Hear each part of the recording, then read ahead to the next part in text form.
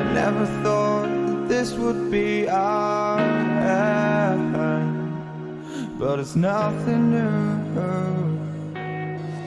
And my lover's honesty, I can push it back down if I have to, if you want me to. 'Cause we can run, and we can run.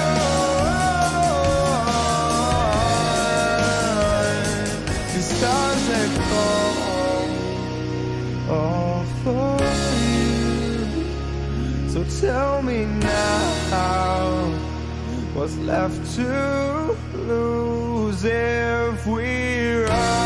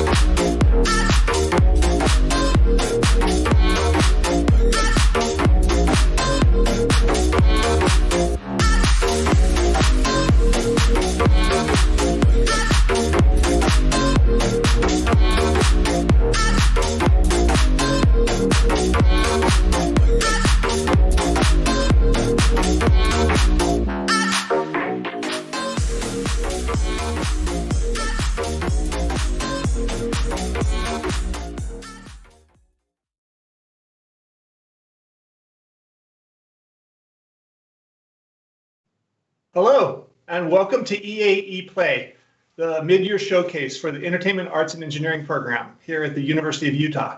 It means so much for our students, staff, and faculty for you to be here today. Thank you very much for coming. So EAE is one of the world's top-ranked academic game programs, and every fall semester at the end of the semester, we hold EAE Play as an opportunity for our year-long game projects to show their work mid-production process and get some valuable feedback that they could then incorporate into their work and finish their games by April, by the end of the spring semester. It's also an opportunity for you to learn more about our student work, our programs, and the amazing things that our students and faculty do. Because of the pandemic, this year, EAE Play is live streamed here on Twitch, but the students and faculty and staff have also made some terrific adjustments to their work this whole semester, as most of our classes have been taught entirely online. So our teams and team-based work and our individual classes have both leaned into using online tools for game development and team collaboration. They've adopted existing industry standard tools for remote collaboration. They've explored and experimented with using VR for game development, and they've also looked at other new online collaboration methods, including using Twitch for class. This online effort augments one of the core values that EAE holds for our students, which is exposing them and working them through team-based project development that integrates developers from across many backgrounds and skill sets.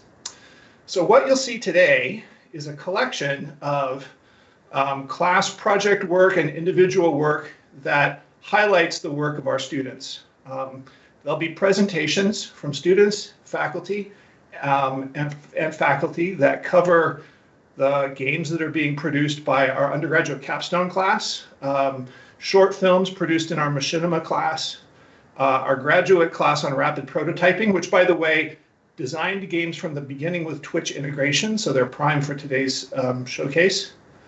Our graduate projects class, game design class, and a number of other courses. And what each one of these segments will show you will include the student developers, the faculty supervisors, and returning alumni who will play through the games, and then they'll all together discuss the game design, the game progression, and ideas for incorporating feedback in the remaining time on a lot of these projects.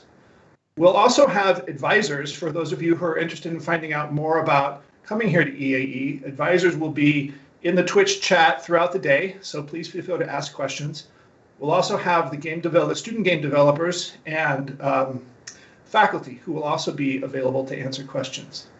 But that's enough of me talking. Let me hand it off to the crew who's actually going to show you what we already see every day here at EAE, which is the amazing creativity and passion that our students have for their work. Thank you for coming. All right. Thank you, Michael. We're about ready to start showing you just these wonderful student projects as they've come along. I'm going to be one of your hosts for our broadcast here today, Archie Smith, and I'm just going to give you a quick rundown of the schedule of events and what we're going to be showing you. Starting things off, the undergraduate capstone games. We're gonna their teacher Roger, he's going to come in, introduce some actually University of Utah alumni from this program to have a live play test with these capstone games. You're gonna get to see what those are all about. That's gonna kind of run us through this next hour. At about 2 o'clock, Rapid Prototypes are going to start their presentations. That's last year by our cohort 11, where they've had to deal with some special technical restraints to kind of produce a lot of games really fast. More details on that when we get to that.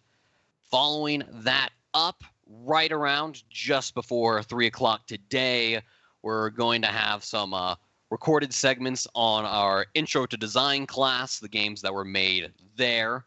Following that up, just shortly after, is going to be the traditional and alternative game dev reels. Those are some of our undergraduate classes, some of the first kind of semester length here, go make a game classes at the U. So those are pretty exciting. Then 4 o'clock, we're going to finish up the undergraduate capstone games. Roger's going to come back. He's going to show you all the cool stuff being made on that front. Before around 5:40, 5:45, we're going to arrive at the Gap Lab.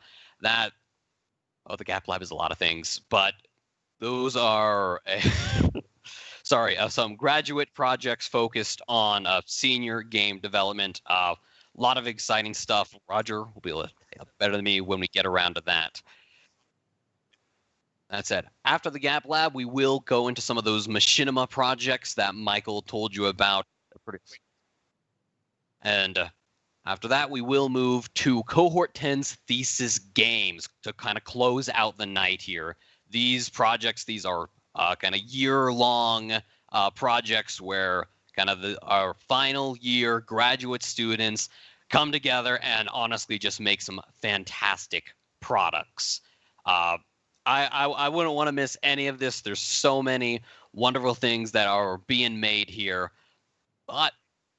So without any further ado, let's get into undergraduate capstone games with a special video message from one of the class's professors, Bob, who'll tell you a bit more what it's all about. Hi, I'm Bob Kessler, one of the professors in the EAE program. Roger Altizer and I are excited to share with you the work that our amazing students have accomplished during the first half of their 2-semester senior capstone class. We began with everyone pitching an idea for a brand new video game. From that, we formed 18 smaller teams that created a 2-week prototype that was presented to an industry panel. Using their collective input, we narrowed it down to 10 games that were to be developed and ultimately published by the end of next semester. At this stage of development, all 10 teams have created a feature-complete alpha version of their game. We are here to share with you these versions and get feedback to help guide the game's final development. Students, Roger and I are so incredibly proud of you all. In spite of the less than ideal conditions we have all been operating under, you have demonstrated not just excellent development velocity, but also shown amazing professionalism. We can't wait for you to show off your truly stunning work. Let's get on with the show.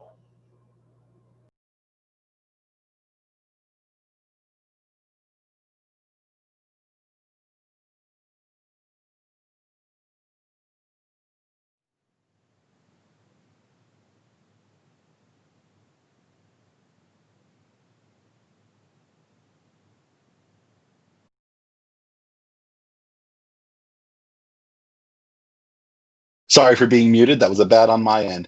The capstone class is one of the first classes that's truly an EAE class. When we started this program, it was a combination of film classes and computer science classes.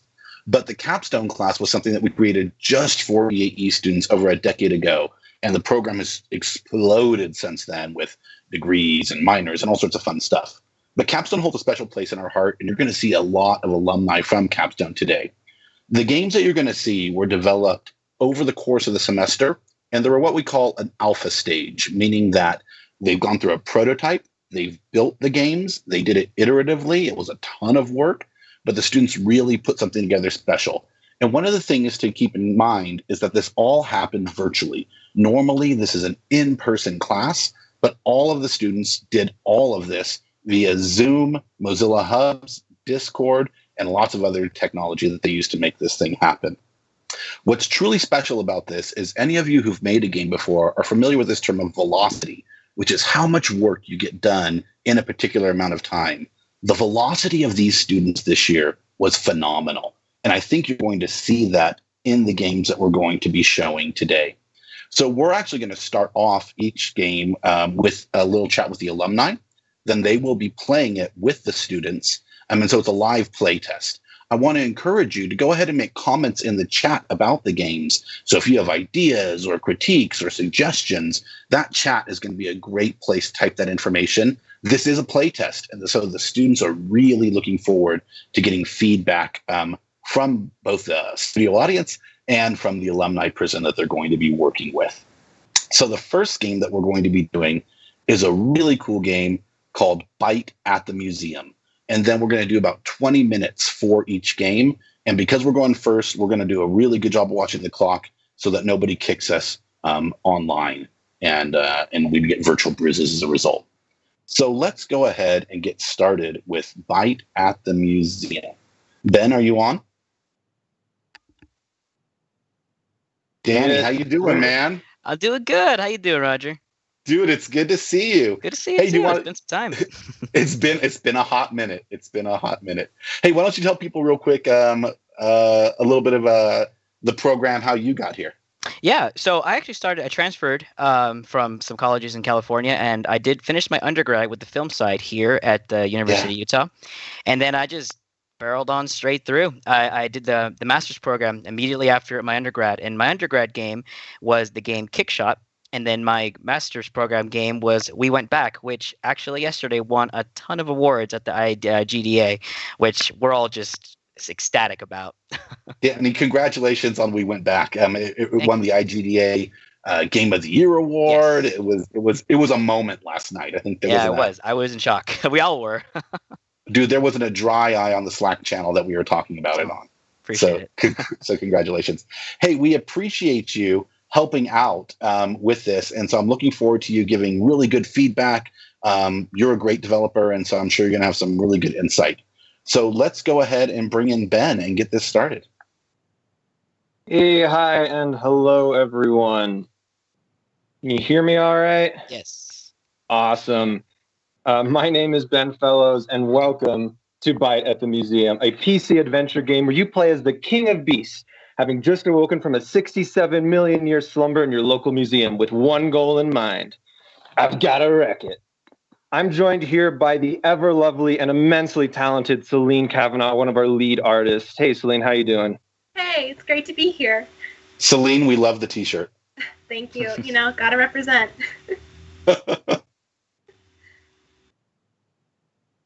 All right. Should we just dive into this game, or do you want to do let's dive into the game and get this thing started? Were we going to show our trailer, Bob or Roger? Oh, yeah. Let's go ahead and show the trailer first and get that started. Yeah, I'd love to see that again. For sure.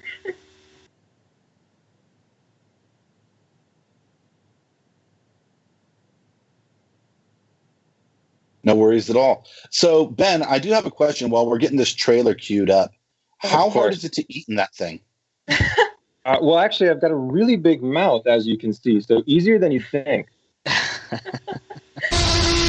awesome. And do you get in free when you go to the Natural History Museum? Of course. Yeah, I do. I get the family discount. My uncle is actually a resident.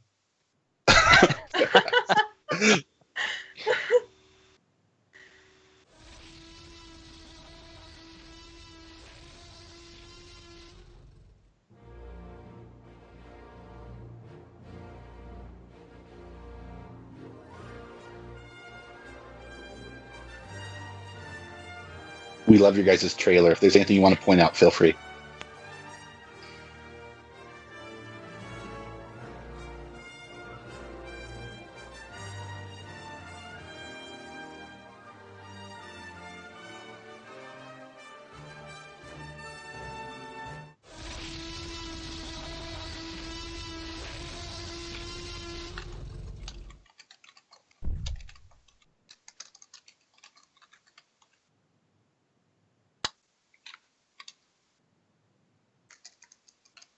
Yeah, so that's our trailer. We're really proud of that one. I think that came out really well. I'd love to just dive right in. If you're all set. Yeah, I'm going right for it. I'm going to hit the wake up button and see what happens. Cool. And just for timing, we're going to transition out of y'all at 1:33. All right. Yes, sir. Sounds good. Hey, there's Tony, our own little T-Rex. He is absolutely adorable. Yeah, we're... That was one of the biggest things we had to focus on, was getting a T-Rex that was both adorable and still somewhat menacing. Yeah, you gotta have the balance. You've woken up there just on a little pedestal, like any good museum has. Yeah. Oh, he's chomping away. Look at that. Yeah. Can I throw it? Is that a thing? Yeah, you can totally throw it. How do I do it? Oh, If you okay. press the bite button again, it should you Yeah. could throw it if you like have the I momentum see. with it. So do I whip my head around? Just yeah. Yeah, just Yeah. like that. Pretty much. You've got it. You've got the controls. Nice. That's And you can also right click to devour what you're currently holding. Oh, Yeah. could you? Oh, okay, let's eat the sign. Oh, come here. Come here. Oh.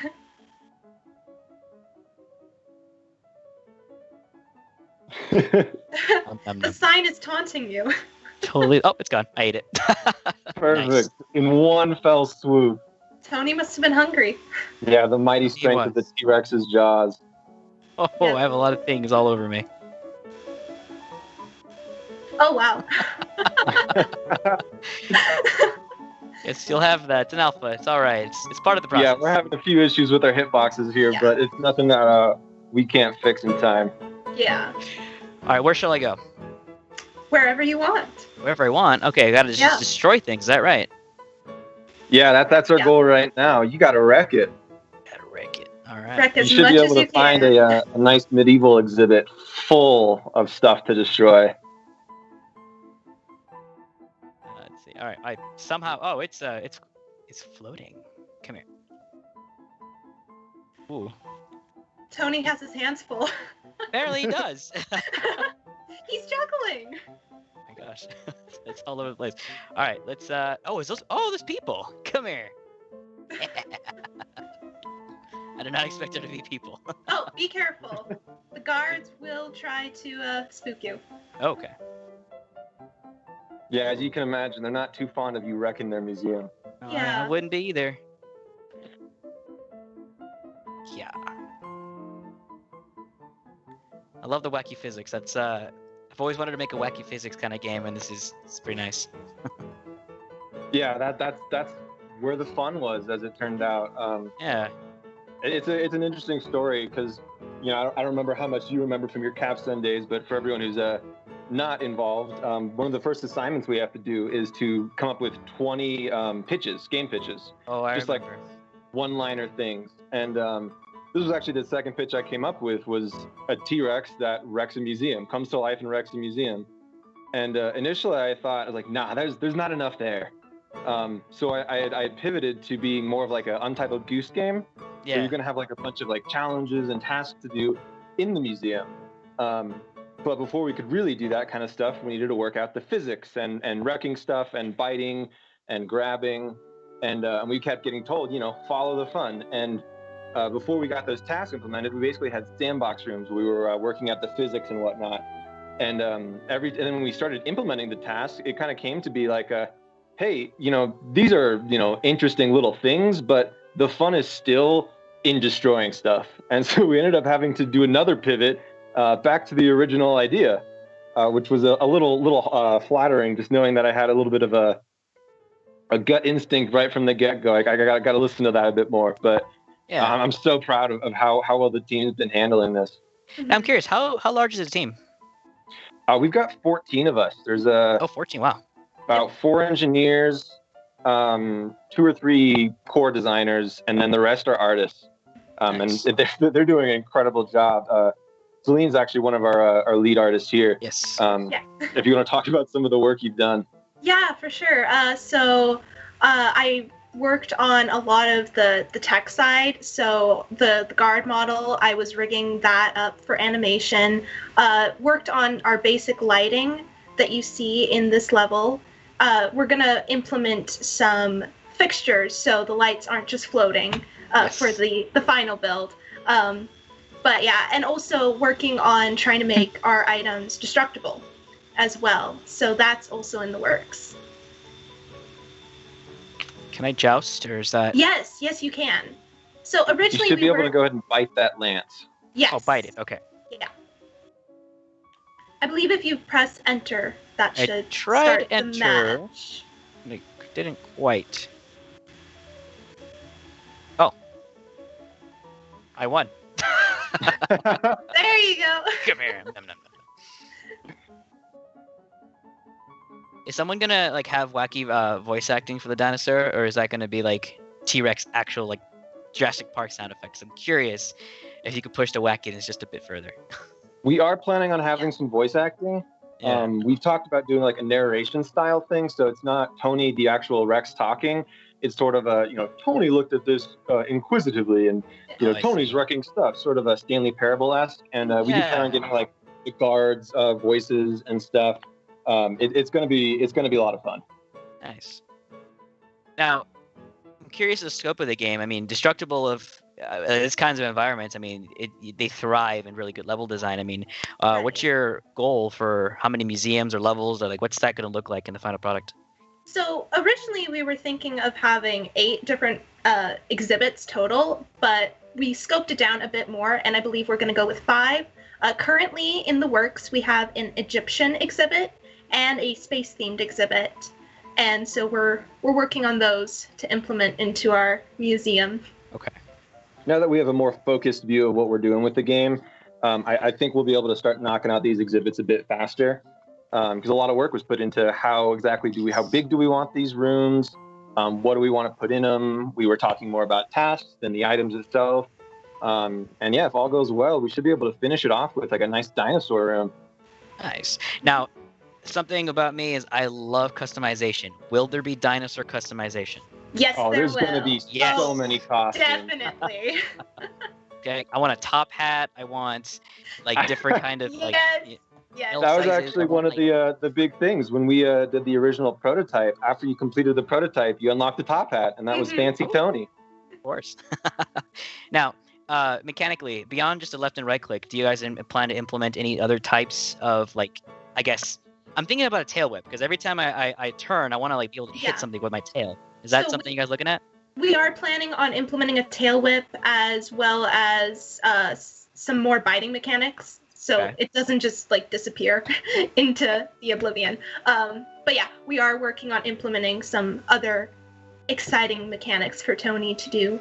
Gotcha. We're looking at maybe like a skull bash or a charge type of thing along with the tail whip. I like that. I do like the idea of like when you turn the head, it actually, or rather turn the mouse, it whips the head around. That could be, yeah, okay. I like this. It's happy to hear it. That's great to hear. Are his is he procedurally animated on the hands, or is that actually like animated by hand? I believe that was animated by hand. That's it. I wonder if you guys could do some sort of procedural animation. It's Unreal, right? Yeah, so, we're in Unreal, which was another cool step. We originally were prototyping in Unity, but we felt the game itself would just do better in Unreal. In a lot of ways, yes. I mean, the wacky physics, I think if you really push that on the actual dinosaur itself, I think that could add a little bit to it. He feels procedural, which is saying a lot about the animation, which is great. That was Mitchell Henry. Yeah. We had Mitchell Henry rigging Tony himself and putting those animations in, and that's like our favorite selling point is just how cute he looks when he's walking and how great of a job he did. Yeah, it looks great. I'm gonna reset because I lost, right? Yeah. So the reason you lost, if you see your tolerance bar, that basically fills up the more times that you go near guards. So if you avoid guards, then you can keep destroying to your heart's content. Otherwise, they'll catch you. So they got me. Who wants a giant dinosaur wrecking an entire museum, right? It's basically Metal Gear Solid, but you're a T-Rex. Yes. That makes sense. I don't know about that, but okay. More or less. Is there a secret button? You fight your clone at the end. Oh, what was that, Danny? Is there a secret button I could press to reset? I can't seem to actually hit the reset button. Wow. That's unfortunate. Interesting. All right, well, I'll keep roaming around as much as I can without... Yeah, we'll have to take a look at that. Yeah. No worries. Resetting before. Yeah. Leave it to the QA to break the reset button. So it was supposed to reset on its own, is that right? It's okay. Yeah, it works. Yeah, when you press it, it should just reset the level. Yeah. All right. Well, I can absolutely restart the game if that's all right with the stream. All right. I will do this, and I will do that. Cool. All right. think we're back. Sweet. All right. Now, give me a tour of this place. Kind of tell me what each room is about. I'm curious because I saw a lot of like different theming going on and a lot of placeholders. I'm curious. Right. So currently, the only exhibit that we have is our medieval exhibit. But then in this hub room, we're going to have the spokes that go off into other exhibits. The archways. Yeah. So if you go through those right now, you will fall to your death. So don't do that. But ultimately, like to your right, you see some planets. So that's going to be the gateway to our space exhibit. Straight ahead, we've got some Anubis statues. So that's going to be where our Egyptian exhibit lies. And then the other two are to be determined. Oh. It's a surprise. Is it now? Okay. I Correct like me We if can't I'm give away wrong, all our Celine. secrets. Did you make that special art hallway we talked about? I did indeed. Would you want to direct Danny over there? I would Yes. love to. I'm assuming it's this way. Yes. So I actually took the time to set dress the museum and chose a slew of different paintings that were from Renaissance era or medieval era. But there was one painting in particular that we found during just one of our team meetings that just kind of became an inside joke. So my really team resonated asked me to include it in. I believe if you go to your left, you can go to Straight this way? And then Yeah. left or Keep- okay. Yeah, keep going straight. I like that sword. You can actually try and take the sword if you so Can I? desire. I'm curious. I wanna. Something might happen. You never know.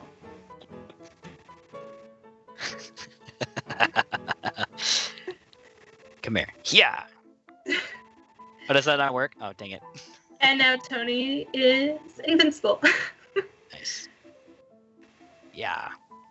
All right, where am I headed? Keep going. Whoops, you're turning me around. Keep going straight. Straight. Okay. Here we are. Is it? And then to your left. Though you can go around and destroy the pots. Yeah. Having these be destructible will be awesome. Yeah, it's in the works. I'm And- working in Houdini to try and create a destruction sim. Yes. So importing that soon. I know how difficult it can be, and it's very, very time consuming. So Oh it's all yeah, right. You don't have it yet. Hey, team, you've got definitely- about 5 minutes left, just as a reminder. thank you very much. Is there anywhere else I should check out? Any cool places? Because this is pretty sweet. You can go to your right if you want.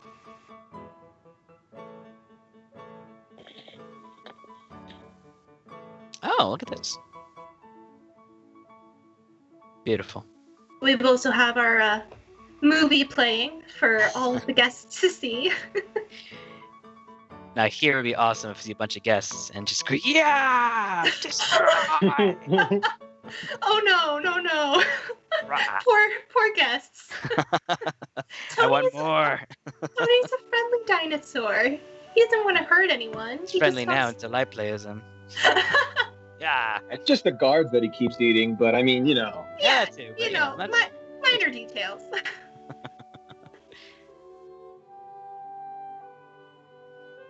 We've like- got our jousting spectators, so Oh, that's what they are? Oh, that makes sense. I thought there Yeah. were people I should just go, yeah. But also that. I like the story. Yeah, This we've is- got some cool cardboard cutouts to fill the audience. yep. This is nice. Now, to further evolve this game, I'm curious. I want it to be pushed. I want to push it. Mhm. The wackiness is great. It's got a good solid base. I like it. But destruction's gonna add a lot. More procedural at this animation on the dinosaur would add just that fine touch that I think it could really need. Okay. And when it comes to the environments, that's going to be your selling point right there. I think the Absolutely. environments and the what you can do in those environments, that's where I think your creative team is going to have the most fun, as well as your players are going to have the most fun. Mhm. I'm really excited to see where this goes because I like these wacky physics, silly kinds of games. They're just turn your brain off and just have a fun time. Yeah, it's been a good time making it. Oh yeah, it's been a blast. We're really excited just because now we kind of have a better set on the direction. Like that pivot to kind of focusing more on direction was within the last couple of weeks. So yeah, next semester it's going to be awesome. Just like striving through that now that we've found the fun. Yes, that's the hardest part about the first semester. I do remember that we have to make 20 pitches and then talk to the person next to you, and then you whittle them down to 5, and then eventually get to 1. I do remember that. You'll if you do grad program, you'll have a lot more pitches you need to do, and it's a lot more graduates. But I do like that you start with the fun, you find the fun, you stick with it, and you build something around that, because that's what's going to keep people in the end of the day, Mm-hmm. Right. Yeah. Yeah, I like this. Yeah. Well, cool. That's awesome. I want a monocle. I want a monocle as a cosmetic. That's something that Oh, that's gonna be have. part of Fancy Tony. It's gonna be Definitely. great. Yeah.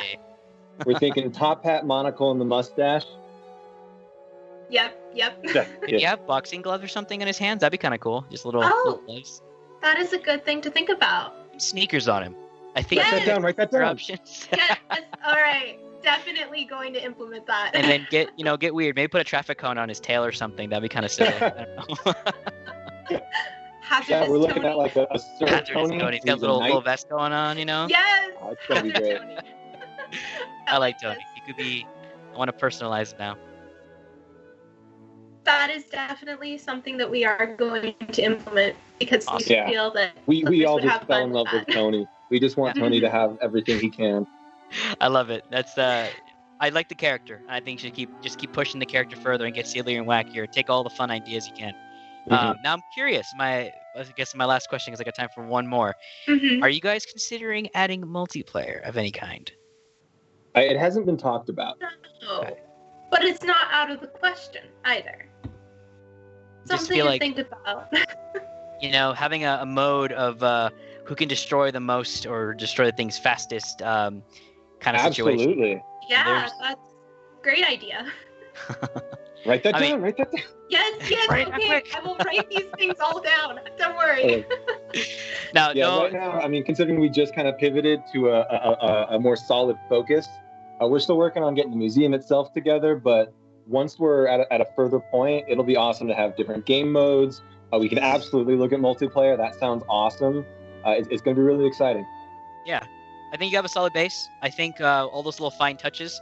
I think it makes a lot of fun. Sound effects got to be critical here. I mean, Yes. that's gonna be a very Definitely. difficult thing. I know. Yes. Don't worry. But those nice touches will make this that much better. Yeah, definitely. It's all about the Danny- minor details. We want to thank you so much, Danny, for giving all this feedback. I know Yeah, that thanks, Celine man. We and really Ben and the appreciate it. team really appreciate it. It was some excellent pro feedback. Thank you. I and- do appreciate being here. It's been awesome. Yeah, it's been awesome to have you back, man. And I'm sure that they will reach out to you for some more info later, if that's cool with you. Absolutely. No, it's perfectly fine. No, I appreciate that. Your mentorship means a lot, man. It's awesome. Thank you. Great. Hey, great job, Celine and Ben and the whole team on Bite at the Museum. It's a really fun game, and I had a ball just watching y'all. So great job, huh? Thanks so much. Thank you so much. Of course. We'll see you later. See you next semester. Yes. All right. Do I go ahead and leave it? Yeah, I think you're good, man. So we're going to start up with our next game, which is affectionately called Studs, the Super Totally Ultimate Dad Showdown. And Studs is great because for some reason in the last couple of years, dads are just on fire, right? People love dads on the internet. So I think it's a very well-timed game. Barrage and Scott are going to be showing it, and then Josh is going to be our alumni on it. And we're pretty excited to see you back. Josh, how are you doing? Oh, I can't complain. Pretty good. How are you doing, Roger? Good. I'm just living that sweet COVID life, buddy. Oh, yeah.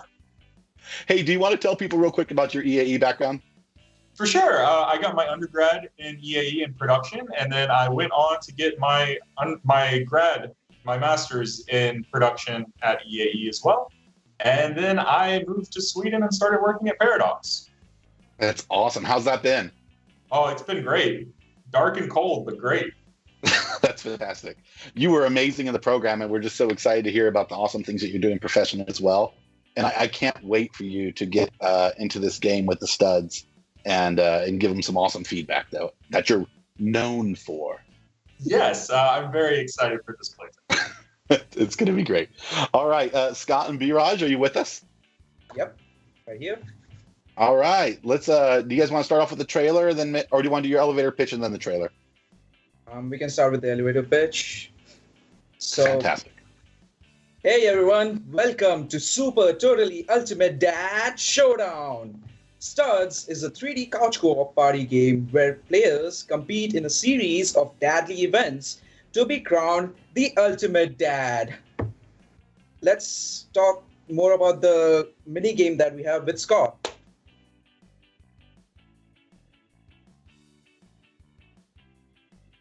Scott, you muted. I did it too, Scott. Don't be embarrassed, but only a little embarrassed, maybe. Thank you, guys. I appreciate that. So this is the event that you've been training for. This is the baby stroller obstacle course. So you're going to find plenty of hazards to dodge and jump over in a race to the finish line.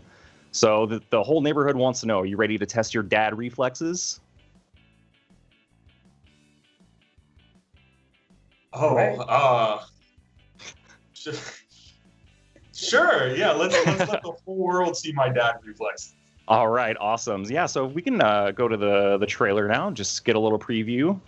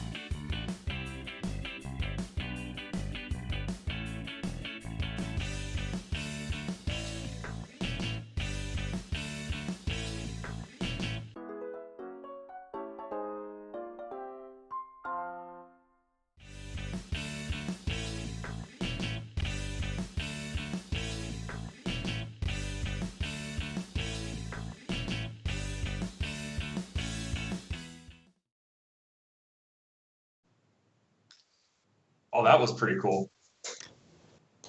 All right, so that was some pre-alpha gameplay. So as you'll see here, the game's actually changed a lot in the last few weeks. The team's been working really, really hard. So yeah, are you ready to jump in? I am very ready to jump in. All right, let's do it. All right. This is our character color selection screen. You can play this game with keyboard or either controller, and if you play it in split screen, controllers are required for that. Oh,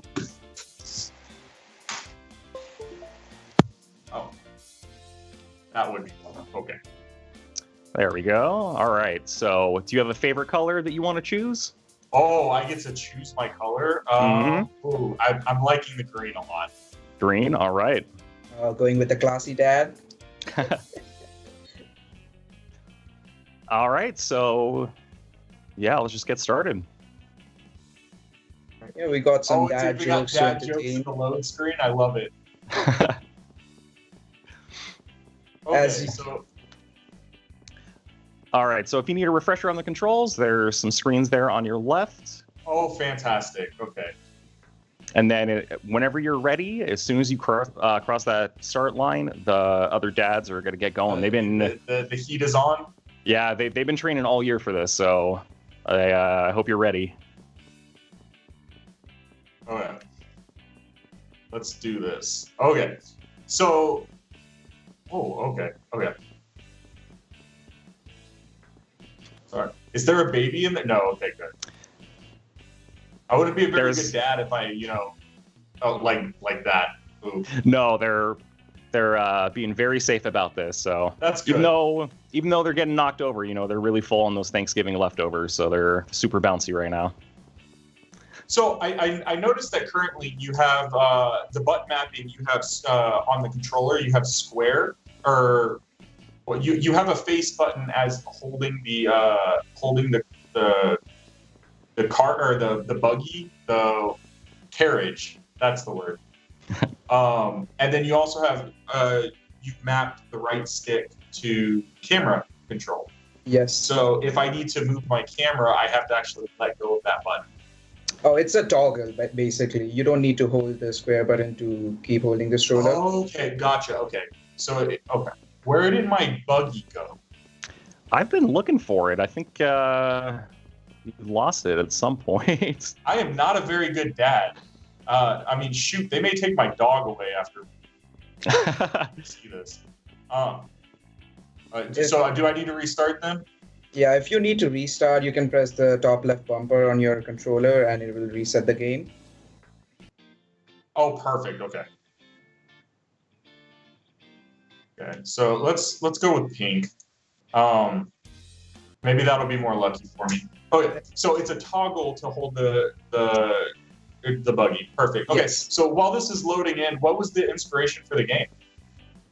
So as you know, like the capstone pitches, like at the start you required to those 20 pitches. And at that time, Fall Guys was a pretty popular game.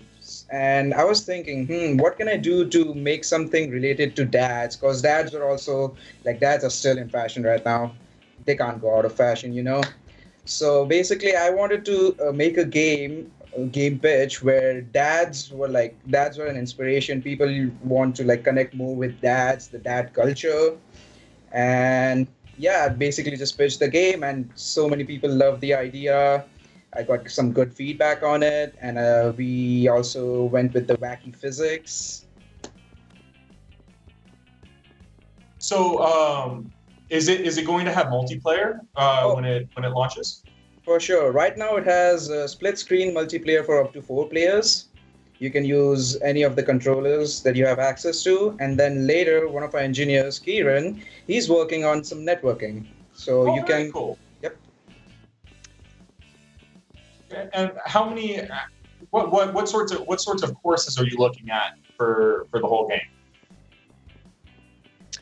So this is the one that we've got right now, and that is something that we've been talking about. What do you think? What would you like to see?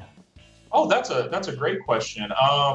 So something that Fall Guys does really well is that there's different kind of goals that you're trying to accomplish with each level, right? So it's not just a race. Sometimes it's something interesting like the tail, where you have to grab the tail and things like that. And so trying to brainstorm different ways of doing that. So for example, maybe since it's dads, maybe a hot potato where it's the last person to have the kid has to watch the kid or something like that. And so it's the reverse of you're trying to give the tail to someone, you're trying to give the baby to someone and be the last one. So playing on the thematic elements, you come across gold mine with dad Olympics, and trying to come up with ways to pit the players against each other, right? For example, right now, something I really want to do is, it feels a lot like Fall Guys. I did bad. But I want to be able to mess with the other dads, right? Yeah. I mean, what kind of dad doesn't try to mess with another dad? Absolutely. And so there is a little bit of that you can do. If you're a bad sport, you can kind of take the other dad's stroller and maybe throw it over the fence to try and set them back a little bit. So you can grab other dad strollers. I love it. Okay. Exactly. But you do need to have your own stroller when you cross the finish line. Otherwise, It won't count. Gotcha. Okay. So I noticed cars make you lose your stroller, right? Yes. Is there anything else planned in the game to cause you to go into a state where you can't have your stroller? For right now, all the obstacles do the same thing, right? It knocks me down and it makes me drop my stroller, but the stroller stays right there. Are there any other types of blockers you want to give the player? Yeah, so there are a couple different kinds of things. A lot of things do make you drop your stroller, like you said. Some of the dad cutouts that pop up actually just push you back a little bit.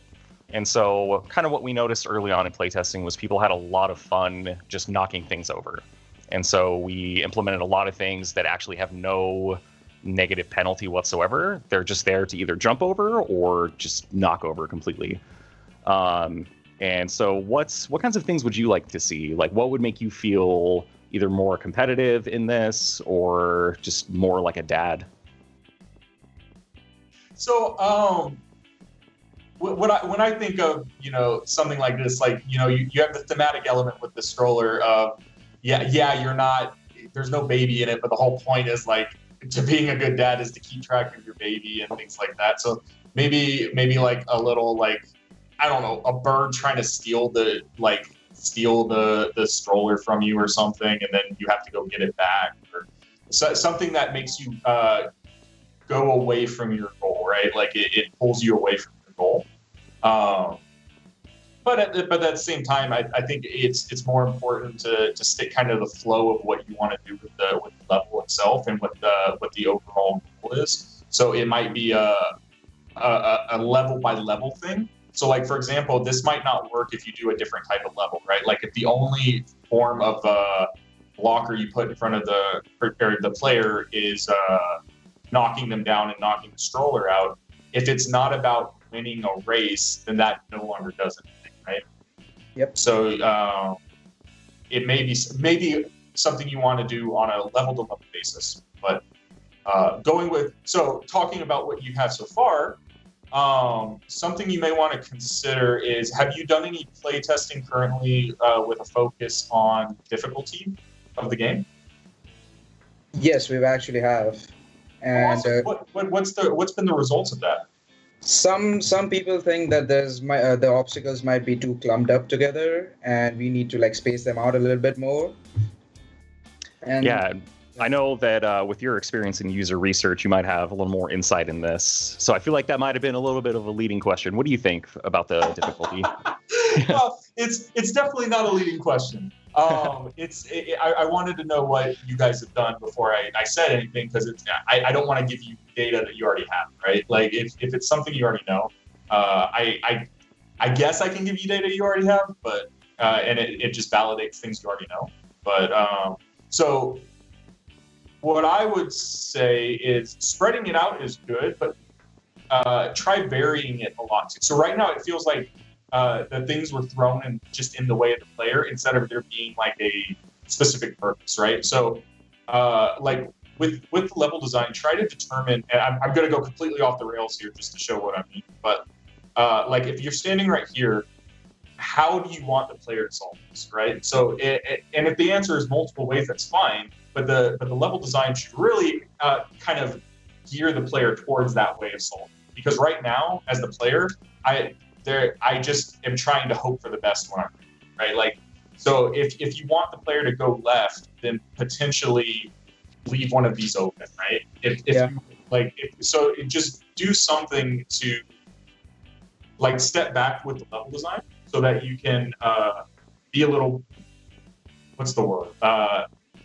Kinder to the player, I guess is the word. Because right now it feels like it's set up to fail, which is fine, because that's kind of what Fall Guys feels like. But Fall Guys does a very good job of, there is a window of where you're supposed to go and when you're supposed to go. So if timing is the thing, there needs to be a visual indicator to the timing. So like with this puzzle right here, with the tricycle going around and around, this one is pretty clear cut. I can time this tricycle really easily, but crazy things like the cardboard cutouts going up and down, there was no rhythm to it, at least that can be easily perceived in the short time you want to be able to do, right? So that was, I guess, the point to the leading question, why if participants had thought it was difficult or not. So it seems like that. But speaking of user research and UX and all that fun stuff, what is the intended design or intended experience? So the intended experience is to be, similar vibe to just like a co-op party game, very competitive nature. It is a race. We do really want to encourage the player interaction like you were talking about. I think that's going to be a big focus for us next semester. Does that answer your question? Yes, it does. And my question going with that then would be, there are varying levels of competition within these types of games, right? Because you have games like Super Smash Bros., right? I love fighting games, so Super Smash Bros. is very much a party style game, but at the same time you have people that make money off of it playing tournaments and things like that, so it's an extremely competitive game. Do you want this to be something people settle arguments with in a college dorm going on, or is this something like Mario Party where you play it and you know that skill doesn't always determine the winner? Sometimes luck is just going to get in the way, or someone else being a jerk to you gets in the way of you being able to win. Does that make, it's out of your control, right? So what, within that kind of scale, what are you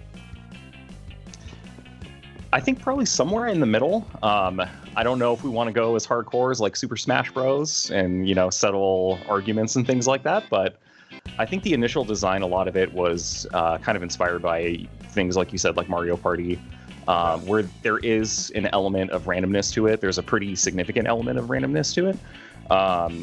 And we also wanted to, give the player some agency over that. So where, you can kind of see... I know there's a lot going on. There's a lot of bright colors and things like that. But, in this particular section that you're in right now, you can kind of see a little bit ahead of you. So you can maybe start planning and timing where you're going to go. And I feel like I'm talking too much. Biraj, you want to talk about the design at all? We've got 2 minutes left. Josh, do you want to drop any last words of wisdom on them? Ooh, I mean, I've been talking so much. I don't know about wisdom. Biraj, do you want to drop some life advice on us in the stream?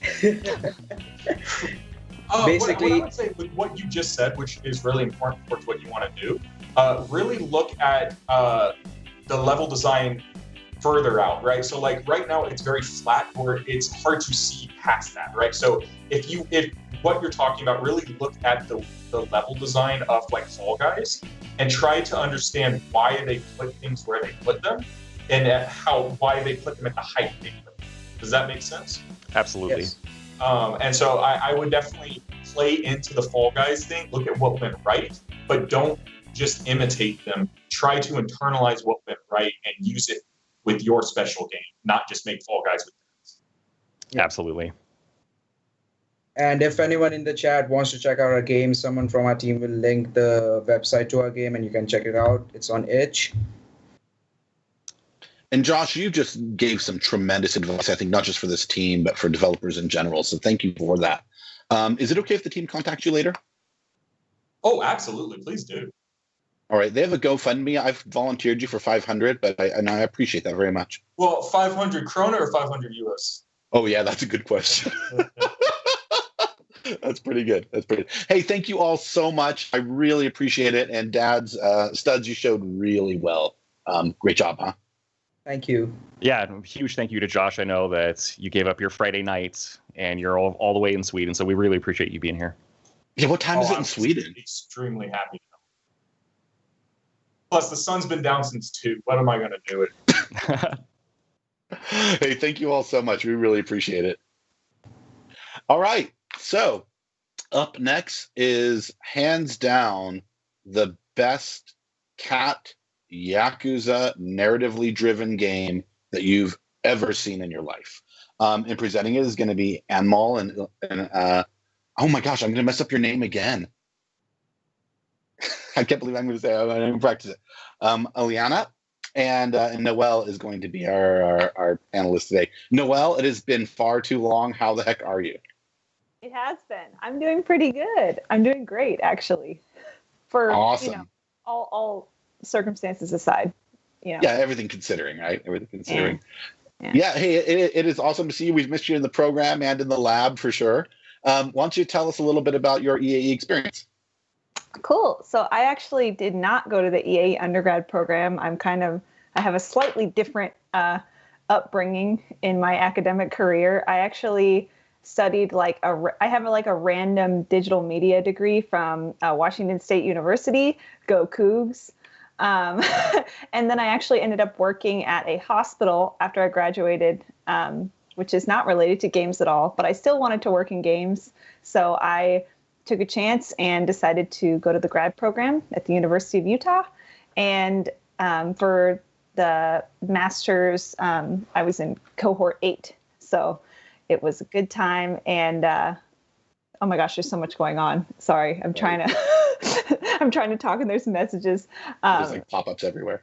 It's okay. I can multitask, thankfully. At least okay.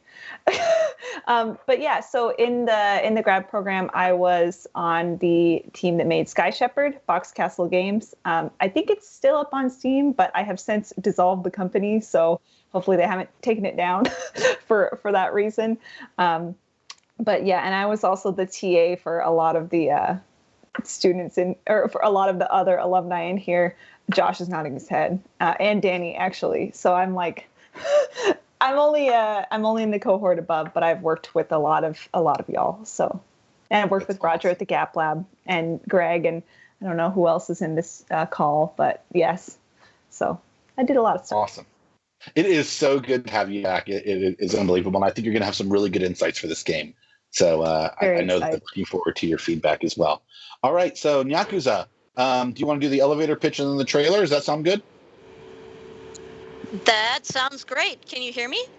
Yeah, we can hear you, and we're going to wrap you up at 1:53 just to keep track of time, and I'll watch time as well, okay? Wait, 1:53? It's 1:56.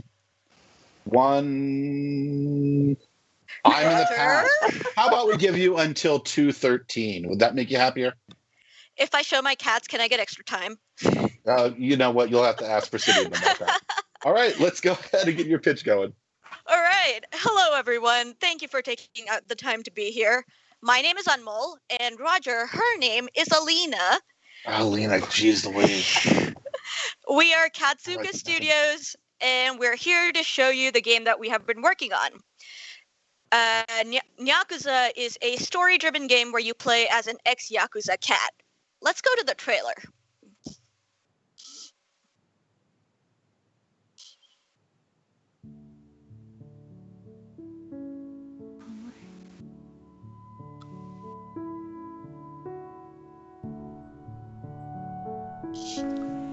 Dead air. So...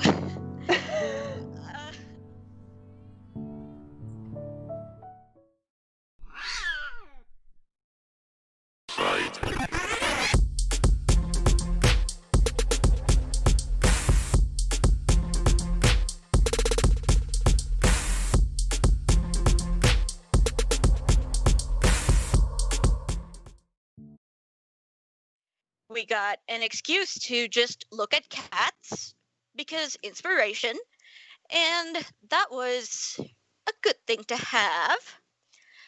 Our game, like I said, is story driven, but our gameplay loop has 2 parts. The first part is an exploration where you can find and interact with different NPCs, while the second part is brawler style combat. So we don't have this implemented yet, but the idea is to give the players a branching narrative so that their choices when speaking to different NPCs will decide whether they can convince the enemy to just befriend them or if they have to take them down by force. We're still working on that, though. Excellent. So, Noelle, do you want to play the game and maybe give some feedback to the team, and they can walk you through parts of it? Maybe I want to play it. Maybe. Can everyone see? I just pressed play. Are we good? Yeah, you're good to go. All right, let's do it. Doesn't hime mean princess in Japanese? Yes, it does. Nice touch. I studied Japanese for a little bit. That's awesome. Because we are going with the Yakuza theme, we wanted to take some parts of Japanese pop culture and kind of use that to our advantage and make it more interesting? I know what day it is. I remember, Sweet Paw. It's our anniversary. There are some reminders for Mole and Edward. You have 6 reminders. Here are 3. Every day at 9 a.m. Okay, we gotta go check on old Tom. I'm not telling you where I'm taking you on our date. It's a surprise. Nope, I'm not telling you. Okay. We're gonna start. I figured out how to pounce when I was practicing earlier, so I'm gonna show off. I also figured out how to attack, which is, I love this attack animation so much. I like that the stick just appears because it feels. Oh, just got a ball of yarn. I'm glad. Our animators put a lot of effort into making sure the animations look smooth. It's great. I really like it. I also love the color palette, but I'm, a little biased. Ah, my favorite customer. So is his name Anpan or Baker Cat? Or is he a Baker Cat named Anpan? He is a Baker Cat named Anpan, and I should have fixed the Baker Cat to say Anpan, but I did not. That's okay. He knows it's our anniversary. This is my boy. Wait, how do you know? Oh.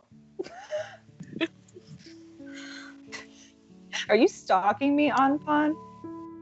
I don't know. Now I'm suspicious. I've been playing too much Among Us. Anpan is definitely sus. Anpan's sus. Yeah, like out of all of our cat characters, Anpan is sus. He has like that cat mouth. Can I talk to him again? Wait, how do I talk again? E? Oh, I can't talk to him again. We haven't set it up, so we're using yarn, which is like it's a branching dialogue. It's a branching dialogue system. Yeah, and it's really cool, but I only write the dialogue. Oh, no. Sorry, I'm distracted by this evil cat. Okay, let's see if I can get up here. You can do it. Okay, maybe I need a running start. Just like... Yeah! Wait, oh, that didn't work at all. Let me see if I can go a different way. No. Oh, can I use the swing? I think you have to use the wall climb. Oh yeah, I forgot about the wall. I wrote down wall climb. Important part. Cute. Okay, now I'm okay. I do want to know how you feel about the jump. I actually like the jump. It's a little floaty right now, but I mean, yeah, I think cats are really interesting because they always land on their feet. So there's probably a way you could incorporate that into jump feel. Maybe have it like a little faster at the end or something like that. Yeah. Because he does land on his feet always, but okay, let me talk to this guy. Ooh, just a goon. I like the little headshot. The goon. Ah yes, our scar-faced goon. The royal we. I said stop. You're gonna take. I assume there's gonna be more goons here. Or maybe. Perhaps. You don't need now. I'll wipe the floor with you. Mochi is very confident. Well, he's the main character. Why wouldn't he be confident? This music. Get out. Oh no. Ah yeah, and look at that. Yeah. So now that we're in the combat section of it, how is it like flowing and feeling to you? Is it something that's intuitive, or? Oh. I don't know what I did there. I pressed. That was a special attack. Oh. That you performed there. I actually like the combat.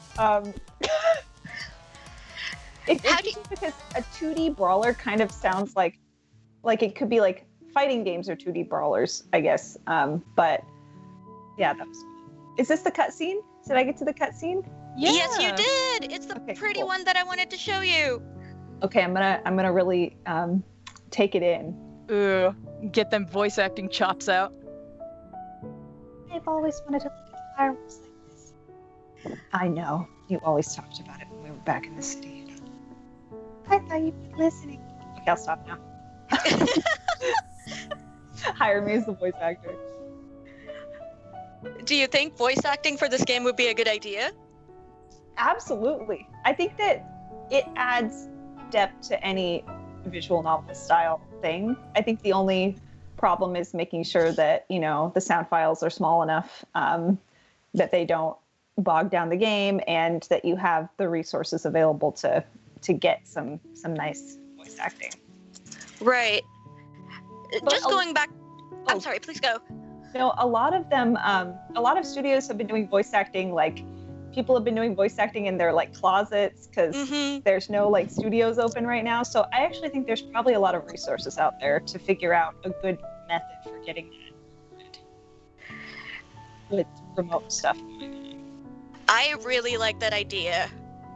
I am so down for people to voice act cat dialogue. Now the question is, do we do it in English or Japanese? Oh. Or cat. Or cat, yeah. Our sound director did mention that he wanted to record just a bunch of cats purring and meowing and stuff, and have that as the voice acting. Yeah. So one thing I wanted to ask was the kind of the platforming part at the beginning, which was when you're going from talking to Mochi to fighting the goons. What's the percentage you're thinking of, like, narrative versus that like platforming, exploring versus the brawling parts? So a large reason why our level right now is really small and has less platforming is because this is like a prologue to the rest of the game, and they're in like the outskirts of a really small town, so there's not a lot of buildings. But the next levels will be taking place in the city, and we're hoping to utilize more verticality by adding pipes or AC vents and stuff like that.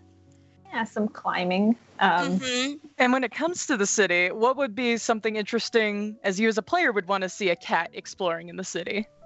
Well, I definitely was looking for more collectibles, like the little yarn. I didn't really know what the yarn was for, but I knew I wanted more yarn. I was like, I need to find all the yarn.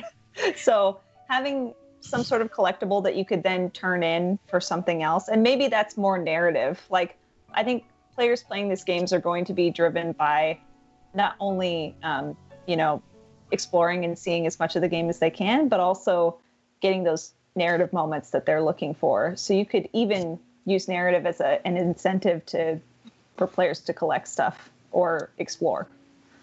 Let's see, what else would be fun? Yeah, like having a Yakuza style like quests. Like, I've actually been watching some of the Yakuza games recently, and they have a lot where you like kind of go and help like a random person in the city dealing with a problem. So you can just kind of have like a side quest where, there's a cat that's like, there's goons that are, my mom is trapped inside, and the goons let her out until I pay them, and then you beat up the goons or something like that. Or perhaps pay them off with said collectibles. Yes, catnip. That too. Yeah, maybe there's quest items that you could also do as well. Like, you have to find a specific piece of fish that the rich cat is looking for. He only likes very fancy sushi, and you got to find it for him. That's definitely a possibility. No. And of course, the elephant in the room is add a fishing mini game. You don't have to do that, but every single new game has a fishing game. Well, you're a cat, so you wouldn't have to use a fishing pole. You could just like put your paw in the water and like grab mini rhythm game inside our game. Yes, I love rhythm games. So now we're going into scope creep. Yeah. Obviously, these are just I think you definitely would Help want them, to take. Noelle. Help them. Don't derail them. Well, yeah. I do think so. I think there's a lot of directions you could go with this, but for me personally, the thing that I found the most fun was like that little exploration part where you talked to that suspicious cat, like interweaving the narrative into the player's exploration and making sure that everything you're adding, if you're adding stuff, is tying into that. I do want to know, as a player, you said you enjoyed the combat. What kind of ratio would you like to see with the narrative to the platforming to the combat? Well, I'm a very narrative-focused player, so I'm biased, I think. But I actually really liked the combat, and I think it provided a nice respite from the other parts. It was also fun. So I'd probably want it to be like, oh my gosh, I have to do math. Maybe 40% exploration, 20% battle, and then 30% battle and 30% narrative. Does that add up to 100? I think it does. Yeah. Close enough. The other 10% is Yep. From the beginning, I have been having this question that I've been asking anyone who's interested in narrative to help me out with. How much narrative is enough? And how much is too much for a game like this? You need to have something driving. You need to have some sort of conflict driving your main character, right? And then you need to resolve that conflict. That can kind of, it doesn't need to be a huge game for that to be, for that story arc to happen. Like for now, I'm seeing the conflict as they're going to go on a date and then they go on that date. But there could be more in the middle as to why does she think that he forgot? Like, is there a reason for that? You can build on that conflict before you resolve it. But you don't have to add I don't think you need to add a ton. You just need to in those nuggets that really drive that conflict you started already. Right. That was really helpful, Noelle. I'm sorry, Alina, did you? I realized that for half of this, my microphone was accidentally muted, so some of my questions were thrown to the wayside. But since we only have 1 minute left, do you have any last-minute advice for our team going forward? I think that your aesthetic direction is really strong, and I think if your artists are having fun and leaning into that, just keep doing it, because you have a really, really good foundation here, and now you just need to decide where you can add a little bit more building blocks to make it a little bit more of a robust experience. But it's great. It's really fun and it's cute, and I love it. Thank you I am so much. so glad. Just before we leave, I wanted to point out that our alpha build is available for download on our website, which is www.katsukastudios.com. So please, I know everyone's busy, but it's a pandemic and cats are nice. Please give us some feedback. Yeah. That way we can That make would be a amazing. perfect game. Oh my God, you're killing me, Alina. I love it. I love it. And I've been practicing your name the whole time that I was. One day you're gonna get it without any help. It'll be an amazing day, and then there'll be prizes, and it'll be exciting. Hey, great job, everybody. Noelle, is it cool if they reach out to you for more advice on this stuff? You had a lot of great nuggets there, and I think they would really love the help if that's okay. Yeah, 100%. Anyone can reach out. And I also didn't talk about my job because I'm in between jobs right now. It's kind of an awkward time, but anyone follows me on LinkedIn, you'll know where I'm working on Monday. Oh, fantastic. Well, good luck. Good luck for sure. Hey, cool. and thank you all. That was a great presentation, and my goodness, that game sure looks good on screen. So great job. Beautiful. Huh? Thank you. Thank you guys so much. Bye. All right.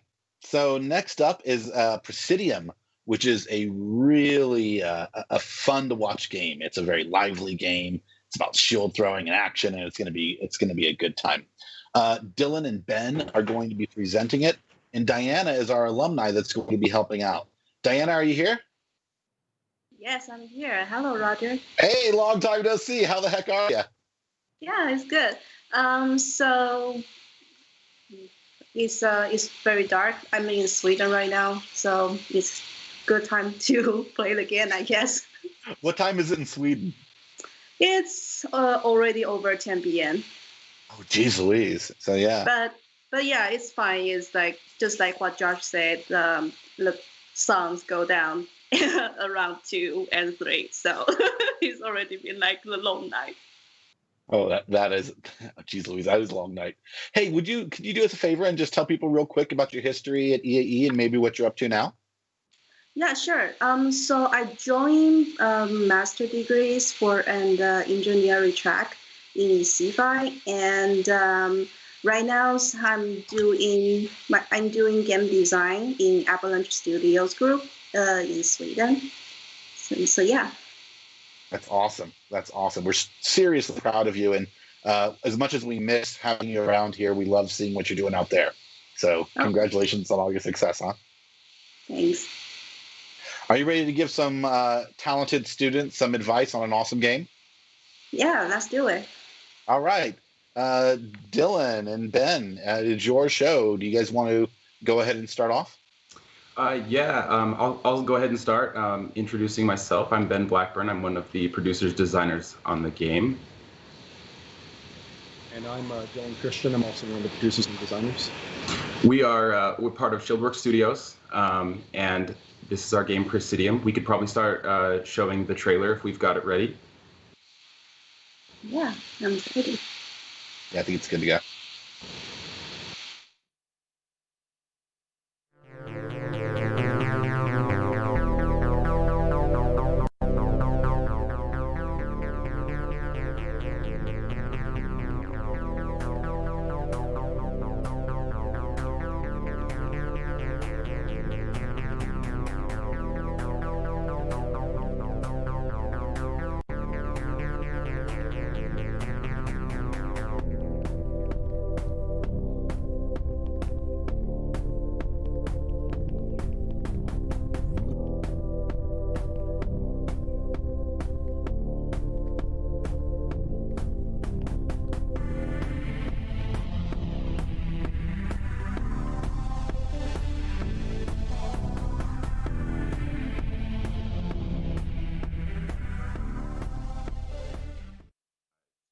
To increase that mobility.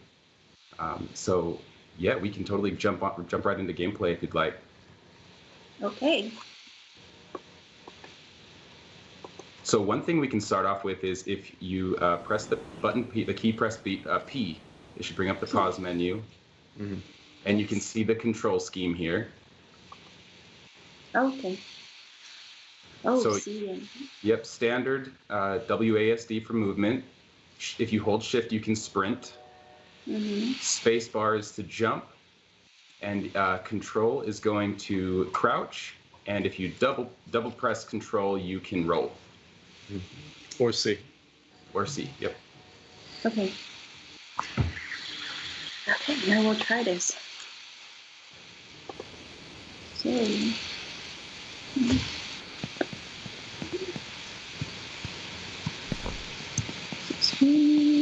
Jump. Nice. And boy. Yeah, so one thing we really wanted to nail down was the movement. So we worked a lot on making sure that was refined and felt fast. You got one of our famous glitches we got right now called Heaven's Vault, which just launches you up sometimes. It's okay. Yeah, we are currently working on that, but right now we are in the more of the it's not a bug, it's a feature. I can see that. So yeah, it's a very interesting environment. Like I like I like how it shows and the levels I'm running to. Like I can definitely tell where I'm going, even though it's dark. But it's not like blocking where I should go. And also like I love this part is that I can definitely see the holes in here rather than it's a trap that I will always jump into it. So I like it. Yeah, we wanted to start off the level pretty easy. This is kind of like a tutorial. You got a base jump, and then you get a little further of a jump there. So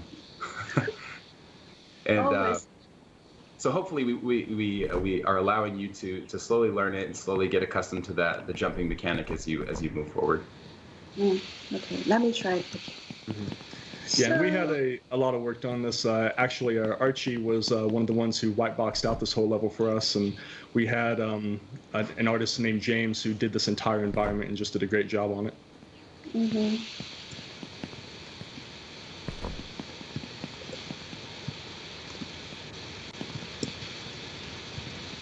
Okay, let's do it again. No! Oh, okay.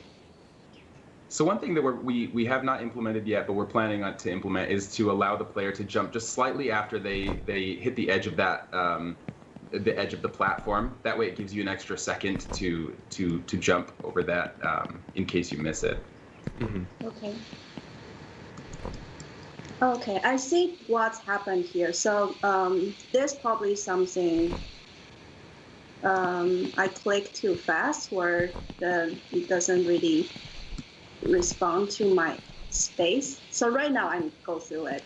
The problem before is that I kind of holding the space and then I just release it and click it right away and it doesn't respond, which is probably not the design fault. It's probably just doesn't respond that quickly, which very easy to see.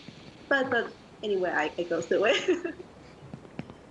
No, that's good to know. So you're saying the sprint button, if you're already holding it down, that sometimes the jump is unresponsive?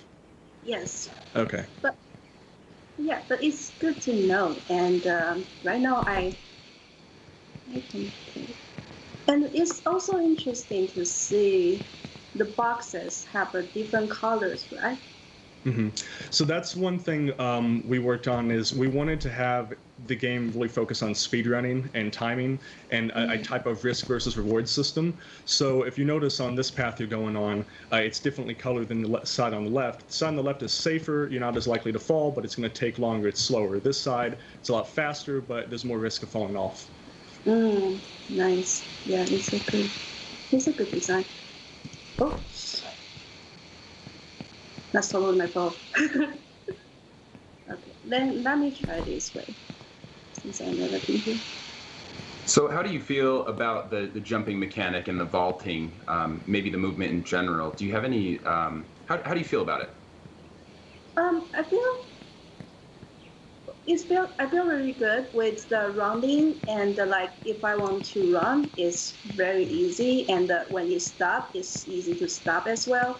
But jumping, just like what I'm saying, is that sometimes if I want to do it too quick, or like I'm just like too rushed, I just keep holding the space, then sometimes it doesn't really respond it. So that's something probably can be improved. But So you're saying maybe like when you hold the space bar down, if you release the space bar, it should also jump as well. It should use that as a key press for jump. I have no really a good solution for this, but the way I think of is that when you're doing jumps, trying to make both holding and click it to make it jump. Like right now, it feels like I can jump when I click it, but when I hold it and release it and I click it again, it's sometimes having a delay. So yeah, I know it's really sometimes it's really hard to count like how should I have the action or how should I have the response time. This is really hard, but yeah, I feel this is also a good thing to do some research for how to make it respond as quickly as possible. And I'm back. Back to the sweet faces. Yeah, one thing we were also experimenting with was basically having an always-on sprint, because a lot of our playtesters, when they've tried it out, they pretty much always just hold down shift the whole time and jump, because that gives you a little extra oomph to your jump and your distance. And so since it's really speed focused, that's something we were thinking about too, is just kind of getting rid of any type of walk and keeping you fast the whole time. Yeah, and also don't feel bad if this is a bug. I don't feel like this is bug probably because one reason I guess is because I play remotely.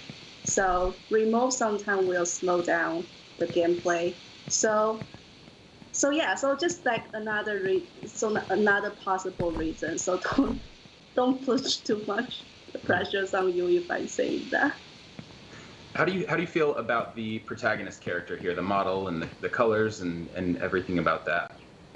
Oh, I love it actually. Like I love how it looks and how it pops up when you are in this environment, because like this environment is like I can feel like it's like sci-fi, and both the block and the character are suitable for this topic, for these themes. And I also like how, like what I said, I also like how the blocks was designed. For example, like this is another thing I love, is like the red edges that I'm looking at right now, because the reason why I love it is this is like something to tell the player that, oh, there's something happening will be in front of it, and there's probably a gap or something, or there's a stab or something. So, ooh. Do I just skip a Did a level? little shortcut right there. Oh, that's awesome. But let me stop a little bit. But yeah, I like how you're doing. Like here, you also have the red edges. So I like it. I really love it. It's also very good for the player, especially like if the concept is to do something quick, then you need something to really pops up in front of player's eye to tell them, hey, there's something you need to pay a little attention to it, or you need to be cautious about it. So I like it. I really do. But I got a question. What's those pattern like on the wall? Like, do they have the special meanings, or is that something? So right now we've just been busy filling in the world, and so right now that's just some signage. One thing we're looking to implement in the future is to throw your shield, because if you left click, you're able to throw your shield. And we're looking to implement that into things like buttons. And then when you throw your shield and it hits a button, it can open up a new path, which then allows you to really perfect that speed run through the level and find new things. And always when you replay that level, you're able to always say, I can do this better. I can find something else. I can perfect this time. And so that's something we're really looking forward to pushing. Nice. One thing I wanted to highlight with the shield too, as you just showed when you threw it and had it come back, is we really want it to be not just a defensive tool, but a platforming tool as well. So we put in systems where you can throw it and you can actually freeze it in midair, and then you can kind of platform onto it. We kind of took inspirations from stuff like Mario Odyssey with Cappy, and then it comes back to you kind of like the Leviathan axe from God of War. So we really wanted there to be a lot of opportunity for platforming and environmental traversal throughout the game, and for speedrunners to find new ways to kind of bypass sections and find even quicker ways just with the shield. Nice. That's a really good feature. Okay, I will try to do that. So right now, the reason this happens is the player is going down and the animation for the roll is about to happen, and when you hit the edge of that block, it just explodes the player at the moment. So that's why this is happening. We'll get it ironed out. It exploded. Okay. But it is, it's just a fun animation. You look like Octodad, flying through the sky. Yeah. Yeah. It's a ragdoll simulator. Yeah, I was thinking that it's not resetting or something, but that's a good point. Like if it's an explosion, then that's definitely how it looks like. So. And then with the environment, so do you feel the pathing is good? It's like it's always clear for you which way to go. Yes, I think that's one thing I like it very much is that I never been lost in this environment. Even so, for example, let me even so I go to the places that I hit in the pattern before. Like even so in that places, I know I having two options to go. Like one way is the fastest way, but the hardest way, like you said. But the other way is the safest way, but slower way. And I can easily to see which way I want to go, and both way can go to the same destination. And I think that's a really good thing for the player to choose. So now they don't have. I'm sorry, I'm hard to saying and playing at the same time, but this is fun. Like I really trying to do something here. We're good. Yeah, we know it's kind of tough. We've been playtesting it for months now, so I think we take for granted like that we just kind of have it all memorized. Yeah, but here is what I'm saying. Like what you described to me, that I know both way. I can, like, I have a both option to go to the further platform, not in which have another patterns on the wall. So yes. So I like how it. So I like the option like that. Mm-hmm. But another thing I feel, another question, not another thing, sorry. What is these platforms do? Like the sparkling star platform? So that's just one of the textures that we have that we've been kind of messing with. It seems to be working a little better. Instead of having just a flat black surface, it allows you to know that like that wall is there because it is a dark environment right now. And so the blue speckles on there kind of help indicate to the player that it's it's a floor or a wall or something, because having it straight black, some of them I think later on in the level might be less lit, and so it's harder to tell that they are surfaces. So that blue texture allows you to see the floor a little better. Okay.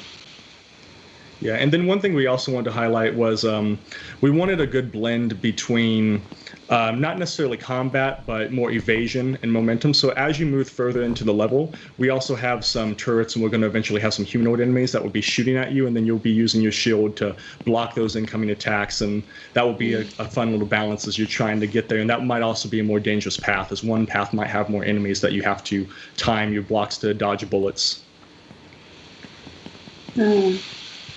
Yeah, we actually kind of pivoted late as far as the play of the game. We originally had this as an action platformer where you were throwing your shield at everything and blowing things up, and we just felt like the mobility was actually one of the strongest suits of this game. And so instead of making it that classic just like throw and blow up enemies, we decided to make this more of a defensive and mobility-driven game. So those turrets, instead of killing you, they will stun you. And yes. Speaking of mobility, we have to move on to the next team, unfortunately. Oh, okay. That's all right. Diana, I'm going to give you a chance to say one last word if you want to say anything to him. Yes. Okay.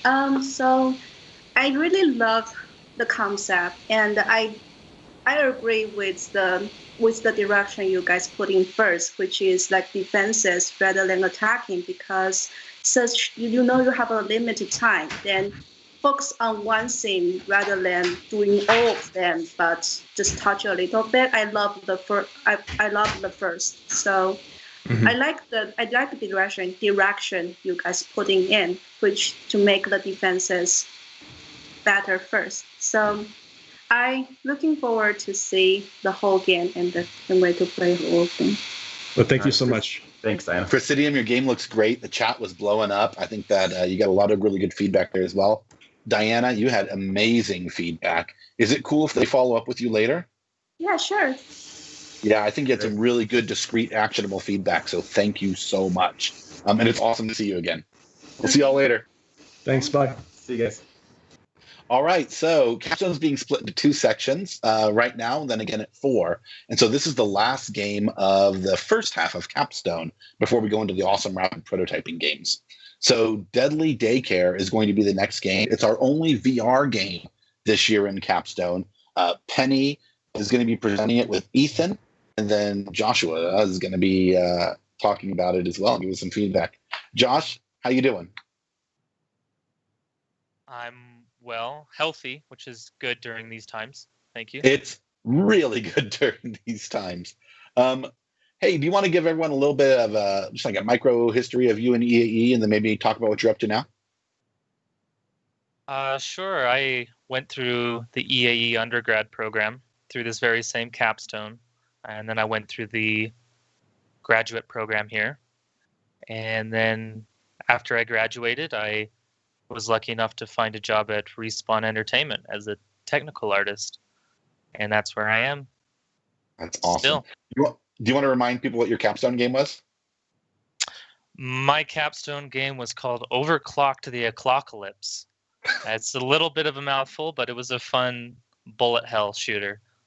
It is one of the best named games we've ever had, to be perfectly honest. So, dude, it is so good to see you. Hey, being here for the last one, I'm going to jump in and let you see Deadly Daycare and let the team talk about it, if that's cool with you, man.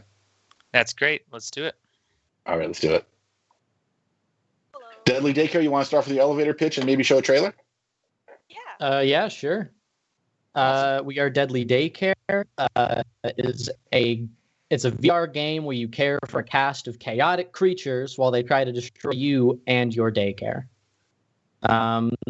It's basically, you're in VR, you're in this daycare, you've got these creatures, you got to do whatever they want to make sure that they're happy to prevent disaster from striking. These creatures are bizarre in nature, and some of the tasks just don't really make any sense, and that's kind of the fun of it, We want highly interactive environment where the player can just go in and have a playground to have fun. We can put up the trailer now. Yeah, that sounds great. Let's see what you got.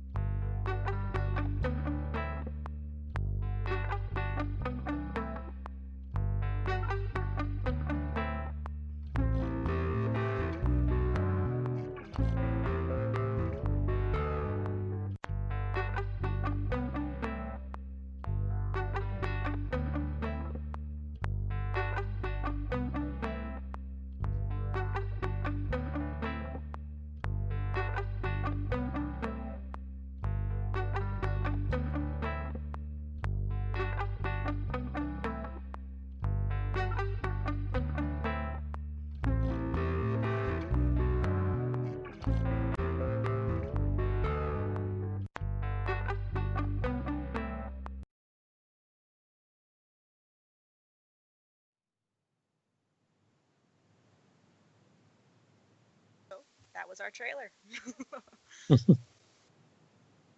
Thanks.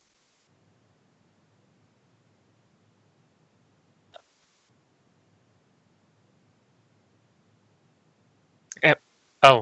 Awesome. Should we jump right on into the gameplay then? Oh, yeah. And Penny and Ethan can ask you questions while we go ahead and see that. Mm-hmm. I would like that. Awesome. And we look forward to your technical art knowledge being dropped on this as well as your design knowledge. Oh, boy, the pressure's on. No pressure. I've only been bragging about you all morning. Oh, nice.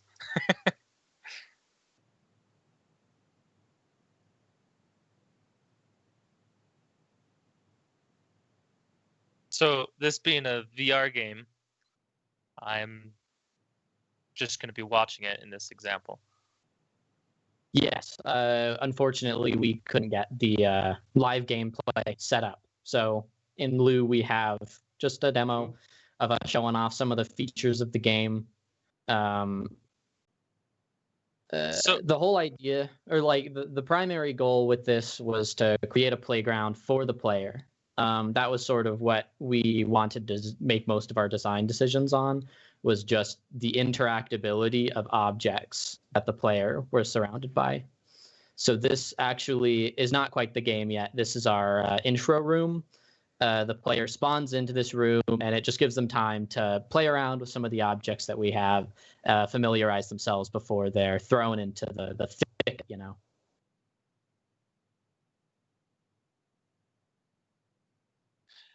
Yeah, it definitely feels like a playground.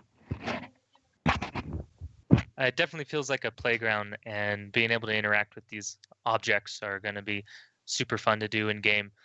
And the more you can actually do in game, I feel the funner it's going to be. It seems like you got a lot of, like, I was looking at the candles, and you could do like cool, like, I don't know, cheerleader stuff with them, and that seemed really cool. During a lot of the play tests, players tend to spend some time doing that. So yeah, so being able to find unique ways to have objects interact, especially in a VR environment, I think will be a really great selling point. The music actually that is playing right now was produced by a student over at Berkeley, Ben Lipkin, for our team, which we really appreciate. So we made sure to add that as a vinyl. We also wanted to have the little record player, so players could pick and choose the music they wanted to listen to, because we thought that would be a neat extra layer of fun. Fully interactable xylophone. Ben Lipkin also provided us with the notes that we used for that. I really like that you have this playground at the beginning, because game mechanics aside, it allows players to just go in and fiddle with stuff, kind of like the fidget spinners and stuff. For sure. A lot of our early play testing, players would fail very quickly because they'd spend all of their time just messing around with the objects instead of actually playing the game.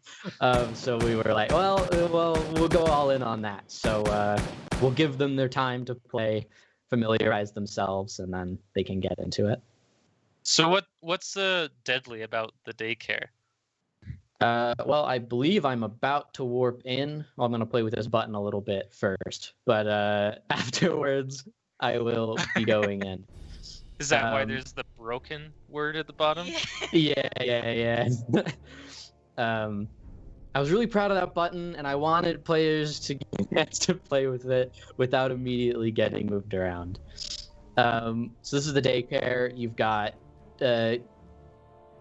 Originally, we only had one pet, but after many requests, we decided that we'd add a second version of the same pet before getting more pets in, just for having, the variety, I guess, of balancing them. But see, they have the happiness meters, and as they go down, they will start to get more and more upset with you. I don't know how early we will see the particle effects, but they'll get this sort of cloud around them that cues the player to the fact that they're getting more unhappy. And if they run out, then that's game end for you. So what kind of space are you playing in the physical world when you're playing this? Are we moving with like thumbstick Joy-Cons or whatever, or are we actually moving around in a space? So currently it's thumbstick Joy-Cons. We'd really like to get teleporting functional in the game, just to help with motion sickness. But we have unfortunately not been able to get that to work due to some bizarre issues. VR comes with a fun selection of issues that you don't really expect to deal with. I should probably also mention bestiary that's on screen. We added this little book. We want to fill it with, I guess, lore, but it's mostly just information about the animals. It's basically like you just got this job at this daycare, and this is the information booklet you get to help guide you through the tasks. I would love to see more than 2 animals in this game, and have it become kind of like the Overcooked game. That game, you start losing control very quickly, and I feel you could do the same with having multiple or more animals in this, trying to manage them all at the same time. Definitely have plans for multiple creatures. Some that you care for, some that are just kind of decorative. The next one in the works. It's on its way. Stay tuned. What's your thoughts on the room, like environment? We've had a lot of trouble deciding on how to lay out the room in general. Not sure how to make it not feel so cramped, you know? Well, if you have any thoughts at all, that's I do like this the art style you're going for, kind of this hand-drawn aesthetic. And honestly, I would like to see a room that is a little bit more cramped and filled with lots of props, giving the player lots of stuff to interact with, and really go heavy into the object interactivity. As for now, I can see you got a lot of space to run around and have the animals move around in this space. But you talked about being crammed, and I think I would actually like to see that. Okay, sort of add to the chaotic environment sort of thing. Double down on that. And I think you guys could go super heavy into object interactivity and props and stuff. It seems like right now you probably have something like 15 to 20 of them. You could possibly add some more, or even just, if you're not adding more, add more ways for him to interact. Like, I love this squid. I love the how the water is oozing out of it. We are very proud of this squid.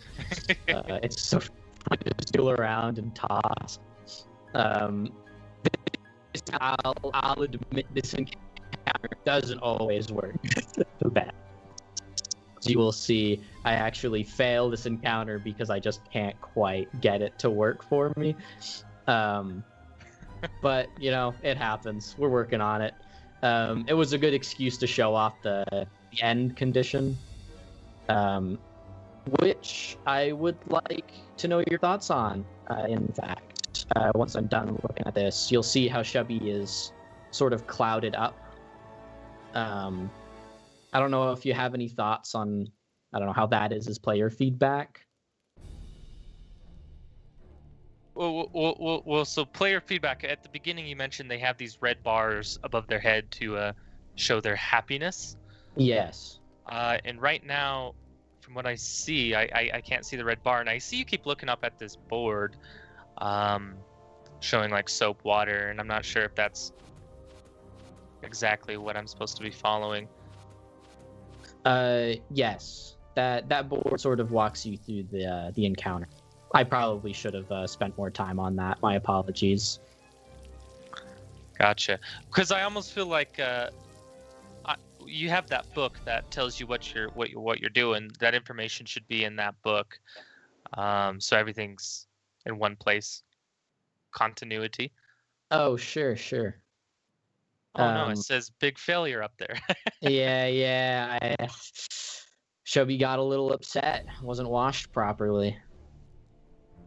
But yeah, I imagine this game can quickly become something like a house full of a bunch of kids that you're babysitting, and they're all running around crazily, and you're trying to manage them.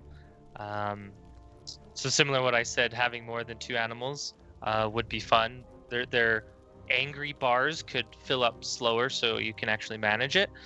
But yeah, you could definitely go. Ooh, I like how you threw that. You could definitely have some fun encounters going on here. With that washing encounter, I felt like the feedback on the wall wasn't clear to me, because I expected I wanted to look in the book. Okay. To see what I'm supposed to do, because You earlier you mentioned that's kind of your tutorial or your guide, and then now I'm looking at the wall, so I'd like to see that in one place. Okay. We definitely wanted to have all the encounters and all the UI just kind of in one place, and so you can actually hold out the book at the same time that you're actually taking care of a creature. So theoretically, it's just like, okay, we're doing it right, sort of thing. Nice. It's like texting and driving. Very dangerous. Deadly. Do you think the book is a good idea, like a good direction in general? We really weren't sure whether we wanted to do sort of make the activities more puzzles where the player has to figure out what they want, or use the book as the guideline. Maybe fill out the book as the player plays. Well, the book makes sense to me because these creatures look fairly, I guess, demonic or evil, and you got that like star in the corner, which looks like you summoned them. So to me, it would make sense that you summon these creatures, and the book would tell you how to manage them, per se. So I think it would make sense to have all your instructions in the book.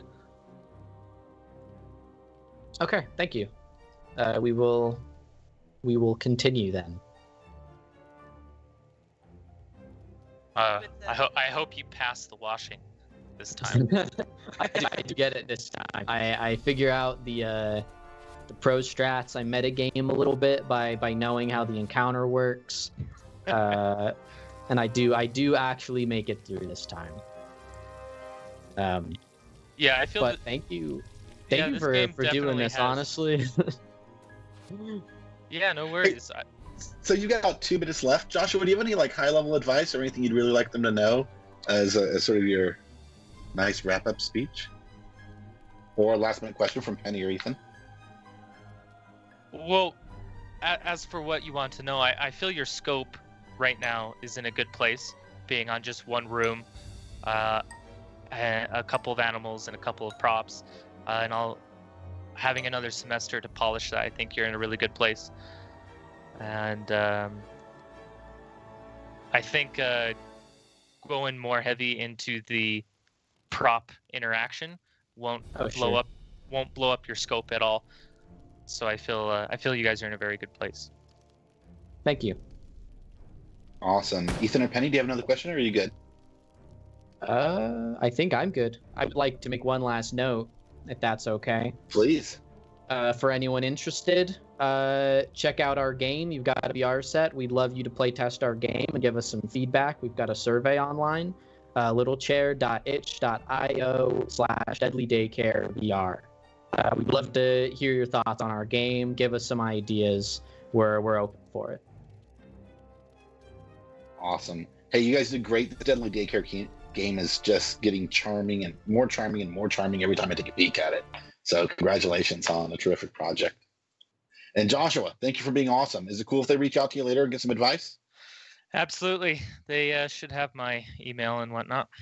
Fantastic. And you can let them know what your hourly rate is, and we'll sort it. Yeah. Yeah, but we really appreciate Thank you, Joshua. All right. Thank you all so much. So that's it for the first half of the capstone game presentation. I want to thank everyone in the chat who had really good comments. That feedback is tremendously useful for the students. And I want to congratulate all the students on great projects. And from the bottom of my heart, thank our alumni. This thing does not work without you and the students. So thank you very much. I'm going to pass it off to Archie to go ahead and proceed with the next thing. Hey, thank you, Roger. Well, I am now joined here by the incredible Ryan Bown here, instructor for rapid prototyping. Ryan, what can you tell us about this course? Hey, thank you. Rapid prototyping, Archie, is a project-based course which Bob Kessler and we give the students creative and technical constraints, and the students build working prototypes really, really quickly. Up to this point, the students have actually built 44 prototypes over one semester. 44? Oh, okay. What are some of the constraints on these projects? Well, why don't we fire up a video and take a look down memory lane? Cue the video. Okay. Video's gonna be on a second. I mean, can you put into context? So the number of prototypes that I hear from this class every semester is kind of wild. Like, oh yeah, what is the scale of each of these? What is the timetable on turning them around? About on a good cycle, 3 weeks. Usually about a couple weeks or 2.5 weeks. And so the way that we start off is at the beginning of each cycle, we randomly kind of generate teams, and Bob's in charge of that. And the teams range from about 5 to 6 students from different tracks. And then we give the students some technical, artistic, and production constraints. So obviously this year's extremely different. But a big part of growing as a developer and becoming a professional developer is finding your professional identity. And that comes along with communication and how to work with other people. So with working remotely, we want to really hone in students' ability to communicate and produce in this new environment. And so we actually added additional constraints to each cycle, such as production tools, tracking tools, and along with game engines and art styles and other things that you'll see. I mean, that sounds like a lot. Skills being tested left, right, middle, and sideways. If you could like give maybe like a one sentence, like big picture, what are all the students trying to get out of rapid prototyping? Yeah, I think, for each one, it'll be a little bit different. They, of course, want to make really, really cool stuff and start making games. For some graduate students, this might be the first, real game development that they have done, depending on their background, okay? Some of our students don't come from game degrees in their undergraduate studies. But really, it's for them, it's an opportunity for the new cohort to get to know each other through working together. There's no better way to form friendships and networks than by working with other people and learning how to communicate and negotiate with them. All right. So getting that early experience in there in the grad degree, I mean, just making a whole bunch of stuff, what it sounds like. I kind of feel like repetition is kind of the key focus, core identity of generating experience in this course. Yeah, and really start flexing and testing your creative prowess and your we all come into school as certainly players and fans of games, but when you become a developer, you want to change to a developer mindset. And by starting each cycle with new constraints, it puts everybody on an equal playing field. Okay, so if you had a big awesome game idea that you wanted to pitch, it might not fit the current prototype, right? So it allows everybody equal opportunity and equity to start building from the same level on the start of each prototype. I think right now we actually have some of the old prototypes coming up, and so here is the first prototype from Prototype 1. And Prototype 1, it was a project in which we start with a white elephant gift, and because we were remote this year, I actually modeled all of the toys on my stream, and then we wrapped them digitally, right? And so then they go and they build a game inspired by the act of playing with this toy, okay? So I'm trying to remember what some of these were. I think Tube Tussle here was the water gun. Okay, now we're at the Prototype 2. Rapid video for rapid prototypes. Yeah, exactly. It's faster than I can even go. Prototype 2 was you had to create a project inspired by a one-button retro arcade game released before 1983. So basically, that's all of Bob's favorite video games, right? So we basically, the goal here was to create a game that the Bob father would play. And there was additional constraints too, like, how do you change, how's the game evolve, 30, 40 years later, right? It's now web-based. It's free to play. So you talk about accessibility and progression and the things of those nature. So here's a couple looks at those as well. So here's a take on Breakout. Here is Tron, take with bombs, of course. All right, now we're already on to Prototype 3, so I'm just trying to keep up. So Prototype 3 was creating a serious game, and for those that aren't familiar with serious games, you'll get more of that later today, so you should stick around with the Gap Lab. Serious games are games which help the player solve a real-world problem And also, we gave them an additional constraint. We said the visuals of the game had to be informed by a real art style. Okay, so you see things like Art Deco, Surrealism, minimalism, and the visual appeal or the visual aesthetic informs the play. Gotcha. So you had everyone crack open the art history book. And, oh yeah. I kind of think I feel for the artists there, but we wanted real art. Gotcha. Had to be a direction. I imagine that kind of was a challenge within a challenge there, because not only does it have to come from a very specific source, but then it still has to serve the game itself and serve it well. Which... Absolutely. And we also had them reach out to professional experts that were in their field. Okay, so they're consulting with an expert that's helping them involved in the design process, because you're trying to build a game to help the player solve a real problem. We're on to the last one right here, Prototype 4. Prototype 4 was, can you design for designers? So this was building or whiteboxing in what we call a gymnasium. A gymnasium is a living design space where you can test core mechanics and provide visualization of metrics and systems. So every student, it didn't matter what track they were in or what their background is, they had to go in and use Unreal Engine's blueprint or visual scripting and learn a little bit of coding and core logic. So when you have an idea, you're just not an idea person. It's like, hey, look, I built this. You can actually pick up a controller and play it, test it, and tell me what you think. Okay, yeah, I mean, the gymnasium is such a core part of the design process and the iteration of this. So, like, did you just give them a mechanics to test within in the gym, or did they bring their own? We actually had this cool card game from my colleague Jose Segal, and they had randomized verbs on them, and that would inform them what the action was.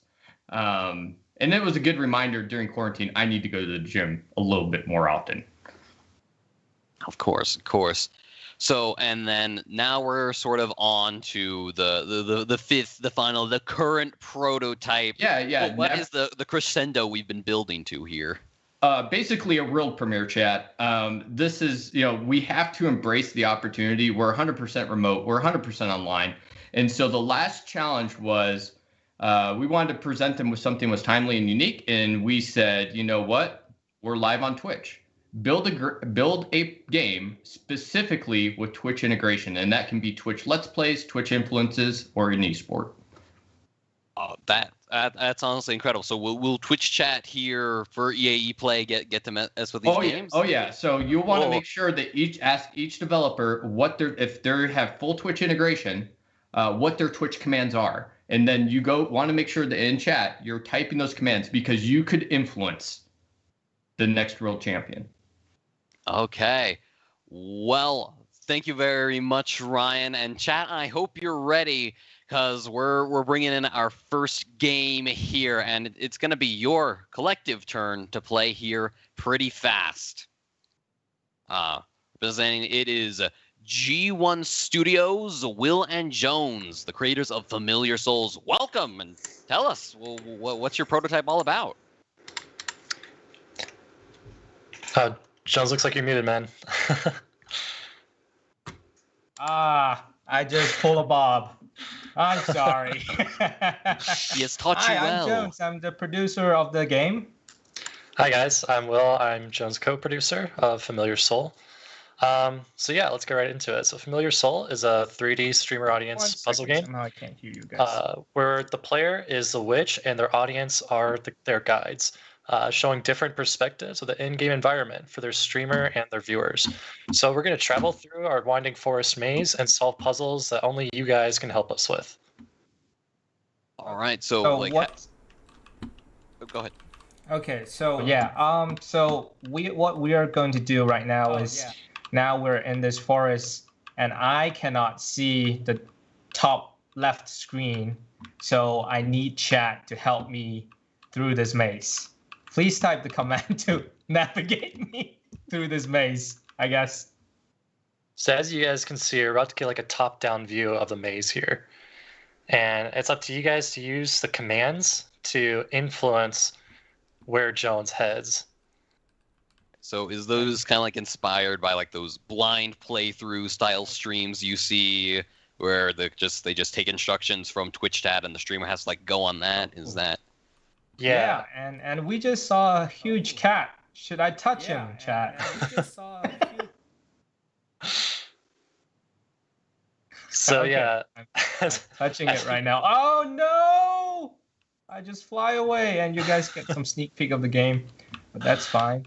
Okay, so now we know we shouldn't touch the big cat. So help me out.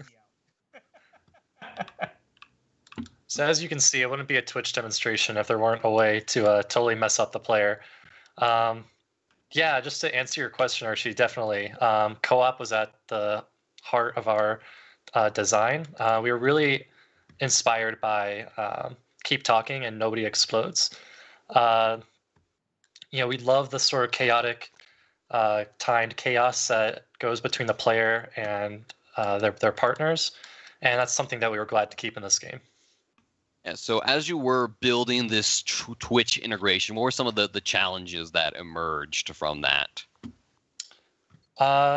Yeah, so, it's kind of tough having to build the two screens. That was sort of the idea, is that we had to make sure that there was a way for the audience to access information that the player couldn't have. And not just that, but also so the audience could control the environment that the player is experiencing. So those are two things that we had to spend a lot of time working on during development. I would definitely say they provide a fair bit of challenge for the designers. Okay, now we're hitting the password puzzle. So I'm not supposed to look at the puzzle, but I think our audience can see it. Please let me know which Bob I should hit first, and then what's next. Yeah, we have 4 versions of our faithful professor, Bob Kessler, and we need you guys to tell us which order. Believe me, we don't even know ourselves. A red Bob? Anime Bob. Okay, I see that. Nice. He's up there right now. And what's next one?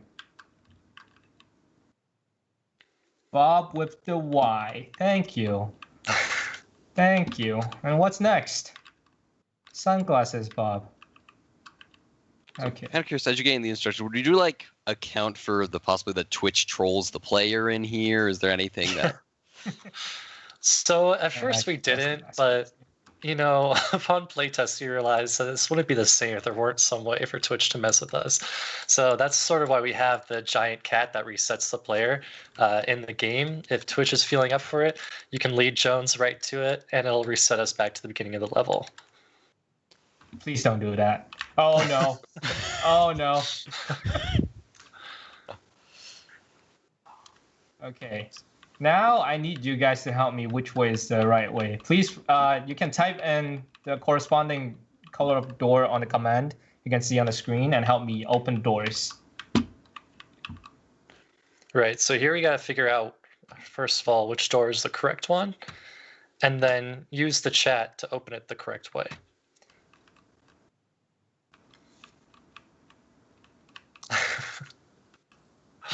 Looks like fighting over this one pretty hard. Oh, I just hit the cat. Oh my god, we just got eaten by the cat too. Oh. Okay. So, while we're being set back by the cat here, I mean, this was again all done digitally online through the limitations of the whole COVID situation. What were some of the challenges of kind of this remote game development that your team had to overcome? Yeah, of course. We worked across 5 different time zones, some of which are more than 12 hours apart. So obviously that was a huge challenge at first, and it's something that we've been getting used to all semester. But we found that when everybody is on board and passionate about the game, that the distance really doesn't feel like that big of a factor, right? It really helps that everybody is locked in and feels focused, and we can't wait to get back in person, whenever that might be. Just out of curiosity, what are those 5 time zones we're talking? Eastern Time, Prague, Stockholm, West Coast? So I believe it's Eastern, Central, Mountain, Beijing, and India.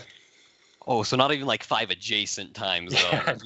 No chance. Did you guys open the right door? Might have been a Pacific in there. Oh no, the cat's coming. Oh jeez. Someone please help me with the door.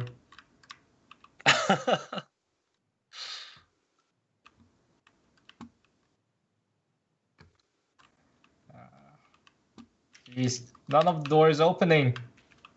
So it looks like we need, is it blue up to get it to move up? Actually, sorry. Well, we have heard it. We are sort of at the extent of our time here for Familiar Soul. Thank you guys for coming on and talking about your game, but we got a lot more kind of crazy Twitch things to show all you. Is there anything you wanted to say before we bring in Popeyes 2.0? No, thanks for having us. We were super excited to work on this project, and we're so glad that we got the opportunity to still come on Twitch and show you guys what we have. All right. Yeah. Well, it was an absolute delight, but we are going to have to move on. So next up from Cosmic Studios, Connor and Archer, the creators of the popular game, of this popular game. What is Popeyes 2.0 exactly? Yeah, so first of all, my name is Archer. I was a producer and designer on this project, and I'm here with Connor, who is also a producer on this project. Basically, Popeyes 2.0 is a breakout game, similar to the old arcade game Breakout, except it's where Twitch controls the gameplay, and you'll have to worry about controlling two paddles simultaneously. And what ways does Twitch kind of influence the gameplay within the Breakout? Yeah, so Twitch actually is able to influence the different kinds of power-ups and stuff that go into the game. So what will actually be occurring is Twitch chat will be voting, it'll be tallying the votes, and then the power-up that has the most votes will be the one that's implemented next into the game. It could be anything from spawning another enemy for the player to deal with to sort of troll the Twitch.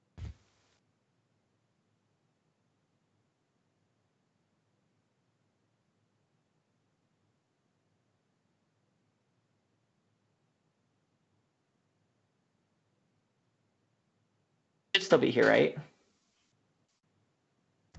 Okay, yeah. So basically, we're going to be voting on these different power-ups, and then those power-ups will be implemented into the game based on Twitch chat's choice.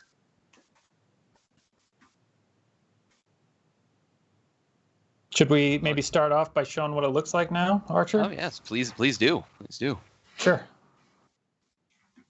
So this is Popeyes, and like Archer was talking about, on the right-hand side there, you can see 5 different commands. So the game is defaulted right now to the University of Utah's Twitch. So if Twitch goes ahead and types some of those commands, hopefully we'll see the tallying change. So, I mean, there's. Sorry, go ahead, Archie. So it kind of looks like a lot went into this here. I mean, how did you kind of come to this idea? What inspired Popeyes 2? Yeah, so when we were looking at which games we wanted to sort of make, part of the restraints for Project 5 in rapid prototyping was we had to pick a game that was already developed by a previous team, and then we had to add the Twitch integration into that. When we saw Popeyes, they already had a lot of different power-ups in the game. They had a lot of we felt like that gave us a lot of opportunity and able to use it as a sort of like a springboard into this current design where there's a lot of room for us to add in the Twitch integration. So I guess, so what are some of your favorite power-ups that came into this game and really makes it what it is? One of my favorite ones that we actually added was an enemy. So if everyone decides to go ahead and vote that for some reason, we could see that one on the stream. But basically the enemy is going to shoot these little projectiles at you, and the enemy will those projectiles will actually slow you down. And so it'll punish you for getting hit. So they look like little deadly swirling wisps. Well, keep get a couple more votes for enemy and we'll see it. There we go. Nice. So they're coming in. Twitch chat's feeling cooperative today. Just to describe a little bit more of the game. So you can see those kind of dark floating circles. Yep, now I'm slowed. I can't get over to the projectiles. There we go. So those dark floating circles on the left are black holes that move the ball to the top side of the screen. I'm trying to see if I can show you. There we go. So it'll let you use both sides. So it really changes the gameplay to have to focus on both sides of the game.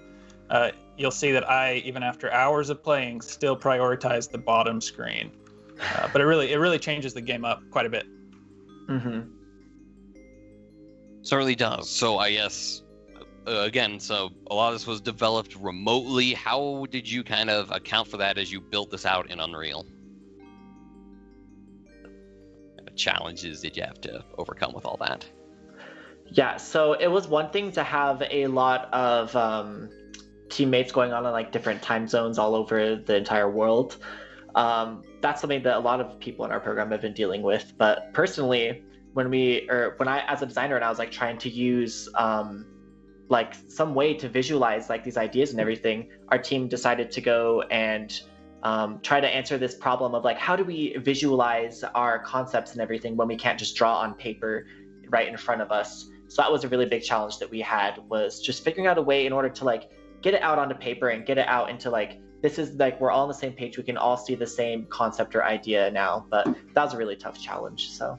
And how did you kind of resolve that one and ideate? Yeah, so what we ended up doing is we used a little bit of this one software called Miro, which is like an online whiteboard essentially. So from there we were able to create like diagrams, like flowcharts. We used a lot of sticky noting in order to like organize ideas and content, stuff like that. So that was really able to help us visualize and give our design kind of like place to breathe. Gotcha. Any other kind of like super interesting softwares that came in the development and making everything come together, make it all possible? Yeah, so I mean, we used the Unreal Engine 4 in order to make this game. We used a lot of other standard software, but the real reason that we chose Unreal Engine is because our team of 11 people, we really wanted everyone to feel like they had some ownership in some like part of the creation and that process of game development. And so with Unreal Engine, we have the ability to work with blueprints, which actually allows you to do like visual programming. So you don't have to know like C++ or any of that crazy programming language that I wouldn't know because I'm a producer. So basically people can go in and like set their own qualities and upload their own assets. And it really lets like people like artists that typically wouldn't have programming skills be able to contribute to the game. That's a really clever way of doing it. That's really cool here. We have just a couple of minutes left. Is there anything you really want to get out about your game? And I mean, we definitely wanted to thank the team. So this is just the 11 of us that worked on it. Archer and I were the producers, and then on art we had Kate, Ann, and Danny.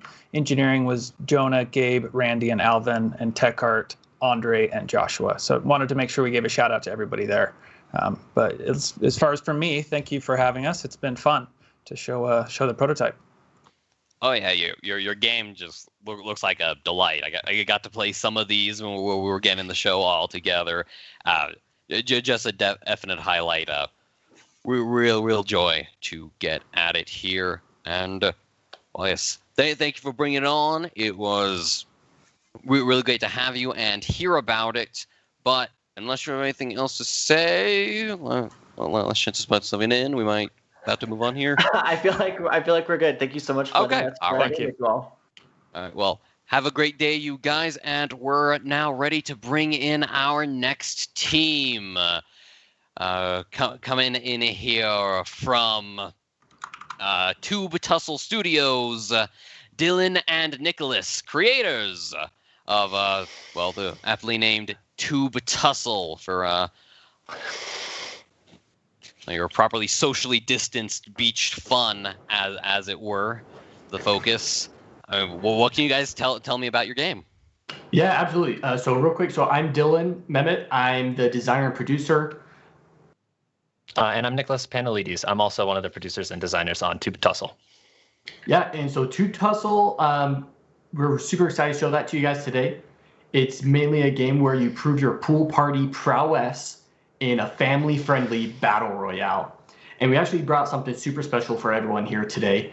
We have the World Finals match for the EAE Play World Championship. We wanted to show that off to you guys today. Yep. So let's go ahead and jump over to Nick's screen and we can show off how to quickly join the game, show off a couple things about it, and then we'll jump into this matchup. Exactly, Dylan. We have here our little menu UI. We want right at the beginning to show off our cute little credit here, to give the team some credit. We wouldn't have done it without our 11 amazing team members. We had 2 tech artists, 2 artists, 3 producers, and our 4 awesome engineers. They really brought the game together. So we wanted to make sure we gave due credit where it is in fact due. Here's how we'll join the game here. We have to get, got to get our IP here. We'll join up. The awesome UI made by our tech artists and artists together is quite astounding. As we load in, you'll see once we load in, we can create a name for ourselves. Let's see, our load's a little long. Maybe our lag from the... slow today. Yeah, can I ask a little question? So if I remember correctly, when one of the Twitch integration options for the challenges was to kind of convert the game into an esports style thing, and that is the option that you guys chose to go with. What kind of brought you in that direction? Yeah, so originally we started out with the initial Tube Tussle game, which was pretty much what you're seeing today, and it just lent itself really well to the multiplayer genre. And so we just kind of wanted to run with that and take it to the next level and add some spectatorship to it and turn it into an esport. I mean, what were some of the kind of biggest changes you did end up making going into that? Yeah, so the really big thing we had to do to make it, esport ready is that we realized we needed a lot more UI, and then we also really needed a spectator mode, a spectator camera, to create that broadcasting commentary for the gameplay. And then that UI is just going to give us a lot more information. It's interesting how we can't join in from... That is interesting. Let's try this real quick. On the fly. It's a tournament day, so... Rehost the lobby and give that a shot. So everyone who is joining in to this spectacle, go ahead and jump out and then rejoin the game. Here we are. It looks like live broadcasting. It does look like, exactly. It does look like our lobby is back up. While we have limited time now, I wanted to showcase real fast all of our character customization, 2 of each species. We have our pirate octopus, our crab, our smoking crab. We have our dolphins, seahorses, and our oysters. Our art team did amazing here. And as well as all of our tubes. You got your melons, pizzas, chocolate pizza, strawberry donuts. But for today, for our final, we're going to be loading in his EAE play to spectate this match. Awesome. Here we are in the lobby. We'll just wait a couple quick seconds here to get some last people in. But tell me, Nick, who should we be looking out for in this finals matchup? We have one person in particular we want to look at. We all know him. We all love him. Bob Kessler here, the Bob Father. He's the reigning world champion from last year's Tube Tussle tournament. We want to keep an eye on him so he can repeat. That's what he's looking for. That's the narrative we want to keep today. Absolutely. Yeah, the Bob Father has proven time and time again. He's won so many championships in the past in Atari Pong. And we are in the game now. Oh, it looks like was that the Bob Father that just jumped off? That one was not the Bob Father. We had another player that just jumped off. We have to find Bob Father there next to the skull. It looks like he's jumping around quite quickly. Oh, you see him up in the air. He's looking to find people near the Kraken, Dylan. The Kraken is a definite danger zone. That thing will one-shot kill you. So playing around it is pretty dangerous. It seems Bob Father is trying to get Mama Mia out of the ship. Exactly. Found a little bit of a hidey hole there. We have some people sitting in the corner waiting for the falling barrels. Those falling barrels of pollution, Dylan. What do those do? What happens with those? Yeah, so the core way, like you said before, we want to keep it family friendly. So you actually can't damage other players by shooting them directly. You can only push them. So you need to push them into these barrels to get them knocked out of the match. Exactly. What about this Kraken? Pretty difficult not to see him. What does he do? Yeah, so he's going to periodically rotate around and slam a big tentacle. Bob Father's getting really close to that. He actually might get hit, and he's getting pretty low on health. Oh, he's pushing Mamma Mia into the Kraken. The Kraken is getting ready to whip. Is it going to hit Mamma Mia? No, it's not. That was very close. Looks like we have a few people up in one of our other areas of the map. We have 3 kind of sitting on the grass waiting for barrels to drop there.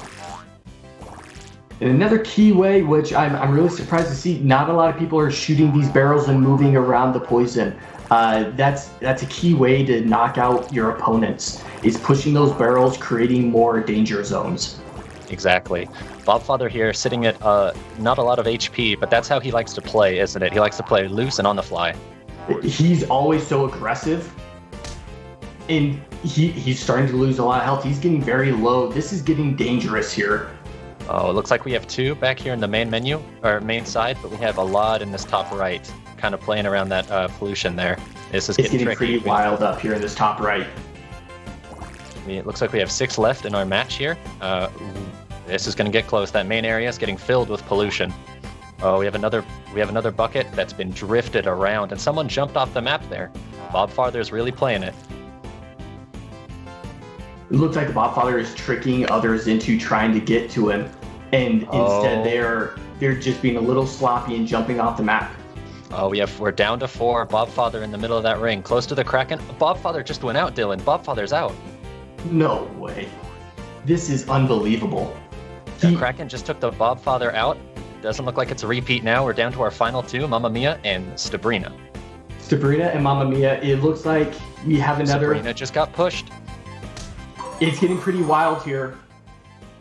Look at this. They're playing so... Winner. Oh my goodness, Sabrina's about to go out, and that is a winner. Kraken's dinner right there. Oh my Mamma Mia is the champion. I cannot believe they dethroned the Bobfather.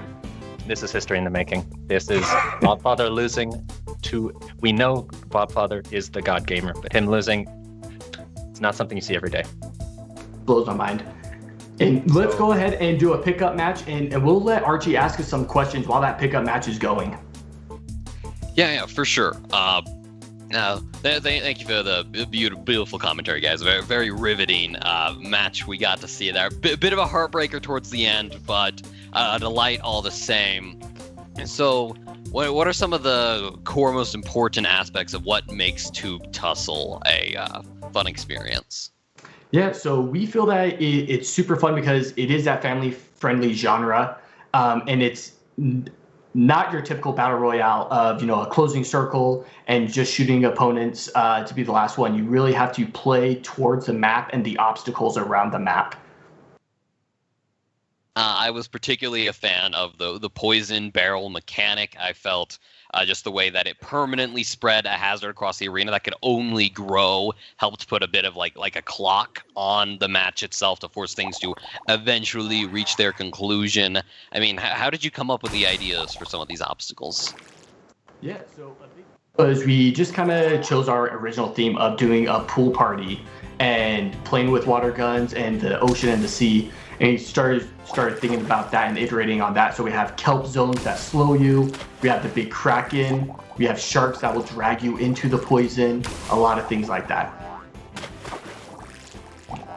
We have a ton of mechanics that we're pretty proud of, being the kraken, these buoys that will bounce you around, and these whirlpools. We thought that added quite a lot to the game's fun experience. Oh, or were there any extra particular steps you had to go through to really make Tube Tussle feel ready for kind of the Grand Twitch finals, as it were? And what were some of the obstacles you had to get over there? Yeah, so the biggest obstacle for our development was mainly getting networking. So due to COVID, we're all working remotely. We absolutely could not do any type of LAN, connection for that. So we had to do online networking for our multiplayer. And then on top of that, we have a lot of developers on our team that are over in China. So working through that time zone difference was also a big hurdle we overcame. I mean, were there any things, I don't know, you had to do with I suppose game latency to make sure it still felt good over distances where it was still very responsive and competitive feeling? Absolutely, yeah. So I don't know the absolute details on that, but we did have a lot of problems with latency due to using a lot of event tick type blueprinting. So we had to scrap all of that very last second and rework it, so we improved the latency. It also causes some problems when we playtest, because some of our dev team can have ping up to 5,000, so it makes it tough to playtest. Yeah. I imagine. Well, we have like less than a minute left here. Is there anything else you want to kind of tell Twitch? Where can they find out more about your game and all that? Yeah, so currently this is just a prototype, so we don't have really an online presence, but we've recently spoke about it with the whole team, and we're going to be pushing towards possible Steam release here in the next couple months or so. So be on the lookout. We'll try to, post on Twitter and Steam, and just keep your eye out for Tube Tussle over the next month or so. All right. Well, Dylan, Nicholas, again, thank you so much. This game looks like an absolute blast, as it were. That is unfortunately all the time we have for y'all. We're gonna have to bring in our next game here, representing Juice and Glory. Coming to you from Pulpy Interaction Fiction Studios, Cody and Branson. Welcome, Cody. A little less Branson than anticipated, but what can you tell us about your game? Well, I can start by saying Branson is having some technical camera issues, so we do apologize for that. But we want to thank you for providing us this time today to show off Juice and Glory. We've all put a lot of hard work into it, very excited about it. So pretty much Juice and Glory, it's a juicy 4-player free-for-all, and you control fruits that spin like tops, and the objective is to knock your opponents into utensils of death that are scattered throughout the kitchen. And the core hook of the game is that through Twitch integration, the Twitch audience, they actually get to play chef in this kitchen. They can drop power-ups, they can turn on stove burners, they can drop knives that'll chop players. So it's a dangerous kitchen to be in. Certainly. So the Twitch chat's role here is they're setting the hazards. They're just setting up, I guess, the stage of battle for the kind of players to go at it. Yeah, and they can also they can aid players with power-up drops. There's stuff that'll give you a temporary shield, some speed ups. There's also stuff that'll hinder you, like slowdowns or freezes. So Twitch has quite a bit of agency in our game, and that's something that really invigorated our creativity, was thinking how we could empower Twitch to really impact the action on the game. Yeah, what were some of the interesting ideas that came out of putting the power in the hands of a bunch of people on the internet? I mean, we really started thinking Twitch users love to troll people. Mm-hmm. So we tried to design with that in mind, like what's going to be fun ways for them to troll. And, if we had more time to develop, we would have loved to add more obstacles and hazards. Like some of the stuff we thought of was like an anti-griddle that, it might freeze your character, and then if you get hit while you're frozen, you shatter. Or we had like a toaster that would launch you to a random point on the map.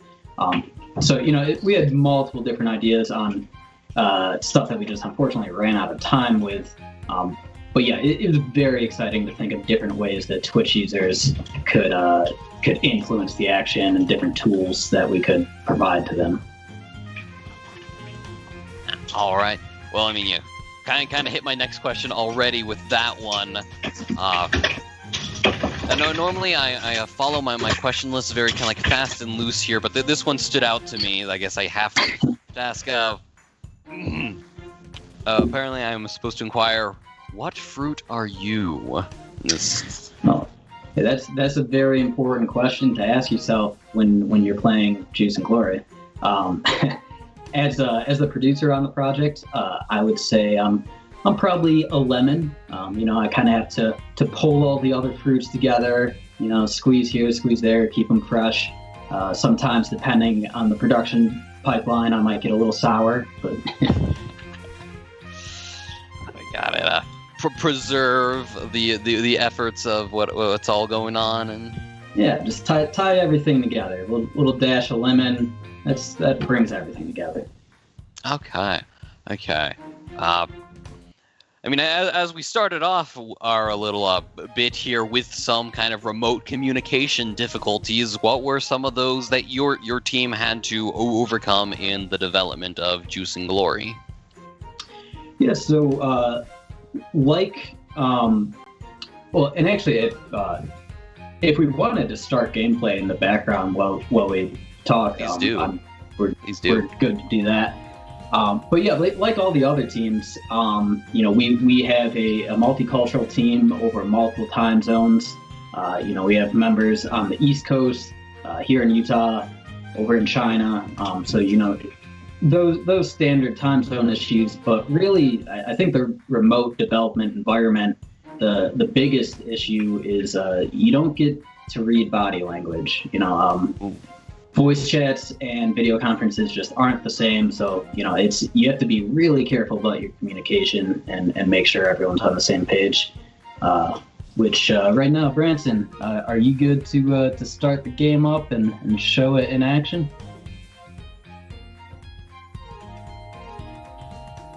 Seems we're still waiting on that. Oh wait, I think there we go. It's starting. Okay. It's a perfect example of communication issues. Yeah. Now, I do want to point out here on this character selection screen, our beloved Professor Bob Kessler. We know he's a real fine art fan, so we decided to throw a little tribute to him. If you look on the back wall there, there's a little tribute to Bob riding his favorite animal, as everyone in Cohort 11 is well aware of. All right. So I'm seeing a lot of different kinds of fruits available for selection. Does the fruit you choose impact gameplay mechanics, or is it a cosmetic choice? So it's just a cosmetic choice for the most part. Early on we had discussed having mass affect different acceleration rates on the fruits, but frankly that overcomplicated the gameplay for party-based kind of fun and wacky game. We wanted to keep the playing base pretty level, so mostly cosmetic. Okay. Mostly cosmetic, and we are into the action here. Cody, what can you tell us about what we're seeing right now?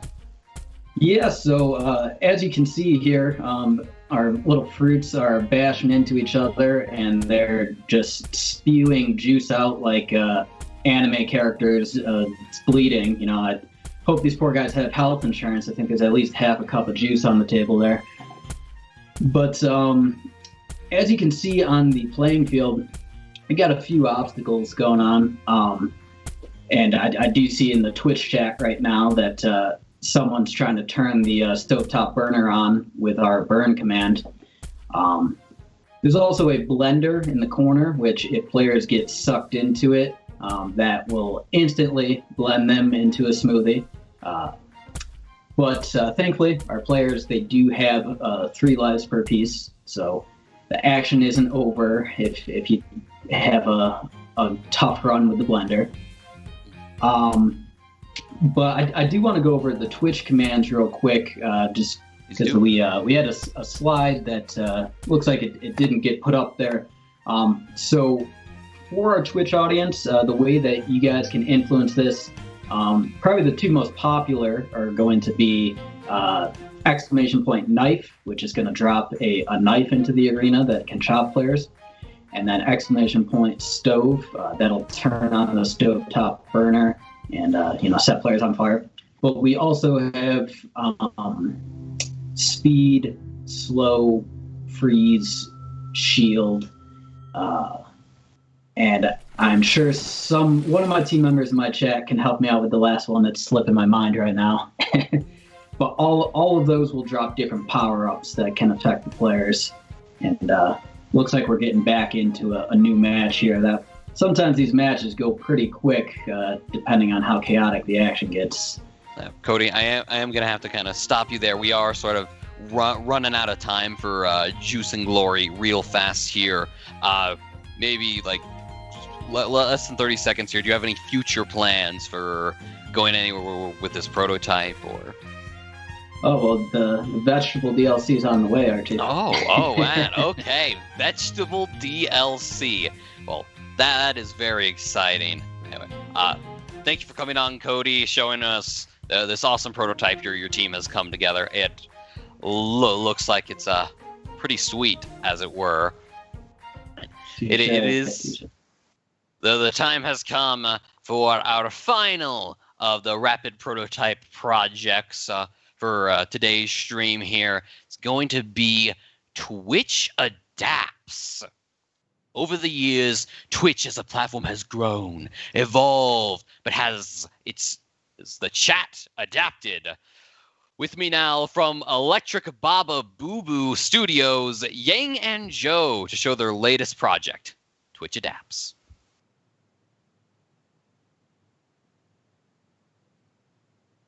Okay, as we've been found out, jump the gun on that one.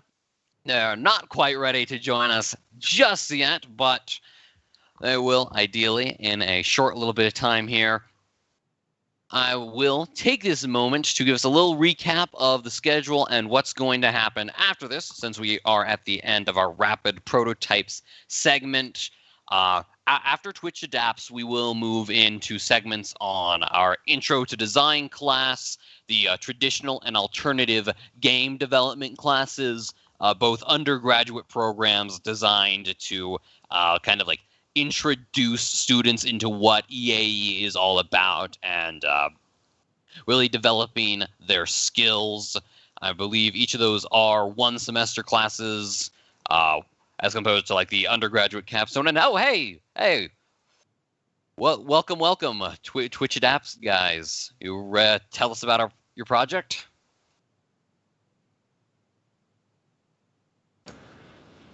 And Joe. Hello? Hello?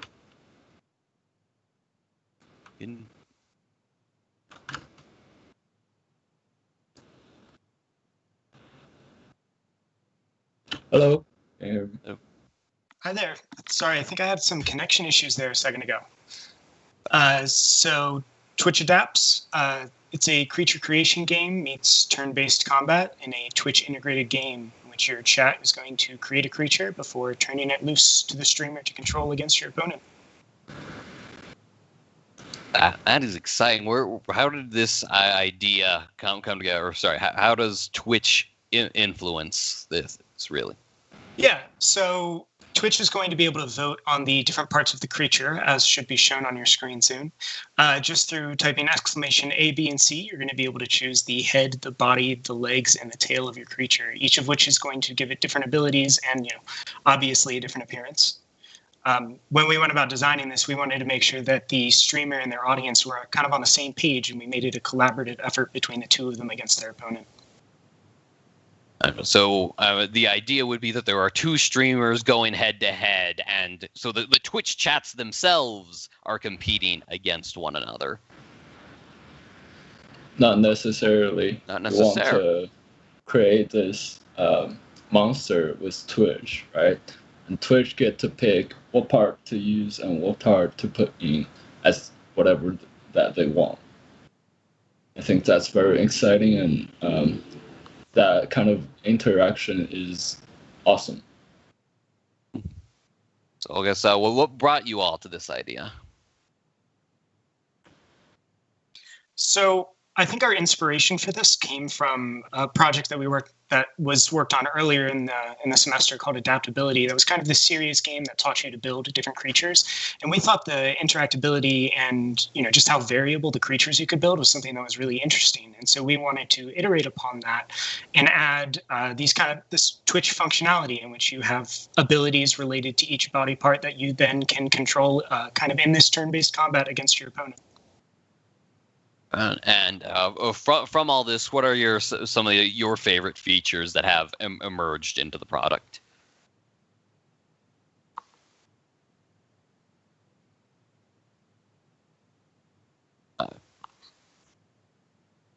Oh no, we lost Joe again. All right. I can answer that. So our favorite feature is probably the character creation. Right? There's so many options, or different stats, and each of them does have a different ability that involved with, which is exciting. And later on, we will get to the battle scene, and we can actually use those ability to fight the opponent, right? Since we're talking a lot about that customizability and that character creation, do you happen to know off the top of your head just how many options are available for Twitch? There are 4 parts, and each of them have 3 choices, so it's 12. Gotcha. Right, let's go chat. Let's get more voting.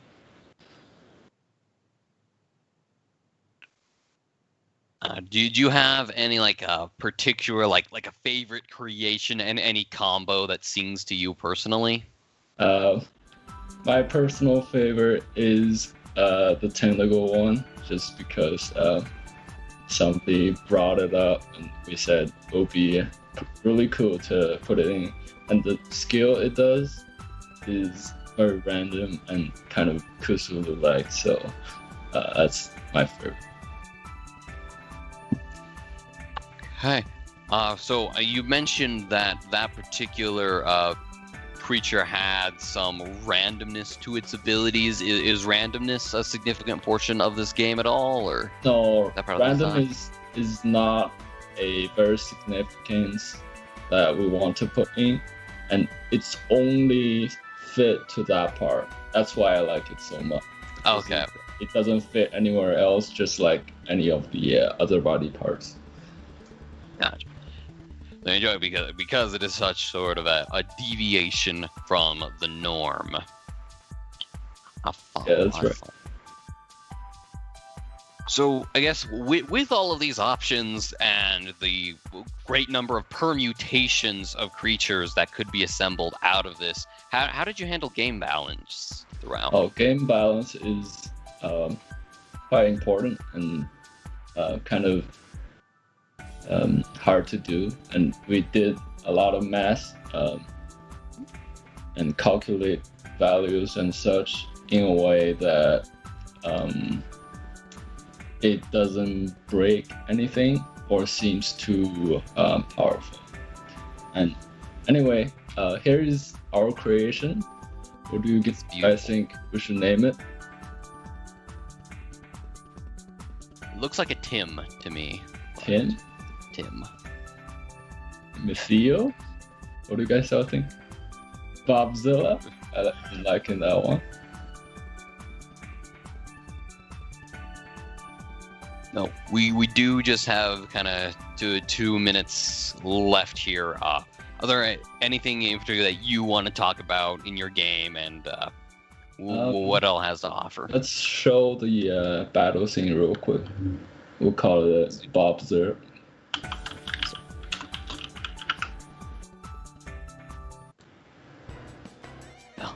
Alright. So here's the battle scene. All the body parts that we put in are shown up on here, and all the skills are down here. We can choose whichever we want. Let's do this first. Okay. So are you playing against another person right now, or is it like an AI? But we call him Ryan for now. We're fighting Ryan. Bob is fighting Ryan.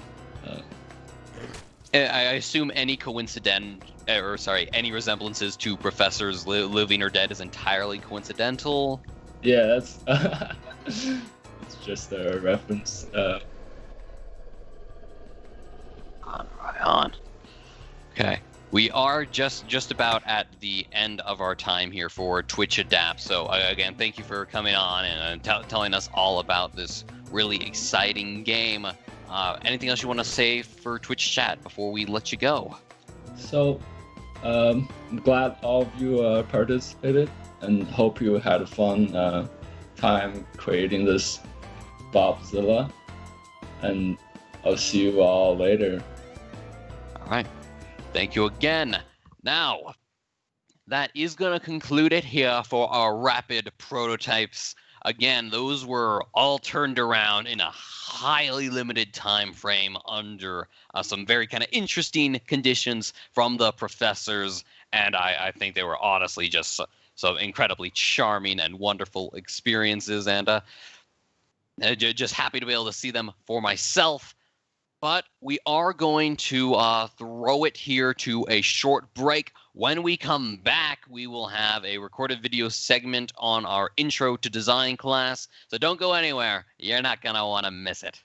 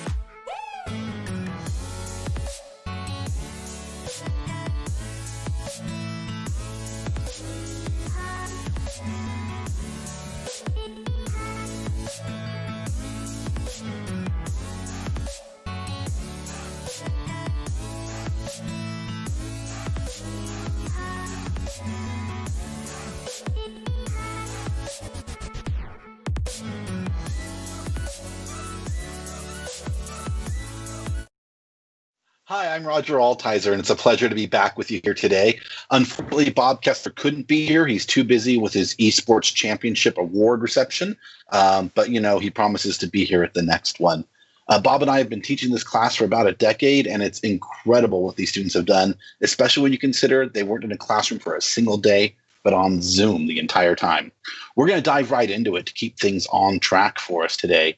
So we're going to start off with Synthbiotic Dungeon, which is an amazing asymmetrical game. I'll let them explain it, but the technical difficulty behind this game cannot be understated. And so I'll let our students go ahead and introduce themselves. And we're very lucky today to have Spencer Buchanan with us, who's going to be our expert person talking about all of the great things and giving us great feedback, and is known for not taking it easy on people in playtests. So we're looking forward to that. Spencer, do you want to talk really quick about your history with EAE and what you're up to now? Yeah, so long time ago, I was in cohort 2 of the master's program. And so I was one of the first in 2011, I think is when we started. I learned to be critical and make people cry even when I didn't need to, so I'll do my best not to make anyone cry again. Awesome. Spencer, your mic's a little low, but we appreciate you being here today. It's awesome to see your face again, buddy. So it's going to be great to have you. All right, so let's go ahead and go to our students. Steven, Shack Attack, are you guys going to introduce the team and talk about the game? Absolutely. Hi, guys. I'm Steven Pazinski. I'm the producer of Synthbiotic Dungeon, which is a fast-paced isometric online multiplayer dungeon crawler in which you make the dungeon. It has 1 to 3 runners running the gauntlet and 1 dungeon master pulling the strings. Just to preface, like Roger said, we're really excited to present the first Unreal Engine networked multiplayer game from the University of Utah's undergrad senior capstone program. As you guessed, with network comes some network issues, so we'll do a live demo, but we have some backup footage that we can discuss just in case. And if you want to introduce yourself, Shaq. Hi, I'm Shaq. I'm a level designer on this and a couple other projects, and yeah, happy to be here. Awesome. Yeah, let's hop right into it. It's great to meet you, Spencer. Yeah, let's get playing. Do I get to start? I think we're starting out with our gameplay trailer here. Sweet. I'm just so excited.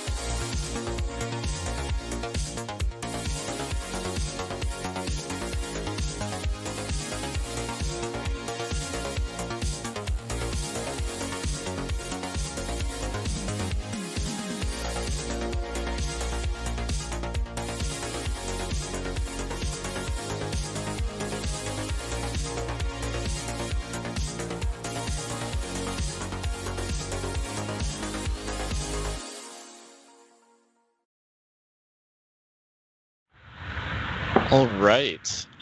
Yeah, so that was our gameplay trailer. Let's hop into some gameplay here. I think Shaq will be joining you, Spencer, in a 1v1 of Synthbiotic Dungeon.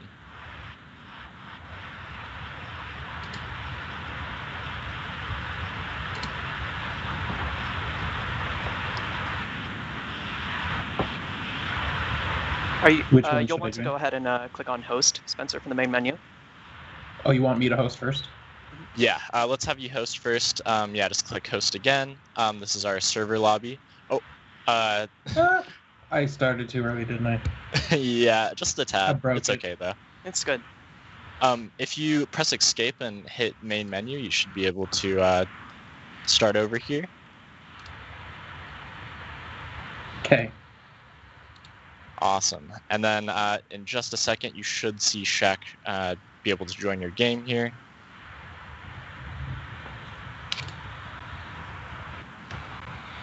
So I'll let you know I'm a pretty click happy kind of guy. I wanna dance. I wanna get moving on this thing, and so absolutely. I think this is I totally get this is early alpha stage, but something that I've been thinking about a lot when playing Among Us with my kids is those seamless steps in getting into a multiplayer game is so vital to making it feel good. Absolutely. Yeah, no, you're gonna love this game then. Something that we took into account was, people love to click. It's something that people love to do in games like League of Legends. A lot of isometric games involve a lot of clicking. Diablo, for example. So it's definitely something that we wanted to make sure to implement, make movements snappy, make sure there's lots of clicking. So you guys are gonna have a great time. So yeah, I'm seeing Shaq in. Are we ready to go? We are. Booyah. Let's get this show on the road. Alrighty. So you mentioned League of Legends. Are we doing QWER or? So this is actually WASD to move your camera around, and you can also move your camera by bringing your mouse to the edge of the screen. And now you'll essentially want to set up this dungeon with these traps that you'll be selecting using your scroll wheel or 1, 2, 3, and 4. So what you have selected is a bear trap. It stuns the player for 1 to 2 seconds.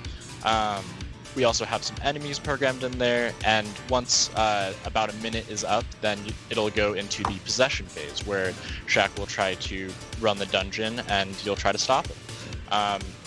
When that happens, all you have to do is right-click on enemies, on these drones here. When the crosshair turns blue, that means that you can possess it by right-clicking on it, and from there you should be able to stop Shaq from completing the dungeon. Oh my Watch gosh. out, I'm a speedrunner. I made this level. Just kidding, I'll go slow. Yeah, I don't know if I have a fair advantage on playing against the dev, but whatever. Don't worry, I'll intentionally go slow. You got this. I believe in you. So I love this. I love how quickly and dynamically I'm able to lay some traps down and route you through. It looks like my time is up. Let's see if I did okay. So now you should be able to possess these drones if you right-click on one of them, and from there you can start to kind of try to, get Shaq yourself. Get over here. Oh, I'm shooting. Ooh, Oh, I got knocked did I out like smoke you? instantly. Oh man, Did I smoke you? Yeah, that was You're either. insane. Yeah. You're really good at this You're game. like a god. Wow. Instantly. All right, let's start another session up. This time, if you want to play as the runner, that's cool. If you want to try your hand at Sentinel again, that's also cool. No, I want to set up a better map. I'm feeling the juices with laying out something saucy for him. So. Alrighty. I am ready. Let's do it. Should I just back out? Yeah, just go to the main menu from there, and that should bring you to the menu screen. Same process as before. Come on, chat, get in on this. You got it. It's taking too long. I want to get playing. No, last time it crashed. Now I launched it, and it should be good now. Okay. So I actually had a question for you. Since you have gotten a little exposure to the drones already, how do you feel about them in general? So the response to some of I didn't mention this before, but my background's UX. My background is messaging and communicating, the right information at the right time. I couldn't tell at first that I was shooting, and so I possessed one of the bots, and I was confused because I wasn't sure if I was shooting because it was left button or right button, and then when I right button, I jumped out of him, and then I got in another one, and then I realized I could shoot. So. So it took a minute to realize that the aiming. I can't think of a more elegant way than just rotating around with the mouse, but at the same time, a reticle sitting on the ground sounds like something that would help me know better to know where the bot is aiming instead of just relying on which orientation the bot is at. I wasn't able to see any, at least if there was one. We getting in on this? I'm having some trouble connecting to the lobby at the moment. No worries. Okay. I'm just so excited. Yeah, same. Feels like I need a mini game or something in here, so fun. So I could practice some of the layouts or think of some strategies based on what map I'm going to be doing. This sounds like you're so good. You're blocking me from connecting. It's just your energy. It's my elite skills. Exactly. Yeah. Oh, is that what the kids say these days? Yeah. Let's go with that. You might actually have to restart your game as a server. I figured. Yeah, that may be the issue there. As I said, we've run into some technical difficulties, but yeah, no, you bring up a great point about the drones. We're definitely working on some more user experience things now, but you bring up a really good point with needing. I think there needs to be maybe like more visual cues to help the player understand that they're possessing the drone, and maybe that the drone has like a primary fire attack, maybe something like that. Yeah, so it's an interesting thing, and one of the thoughts that I came to was I think it was Modern Warfare Black Ops. Ooh, it's in. Let's get him. We're gonna tear him apart. So do I just have one room, or am I gonna have multiple rooms that I can? So there's multiple rooms. This is that's where the runners spawn. There's actually 3 sections that are separated by these locked doors, and these locked doors can only be opened by activating switches. So if you pan your camera to the top right. No, so actually our slow field isn't placeable at the moment. We're working at getting that in. Okay. So I wanted to route him. Well, let's see if I can trick him once he gets out the door. Because I definitely don't want him going the easy way. Yeah, so if you pan your camera to the top right, you can actually see that there's 3 whole sections to this level. Top right. You're all good. Other right. Oh my gosh, dude, there's so much level in here. Yeah, so it's actually a very large level, and we accounted I was worried about pigeonholing him in one room, man. Oh, dude, you're getting smoked. Get ready for this. Oh, geez. That was some good bear trap placement right there. That's a lot of bear traps. I like this. Oh, yeah, you should go through the bear traps. That's definitely where you should go. Yeah, that's totally the strat. You went in the wrong room. So here he's actually trying to activate the switch so he can get to the end of this level. It starts from the bottom left, and the end of the level is generally at the top right. Actually, I had a question about that. It seems, how did you feel about, I guess, understanding the map when you first spawned in as the Sentinel? Yeah, one of the things I instinctually wanted to do was zoom in and zoom out of the map. I wanted to see where exactly. Ah! Yeah, I desynced pretty quickly there. Yeah, you're really good, Spencer. I'm just killing it. No, so I definitely wanted to get a full spectrum. I mean, because I only moved around for like one room, I'm like, okay, I guess this is what I got to do is I got to figure out strategy just for this one room. Makes me think of a lot of those customized map. Desktop tower defense comes to mind, where I'm trying to control the player. I mean, like that's an exciting, exhilarating control that you can do on the fly with one player versus another player, and that's pretty exciting. It feels like I could set up a lot of space in one room, or a lot of strategy in one room, and then all of a sudden he figures out how to get through it, and I'm like, crap. And I've wasted a lot of my resources. And so there's man, you guys are working with a lot of stuff, and I'm not even mad about the technical difficulties, because I get what you're trying to get through here, and I see that the technical difficulties, once you guys hammer those out, there's a lot of fun stuff. I would want to be more of a runner sometimes, or certain people would definitely want to be more of a strategist that's hosting a map and playing it and building out and like, okay, let's see if you guys can get through my gauntlet. so there's definitely a lot of prestige for two very distinct play types here. And when I heard asynchronous, I'm like, oh crud, that's very dangerous territory. But when it's done right, it's just stellar, and you guys are on the right track. So that's really exciting, what I'm seeing here today. I want to do a run if we can do a run. I guess I'm sitting here gabbing and I'm not playing. I'm just so excited. Can I try jumping in on yours? We only have 3 minutes left, so I think they're showing the video right now. Okay, shuckers. Well, let's just show video. I'll tell you guys one of the things that I was nitpicking. Ooh, we should have a reticle on the robot and stuff like that. I mean, those are very minor things, but at the same time, making sure that I'm messaging everything that I'm seeing it and having that full control. When you guys approached me and said you're going to be the dungeon master, I think was one of the phrases, and I was like, "What? Are you kidding me?" Yes, it's no RPG, it's no D&D, but at the same time, man, that is very appealing for me to be able to manage an entire dungeon, build it out within minutes, and I'm super excited about being able to do that.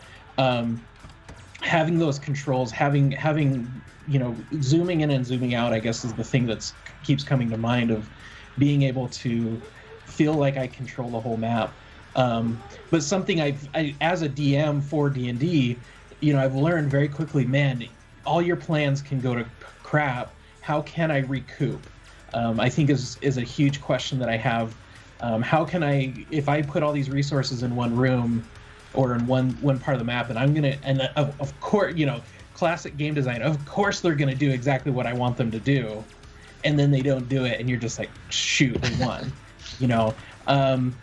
So there's definitely a lot of thought of asynchronous, not only in play style but also in time. Maybe give me an hour, maybe give me infinite amount of time so that I can build as much as I want, try 16 different variations, and then try all those out and then send them to my friends or send them to people. The real-time manipulation is really cool. I remember there was a couple like pseudo levels in Black Ops. That's why I mentioned that one before, that it was like managing and protecting a base, and you could jump from unit to unit to take over and try to defend the base. I definitely want to see more. I mean, I think that's probably the best thing you guys got going for yourself right now is, oh my gosh, just 3 traps? Are you kidding me? Where's the rest? I want 14 more different units. I want so many traps, it's going to blow your mind. So that's exciting, and I'm proud of you guys, and good job. Thank you so much. Excellent. Thank you. Yeah. Hey, Spencer, can they get a play session with you later? Would you be down for that? The sooner the better. Yeah. No, I would love to see your guys' progress. I would love to poke my head in every now and then, and you guys need to reach out to me, and if you don't, you're doing it wrong. The more people that you can get eyeballs on this, the more feedback that's going to be great. And I'm just one, but I'd be happy to do it. Well, and I think your UX expertise would really help them out. Hey, Shaq and Steven, where can people find out more? So if you have any specific questions, concerns, or inquiries, message synthbioticdungeon@gmail.com. We also have a Twitter handle, synthbioticd, since dungeon was a little bit too long. But that's where you can find us on social media. Also, I just want to give a shout out to our team. Our team has been absolutely amazing. We're kind of treading in untreaded territory here with our online network multiplayer, and everyone's just been awesome. And I also want to thank Spencer, since you have given us a lot of great feedback today, and we're definitely going to check in for some more. Yeah, I appreciate Awesome. all the feedback, and kudos to Thank everyone you. who's running this stream. This is awesome so far. Oh yeah, it's a ton of work. It's amazing. Hey, so let's go ahead and we're going to move on to our next game, Lab Rags. We're going to have Jared and Matt presenting Lab Rags, and we are honored to have Patrick as our alumni in pro here talking about and giving feedback on this game. I can't wait for your feedback on this game, to be perfectly honest. It's going to be epic. But real quick, can you tell us what your history with the program is, and then maybe what you're up to now? Me right now? Yeah. Yeah. Okay. So I was in cohort 6 of master's program. So I was on the producer track, and we had a game that was a rhythm platform game called Megamix. And so now I work as an instructional designer. So I make games and simulations for an online university. And so I do a lot of just, does this make sense to a learner, and talk about academia with things like Bloom's taxonomy and stuff like that. So I'm interested to see, the way that you are introducing players and the way that I can talk to it as learners as well. So awesome. Well, I can't wait for you to share your expertise with Lab Rags. Jared and Matt, do you guys want to go ahead and give your elevator pitch and maybe show your trailer? Absolutely. Thanks, Roger. So our elevator pitch is that our game is a 3D physics puzzle game where death is not the end. So you use the bodies of your past failures to march to victory and use them to solve puzzles. I think that pretty much encapsulates it, and I think we could go into the trailer unless you had anything, Matt.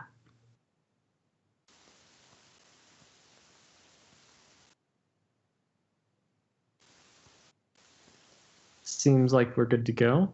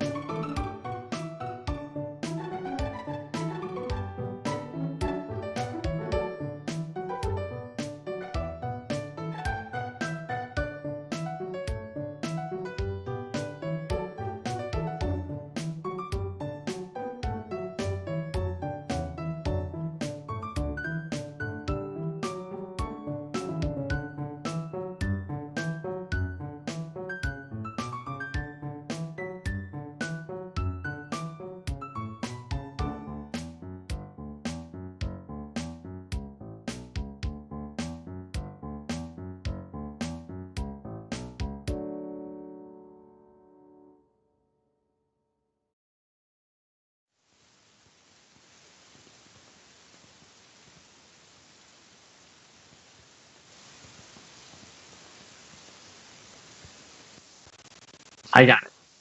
I'm unmuted. I hope you enjoyed that trailer. I'm super excited to hear your feedback on our tutorialization, since you seem to know a lot about pedagogy. And yeah, I'm excited to get right in here. Okay, so you want me to have my mic on while I'm doing this too? I don't know. Oh yeah, talk aloud protocol would be great. We would love to talk to you while you do this. All right. So can you see me looking around? Indeed, we can. Okay. So.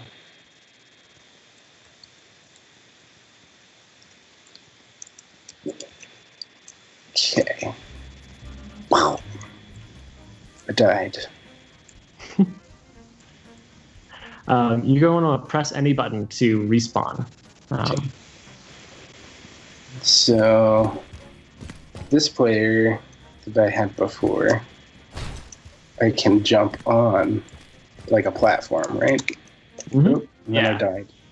I think you've got it. Mm-hmm. Okay. So, I'm making a bridge of my dead selves, right? Essentially.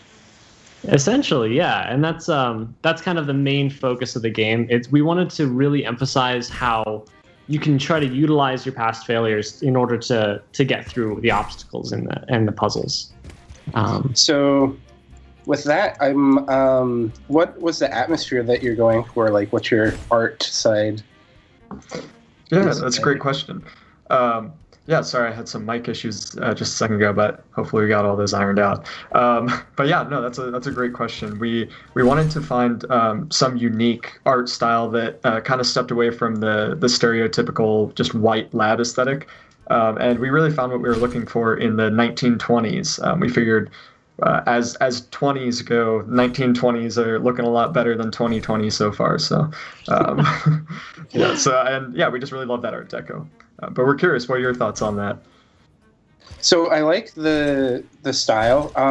What I like the most just playing it is seeing kind of like my deaths in the past, right? So seeing kind of the death animation is kind of funny, but also seeing that I can look back and see whatever position they've died in is kind of nice too.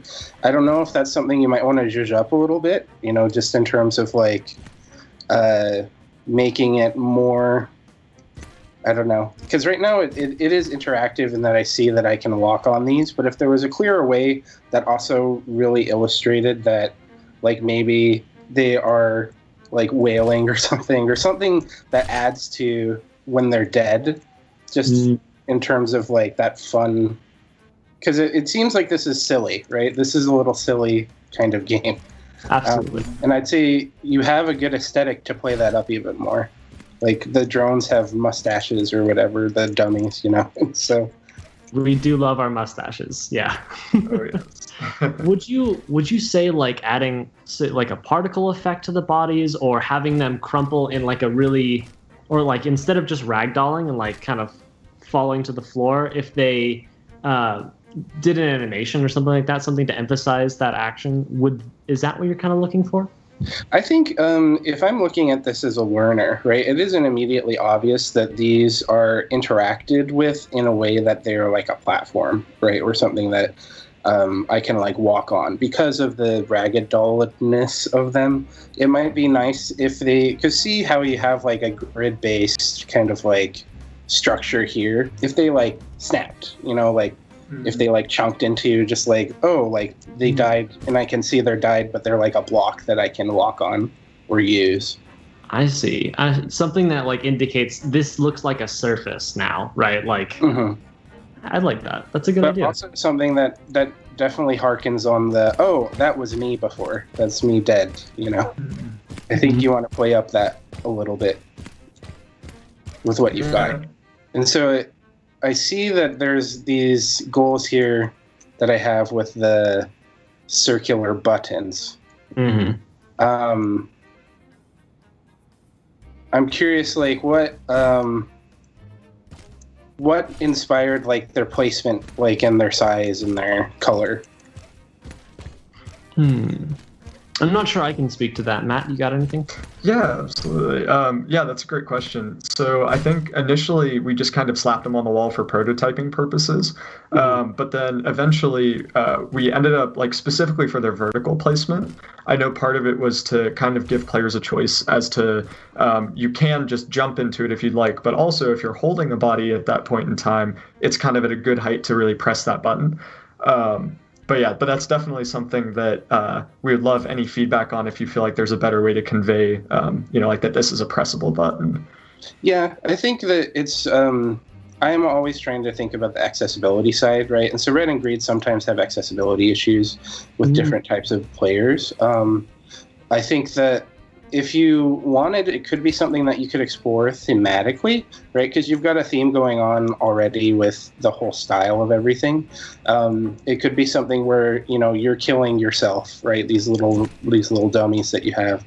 Maybe this is like something that reflects, something on kind of that kind of silly, whimsy way. I mean, it's fine, I think, as a prototype of like what the buttons are, but I think that you have a good opportunity to just like keep making it as wonky as you want, Yeah, something silly, like maybe mustaches or like, some part of like a new part of a body or something like that, the buttons to kind of symbolize. That actually, I think when Matt was mentioning like pushing the buttons, I think that's prompting a bit more of like a mechanical discussion. So I know it's really hard to like talk and also read the tutorial text we've got going on. So that green orb that you kind of placed over there, that's your spawn point. And whenever you press F, you're able to move that around. So you won't have to keep jumping over the same spike pit again and again. And you can also pick stuff up with E. So you can kind of like hold something and move it around like a companion cube. And you can put stuff actually in the gun. You can suck stuff up with, I believe, left click, if I remember. It's left or right, one of those two. If you hold it down, you'll get the best results. I don't know. It might just be Parsec being a little weird. But I think that in terms of thinking about it, when it comes to having text pop up to give instructions, I think that's fine to guide players. But I can tell you, in working with learners, a lot of people will skip over that type of stuff, which is kind of frustrating, where you have all of the stuff that you've prepared, right, and you've made it clear. It's much better to figure out a way that you can have that text reinforce something that you're visually showing that has happened, or that the player or learner is actively doing. Because I think we might design for a specific type of player in mind, but a lot of people that pick up and play games, they just skip over, or if they press the wrong button or they're distracted by something else, right, they can lose that little sample of text that's kind of critical.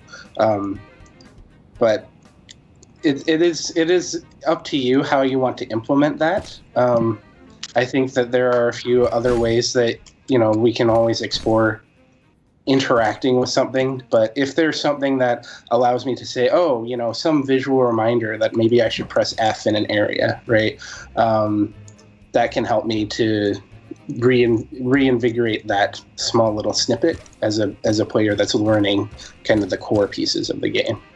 I gotcha. I think I've seen in some games, like, they really incrementalize it, where it's like, here's a control that you have, and then you're not able to move on until, like, you actually do it, and then it's like, good job, you did it, now we can move on to the next thing, right? Like that kind of a loop. Would you think that's good?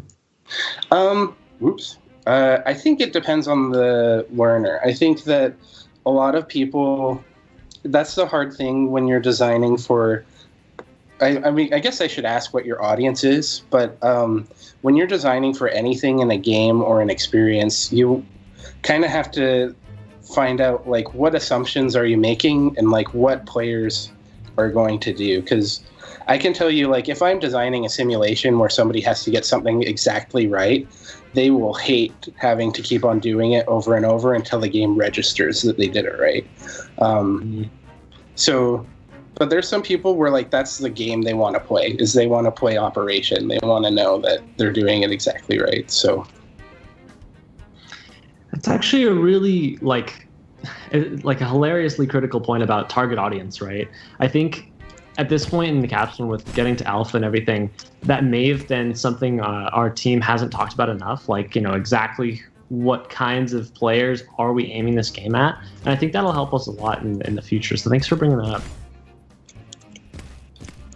Yeah, and I think too, just in terms of, like, the way that you're thinking about people are engaging with this, like, if I hadn't picked up that knowledge of what you told me of shooting, right, I might spend a lot of time just, like, trying to pile up bodies here to try to get to this button, where clearly you want me to go and be able to shoot it. It might be helpful to design a way for a player to realize that they can't, like, pile it up. You know what I mean? Or it could be a feature that maybe you want to have, is that they stack on top of each other or something. But I think if I'm playing this right now and I didn't know that, it might take me a while to realize that there's a spot that I could have practiced, right? That I could have practiced sucking something up and then shooting it out. So... Totally. I mean, and what's actually interesting right now is, like, I'm watching you try to hit this button that's up there on that pillar, and it's kind of hidden, right? Like, it's not super visible. And in this level, like, that button becomes super accessible later in the level, right? So it's like, it's not even something you have to press right now, but it is right there. And so as a player, you obviously want to press it, which I think is something we could definitely, like, adjust and tweak a bit. Yeah, and I think it depends on how you want players to access this room, too. Like, do they want to see that there are clearly these prominent buttons that you're trying to access, or do you want it to be something that is discovered, right? And And that could be something where looking at the level design, right? Do you want to put something that maybe is like a line or something, just a visual cue for the eye to follow, to have the player kind of be like, oh, like this makes sense. I should be going over here, or I should see immediately like these things are things I need to interact with at some point. Yeah, that's some great feedback. Yeah, I think so. From like the art side and specifically like environment art, I'd love to hear any thoughts you have on sort of that player feedback and that drawing their eye. Yeah, do you have any thoughts on sort of ways that we might be able to implement that in sort of environmentally as opposed to, through text boxes and things? Yeah, well, I mean, you have kind of like a tile structure here, right? So it could be like these lines that you have, the cracks in the ground. You could have like a guideline, right, of something that the player could follow and say, oh, okay, this line is a little thicker than the others. It's something that I should be following, right, to kind of see. It could also be something where if you use different angles, right? So certain games will have like a vista. So like if this was on an incline and I'm going up and I'm not supposed to see the button until I get here, then you could use that vista as like, oh, this is something that I want to get to. But I don't know a lot about like art design, but that can be something where you create like a clearer understanding of a goal. Like, okay, the incline is indicating, right, that I need to go up and I need to see something, but also the visual like surprise of like, oh, okay, this is like what I want to get, that's clearly obstructed or is clearly out of the way, allows the player to realize, oh, I have to figure out, something to get there. But it's giving you that kind of the little slight guidance, I guess. Yeah, that's a great point. Thank you for the feedback on that. So if I'm in this game right here, I know that there's 3 buttons, right? So there's one that I can just walk over my dead bodies and touch. There's one where I think I need to shoot, but I'm having issues shooting in Parsec. But if I go in here, right, is this something that I can jump into? And it's this is something that I just mentioned because if I'm going in, like it feels like maybe I'm supposed to be able to get into here, but I'm not able to because it's clipping or something. And so if you want to make this very clearly like you're not supposed to jump in there, I might exaggerate it a little bit. Especially with puzzle games, I think exaggeration helps players feel smart by making the game kind of dumb, if that makes sense. That's a great point. Absolutely. So I think that's the big thing that in any puzzle game you want to juggle is that balance of like, is this too hard and is this too easy? I think as designers, sometimes it's good to go in and say, okay, like if I look at this as the easiest, thing, if I'm going in as a level 1, what do I want to make sure the player is going to learn? And usually, like you're going to get to that not in your first like level build or whatever. Down the road, you're going to become a lot more aware of what mechanics and features are really critical and helpful for a player to learn. And then once you know those, and those are kind of like your baseline, you have them on the back of your hand, then it's a lot easier to go in and say, okay, let's design a level that's a bit about pressing the button with a bridge. Let's design a level that's about picking up and shooting. Let's design a level that has these pieces, right? So that it's more incremental, but you need to be able to like lay out the objectives of and the mechanics of your game. Patrick, that is great information, and we appreciate it. Unfortunately, we've reached the end of our time for Lab Rags, and we have to wrap it up. Is there any way I can talk to you and to keep talking with these guys? Because I know they're really interested in making sure that their comms on their level is solid. Yeah, if they want to, I think they have my contact info, so you can email me anytime, and I'll be happy to give feedback on what I know and what I can do. Awesome. Thank you all so much, and thank you, Lab Rags. It looked really great. And your information was shared in the Twitch stream, so we really appreciate it. Good job. All right, so the next project that we're going to be looking at is Shattered Slime. And presenting it, we are going to have Rebecca and Lucas, and our alumni pro who's going to be chatting about it is Sierra. Sierra, how you doing? Oh, I think you're muted right now. I'm sorry. Yes, sorry. This is like indicative of my day today. I've I like did it at the beginning of the whole thing, so don't even worry about it. It's good to see you, huh? good to see you too. How you I know. been?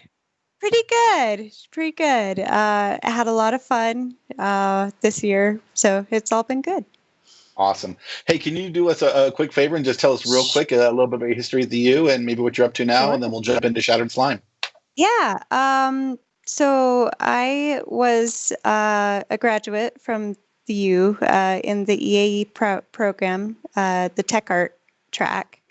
I originally signed up as the art track, but decided to go as a tech artist because I was previously a fine artist, and so I didn't really want to have the same career trajectory. And I am super grateful that I made that decision because it's been a blast. I've now had 2 industry jobs. I worked at DAS as a QA person for a little while. And then I got my dream job, and I'm currently working at Avalanche as their associate tech artist. So That's awesome. That's awesome. Well, I want you to meet 2 special people. I want you to meet Rebecca and Lucas, who are stoked to get your feedback on their game. So I think they're going to give their elevator pitch, show you a trailer, and then get in the game with you. Perfect. Sure thing. Hi, guys. My name's Lucas. I'm one of the producers on Shattered Slime. Hi, I'm Becca, and also from Shattered Slime, the artist and the game designer. Glad to be presented. Yeah. So Shattered Slime is a platformer, which I know is not pretty common in Capstone, but hey, we got our chance to make a platformer. It's a platformer where you're a slime and you have the ability to change your physical properties to solve puzzles and platform. And most importantly, try not to get shattered. Awesome.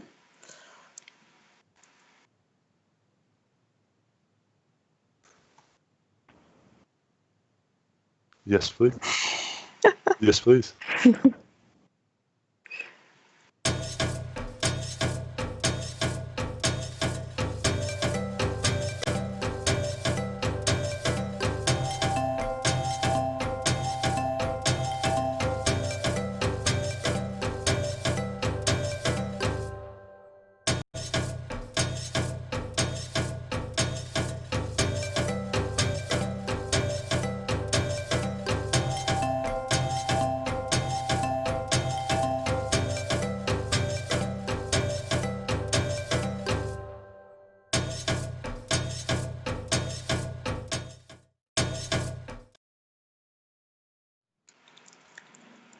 All right. Awesome. Okay. Cool. Sweet. So, yeah, let's dive right into some gameplay. Okay. Level 1. Ooh. Yeah. Let's see. There. Yeah, you could jump wherever you want to go. Yeah. What did you say?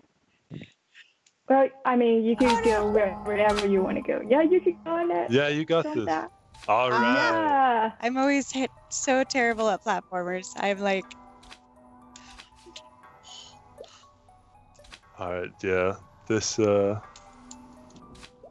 it's been an interesting time developing this, you know, normally. Uh-oh. That is a slight bug that we've encountered many times. If you jump, it should go away. Yeah.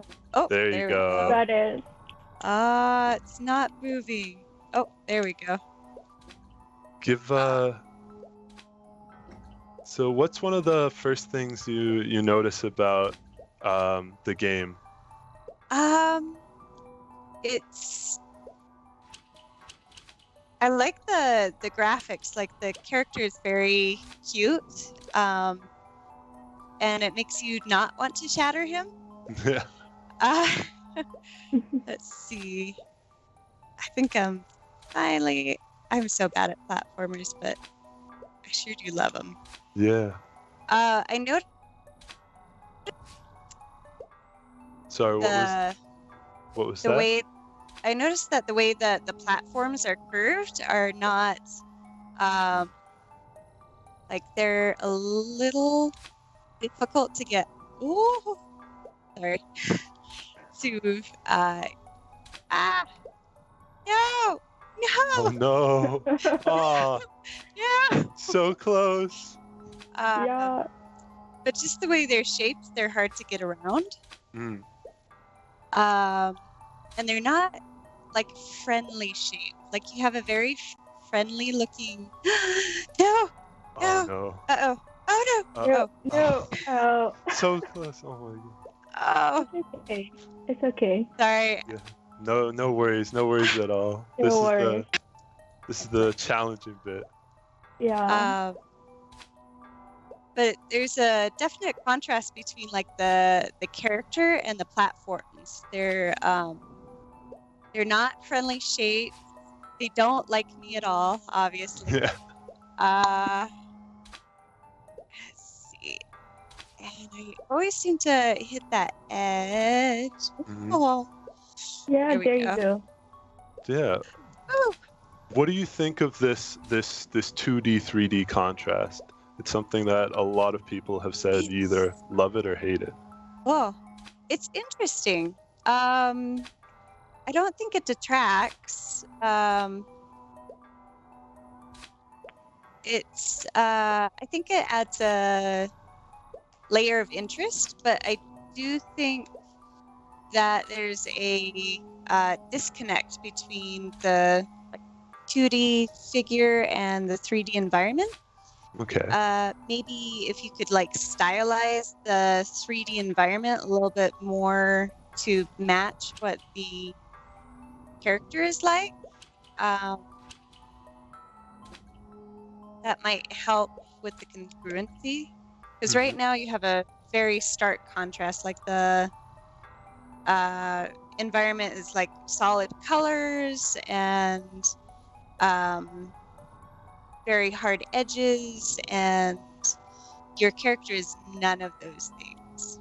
Yeah. Yeah. And how do you feel like the general mechanic? I mean, the player movement. It's a little difficult. I feel like whenever it runs into an edge or a corner, I get either stuck or I can't quite, like it doesn't feel good, the interaction between that corner and the movement. For this water, give going light a chance and see what happens with that. Oh, aha. Man. Yeah. All right. There oh. Did you happen to notice the UI sort of, or the elements of, there was like a picture of a weight and a picture of a feather? Yes. Okay. So how do having a hard time, like,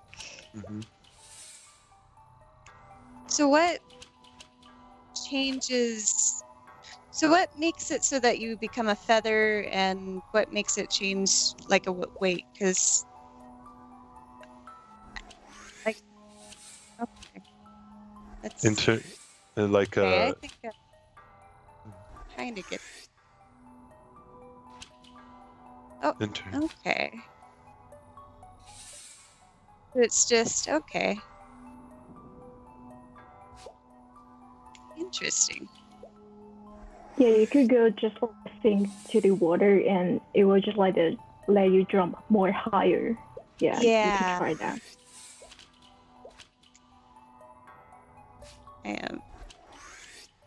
Go. Okay. Yeah. Yeah, here you go.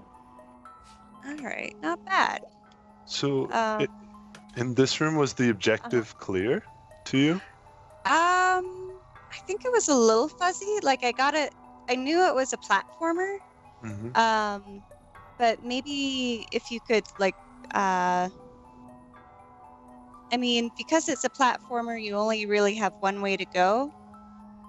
but maybe you could entice the player to interact with those mechanics more in some way. Yeah. Not quite sure how.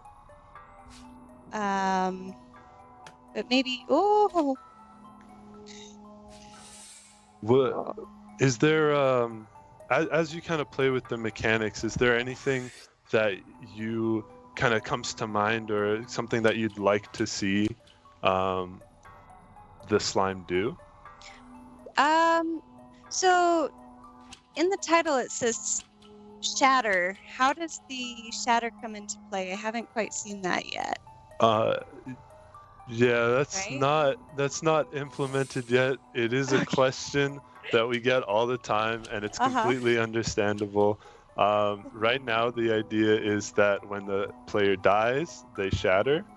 Okay. Yeah, but we're still up in the air, and we've considered maybe changing the name because of how we don't really have that implemented yet. That makes sense. Yeah, I can see that. But yeah, it feels like it's a great start. You've got something really fun going. And I think you can really build off of it quite nicely. Just push it a little bit more and I think you're good. All right, awesome. Yeah. Is so. What do you, Go ahead. sorry. Go ahead. What do you like the most about this game? I love the character. Like the character is fun and lovable, and I think you've got a good start with that. I think the environment I think there needs to be some play between the environment and the character. But I think you're in a good direction. Yeah. Thanks. So, in terms of understanding the mechanics, it seemed like it was kind of hard to understand what was really happening initially. Would you have any idea of how we might be able to make that easier for a player to understand, or something like that? Sorry, one sec. My boss is messaging me real quick.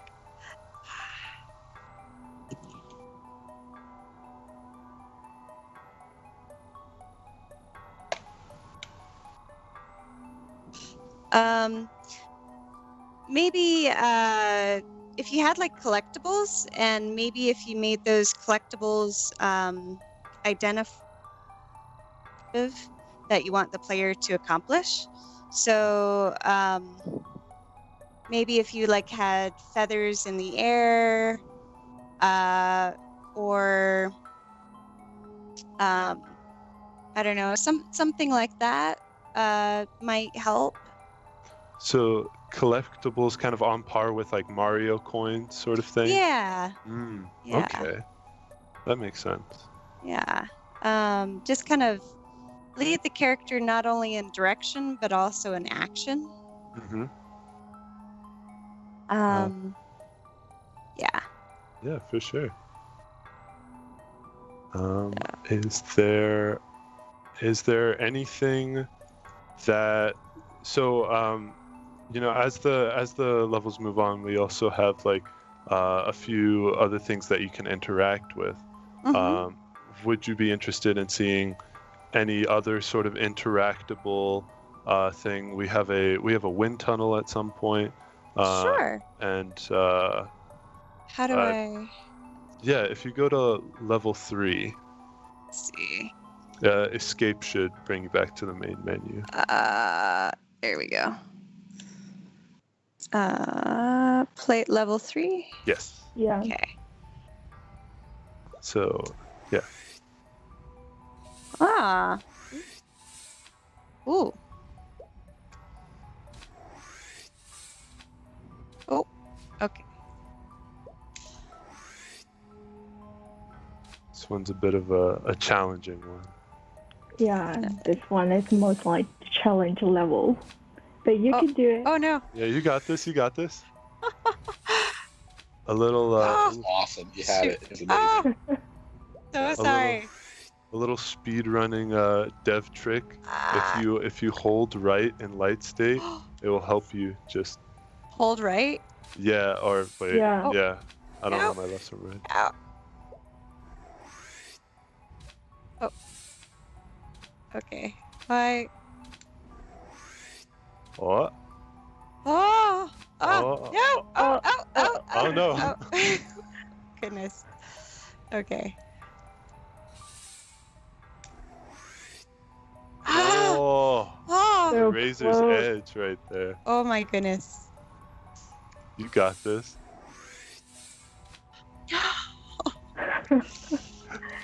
Okay, we've got about a minute left. So, Sierra, I'm wondering if you have any last-minute comments for the students. And I think they're really interested in feedback on that mechanic of being light and heavy. If you have thoughts on that, or anything they can do to juice up the game. As I said, kind of maybe teach the mechanic more through gameplay rather than just having the words on the screen, because it's almost distracting to see the words. Like they're great in the beginning, but if you can teach the mechanic, they'll progress a lot better throughout the levels. Kind of like how Mario, like when you play a Mario level, there's a nice progression on how to learn those mechanics. Sorry, that music's so loud. Yeah, it really is. Sorry. It's okay. And maybe just kind of build that up. I think there could be some tweaking on making the transition of the mechanics a little bit smoother. But I think you're headed in a great direction. Awesome. Yeah, just keep plugging away. That's awesome. And Sierra, can they follow up with you later if they need a little more feedback from you? Yeah, that would be great. Awesome. That's so great to hear. And how do they find out more about your guys' games, Rook and Lucas? Oh yeah, for sure. So Shattered Slime has a itch.io, which someone should be posting in the chat right now. And I believe they are posting the Twitter link as well. It would be Shattered Slime, and an Instagram. On Instagram, we're Shattered Slime 21, and I'm pretty sure on Twitter we're just Shattered Slime. So yeah. Awesome. Stay tuned, guys. Thank you so much, guys. Thank you. Bye-bye. And y'all did great, and it's a great looking game. So congratulations to you and the whole team. Yes. Thank you. Appreciate All right. Thank you. The next game that we're going to see is Slaughterhouse, and it is an awesome game. It is not rated yet, and if you read between the lines, if you're offended by things, then that might be a clue for you. But this is an exciting game, so I'm really excited to have Danny and Nico ready to show it. Andrew is going to be our alumni and pro, getting ready to chat about it. All right, Andrew, are you here? Yeah, hello. How you doing? I'm doing really well. That's awesome. That's awesome. Hey, to kick things off, will you do us a favor? Just tell us real quick a little bit about your history with EAE and then maybe what you're up to now. Yeah, so I graduated last year or I guess this year, from the undergrad program at EAE, and I am now a technical content artist at Rockstar Games, working in their New England studio. Fantastic. I have heard of them before. Yeah. It is so good to have you back. It's unbelievable. So thank you for the time. We really appreciate no it. Danny and Wilson, do you guys want to talk a little bit about your game? Maybe show the trailer, and then we'll jump right in. Sure. Can you guys hear me? Yep. Okay, awesome. So our game is Slaughterhouse. I'm Danny Wilson. I'm a producer and a designer on this. And I'm Nico. I'm an artist and technical art as well. Let's see. Our game takes place on a slaughterhouse. It starts in a secret lab underneath the slaughterhouse, and there's a big explosion that sets off a wave throughout the slaughterhouse that gives everyone mad cow disease and makes them go a little crazy, raises some undead experiments, and fuses the scientist with a cow, and that's your player character, and then we start from there. Cool.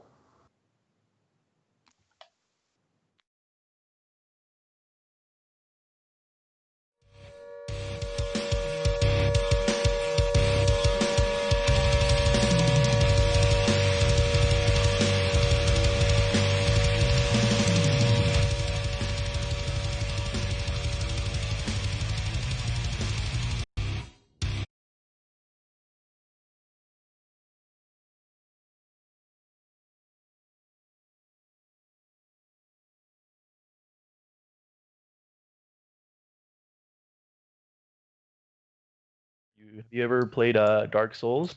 I have not played Dark Souls. Okay, well, this is like the shooter version of Dark Souls, just so you know. So be prepared. You want to explain a little bit the mechanics, Danny? Yeah, sure. So right now, obviously he's moving with WASD, and then he'll be aiming with left click, shooting with right click. There's a cover mechanic where you can cover against objects with space, and then move out with space or with the back key. And yeah, that's pretty much it for right now. Besides, actually we have an equipment wheel that brings up, which is tab, and it brings up the milk slick, which slows enemies, and a grenade, which blows them up. The grenade's a little OP right now. You can kind of spam it to get through the whole level if you're in trouble. But yeah, so that's pretty much it right now. He's running through the beginning of our game. And then in this level, in the final build, there'll be some zombie guys down here running at you as well. Cool. Yeah, something that we want to do with this tunnel right here is kind of explain step by step the mechanics that you're going to have throughout the game. And eventually you're going to be acquiring more powers or guns that you'll be using, and those will be shown off later on. How to use them. You can sprint with shift as well. Yeah.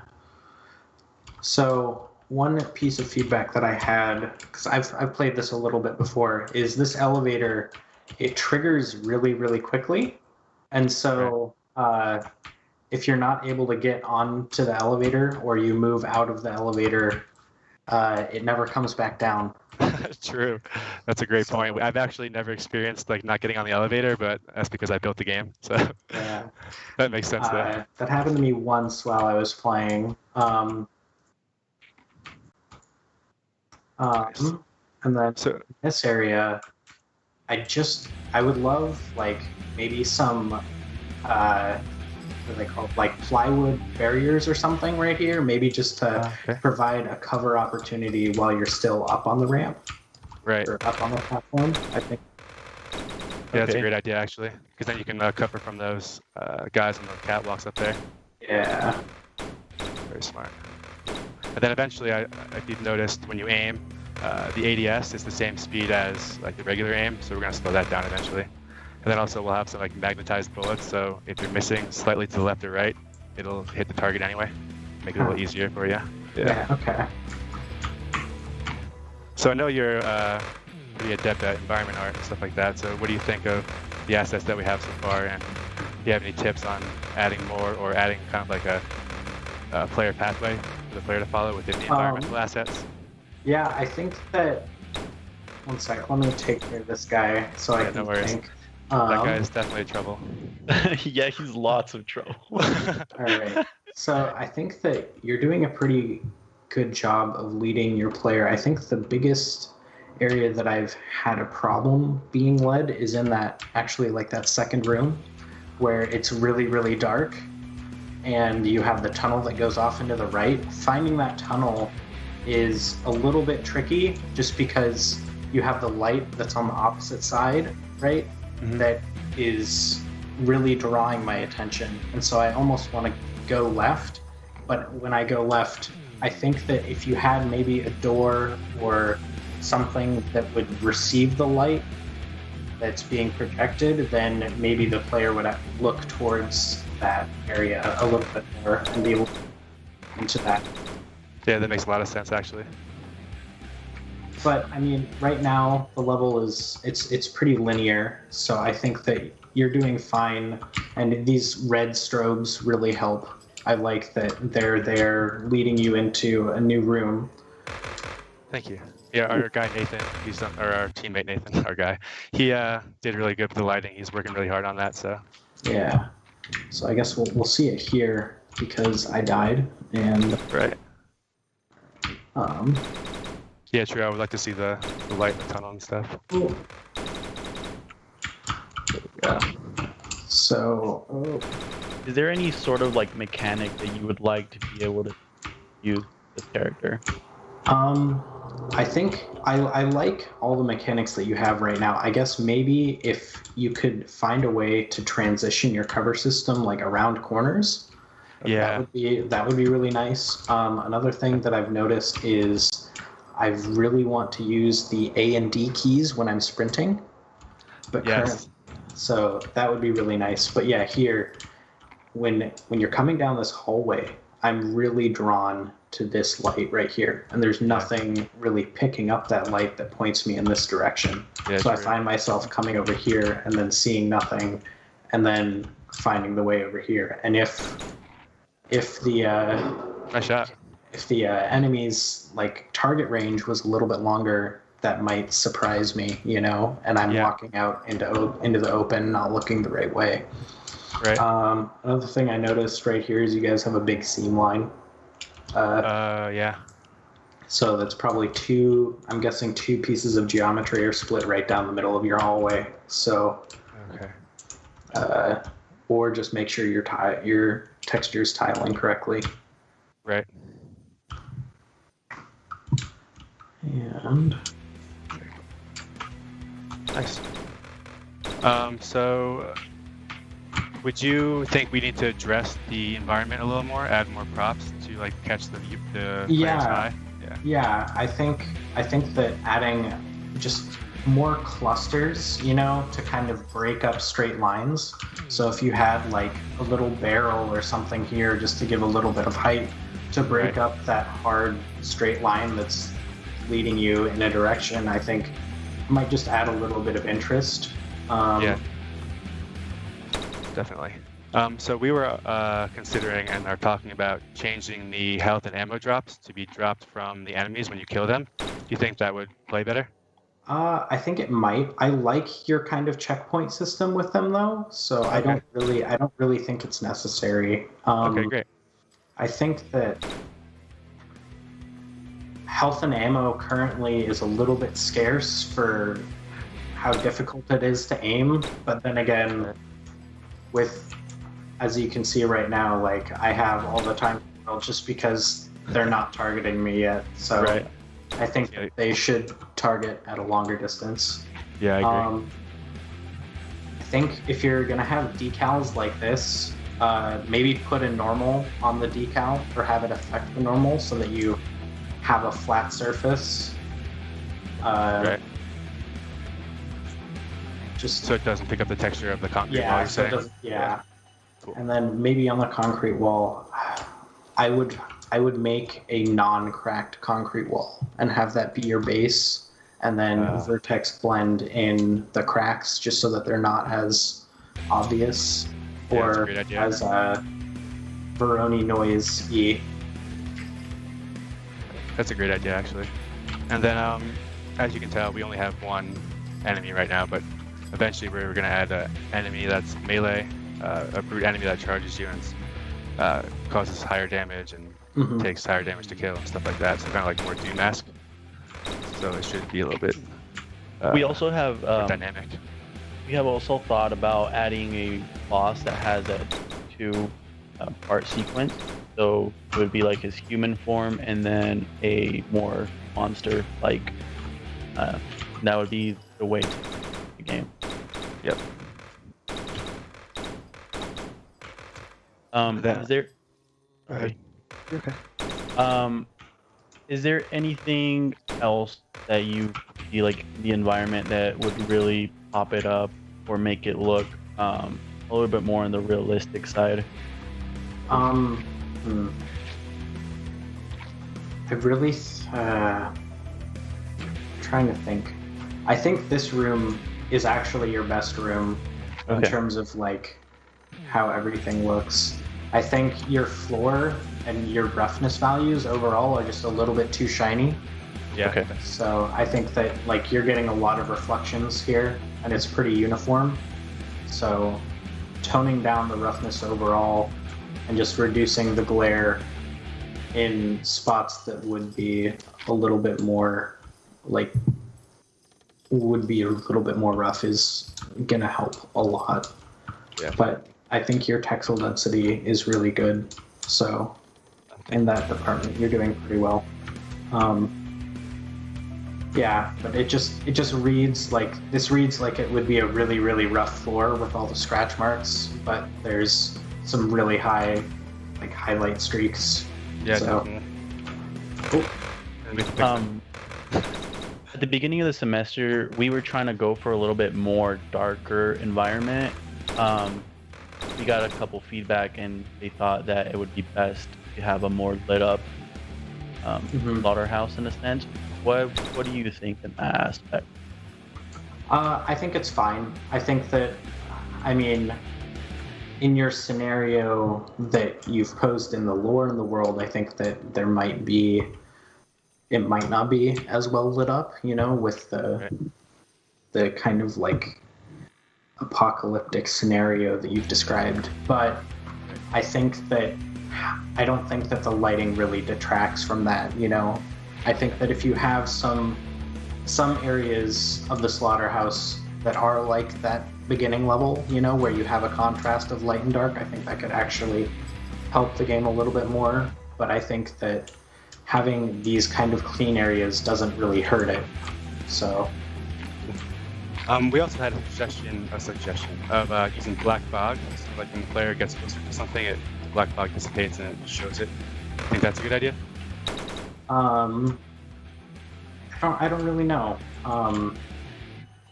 Yeah, I think that having a way to limit the character's vision wouldn't necessarily be a bad thing, but I don't know. I think that being able to see your environment is better, I guess. Yeah. I don't think that the fog would really help any scenario. But yeah, just in a room like this, I'd love some more cover opportunities. Yeah. Something that makes this not just a hallway, like it's a cool hallway. You've got nice textures, but like, why is this hallway there? Like, what is it being used for? What can you do in this hallway that isn't just adding length to a game, Yeah, very true. Throw some crates in there for cover, maybe a couple more enemies to make it more dynamic. Yeah, some boxes, a cart, Yeah. Another comment that we've gotten also on some feedback is, the engineers are going to hate me for this, but adding like a split screen multiplayer, like cow versus cow. I think that would be pretty fun. I mean, I think eventually you could get with your pickup system and the enemies in the way that they are, this game kind of feels like a Doom-esque, like Gears of War runner, which I think which I think you could have a lot of fun with. Nice poster. You should check out the other one. If you go back a little bit, you're really left. Over here. Yep. Yeah, one cow apart. Yeah.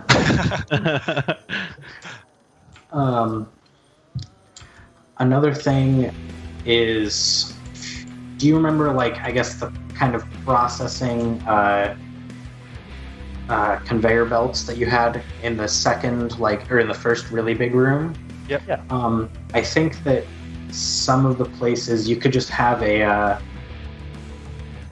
just adjust the collision boxes on those so that maybe the bullets are actually colliding with not the mesh of the collision, but just have it be a whole box. Okay. So there aren't small cases where bullets are going through cover and the player feels safe. I think that's something that you guys could do a really solid pass on, is just finding where all your collision is and making sure that if it's a place where you want the player to actually feel safe, have it actually be safe. Yeah, definitely. Because I found there were a couple, in the very beginning, when the cow was hiding behind those boxes, the cow actually gets shot, I guess, through the boxes. So, oh, really? Okay. Yeah, I guess I can go back to the main menu and show that, and show me dying behind the box. He's just here to ruin. He's got that real quick. But, yeah. So would you recommend adding a damage modifier to when you're in cover? So if a bullet does skip through it, it doesn't hit you as hard? No, I just think that having, I guess, this actually, or I don't know why. Yeah, sometimes it does. Yeah. I think it is the hitbox has to get a little bit bigger, huh? Yeah, I think your hitbox might just be a little bit bigger than the box or something like that. But okay. Yeah. Yeah, and a surface like this. Oh. Sneaking up on you. Don't forget about your grenades. You might want to utilize those too. You got tab back. You got to switch it up. Yeah. You click tab once, and then you can over to the grenade. Yeah. Tab. Don't hold that. Oh, you got stuff. Yeah. Yeah. I think here's the. Yeah. You might want to restart. Hit escape. It might. Yeah. Or. Oh shoot! I didn't know it does that. It's actually a good place to pause. You guys have about a minute and a half left. All right. So I think you timed your bug perfectly. Well done. We planned it. Andrew, it's a feature. Do you want to chat about anything high level that you want to let them know here at the end? I think that your environment use is really, really good. I think that if you focus on just adding more interactive spaces for the player as they go through a level, if you're going to keep the level so linear, I think that would be overall the best thing that you can work on. Okay, great. Thank you, man. I appreciate the feedback. Agreed. Hey, Andrew, do you mind if they reach out to you later and get a little bit more feedback? Is that Go for it. Absolutely. Go for it. That's super generous. Appreciate it. And Danny, Nico, where can they find out more about your game, huh? Go ahead, Nico. So currently we're on Twitter, and our handle is Captive Bolt. We don't have a website up yet, but we are currently working on it. And there's a link to a new trailer and our game on the Twitter that you can go check out. Yep.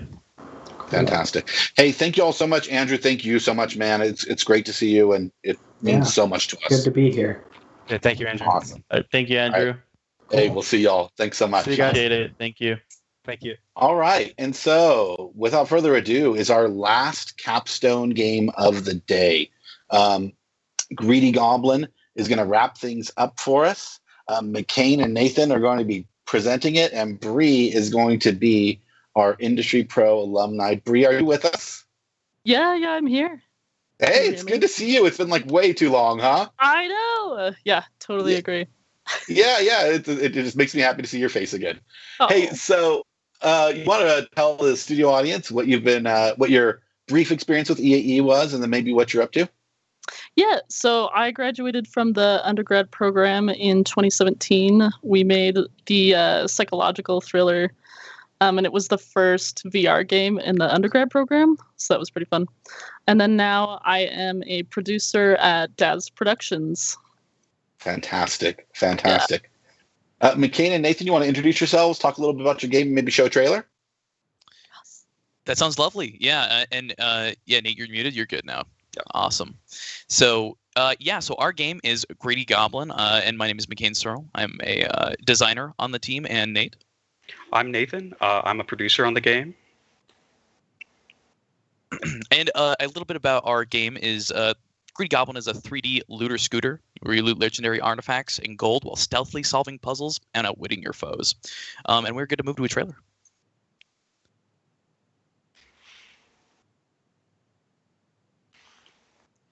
You are a wretch, one of thousands to be replaced. You are a thieving rat that has stolen from your king.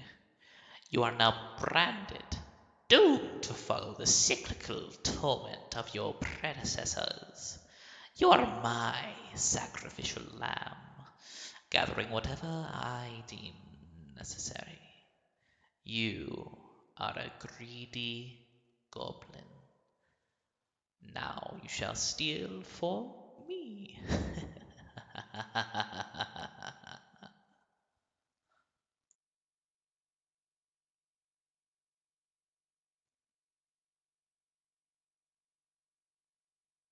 All right, lovely. It looks like we're in gameplay. Yes. Yeah. Oh, so lovely. Are we just going to jump in? I think so. Yeah. Sweet. You can interact a little bit with that goblin on the menu screen I saw right that there. for a second. Yeah. Where are you? So here we have kind of a So yeah, right now we're teaching a little bit about the different things you're doing. So, and I just was curious as to what do you think about these cameras, Bree? About the cameras? Yeah, just like, do you feel like they're like looking at important things? Do you feel like you're being taught through this dialogue? Yeah. Yeah, let me just watch. Oh, okay.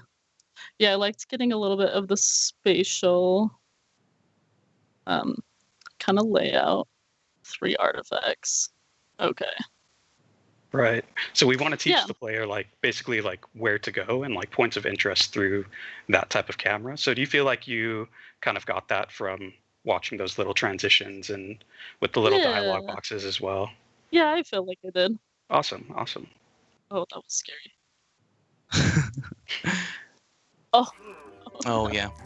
He is So very right scary. off the bat, like how do you kind of feel about the movement of the game? Do you feel like it's kind of tight or is it Yeah, I think it's oh, I jump. The jumping feels a little bit floaty. Okay. Because I'm a little goblin, it's the Gork Sakamani, I think you could really lean into the animation of it, like him just like doing like a little hop. Right, definitely. Yeah. Kind of like come down. Oh, wait. Oh, I love that. Yes. Okay. Noted. I have to push the You barrel. didn't even see it coming. Just dude. one. Now, when it comes to this section right here with these spike traps, do you feel like they are, I guess, indicated well by their like position and how they affect a player? I think so. My only confusion is I'm seeing the gold pieces pop up in a different place than where I got hurt. Definitely. So it took me a second to realize that the pain was knocking my gold out. Right. And we do plan on adding like a particle effect that will actually like show the gold like popping out of the bag, Yeah. just kind of like a real loot goblin would look. Yeah, and a sound effect too for like the gold dropping. Definitely. Yeah, it's all about Yeah, that player feedback. Yeah. Oh. Okay. So did you just right there? I heard you say, "Oh."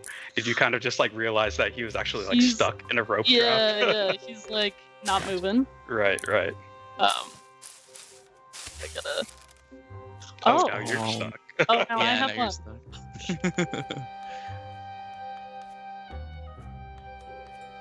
And I do. So, do you? Is there any indication? Oh, There you go. Yeah. I was like, okay, there must be a button I'm missing. Okay, so sprinting. Gotcha. is. So you felt like just spamming like any button just to make sure that you can't get out of that trap was, Yeah, I was like, okay. first was like, where's my Halo like sprinting mechanic? It's definitely like usually trigger. It's kind of appropriate though, because I feel like if I was a goblin trapped in a trap, I would just be like doing everything I can to get out. Right. Just like, oh yes. Would that coin have fallen if I knocked the box? It would not have. Okay. Yeah. So that might be kind of fun, just giving it the. Do you think that would be nice if it did? Yeah, I think so. Just Okay. so it's like a little bit more, just kind of integrated For sure, in there. So was it pretty clear that you had to like go to this right area first versus like exploring the rest of the kind of hub area that you were in? Yeah, it kind of was because it felt like the secret. Like I don't know if that's the way it was supposed to go, but it felt like yeah, like that was a really interesting thing. It's like Definitely. Yeah.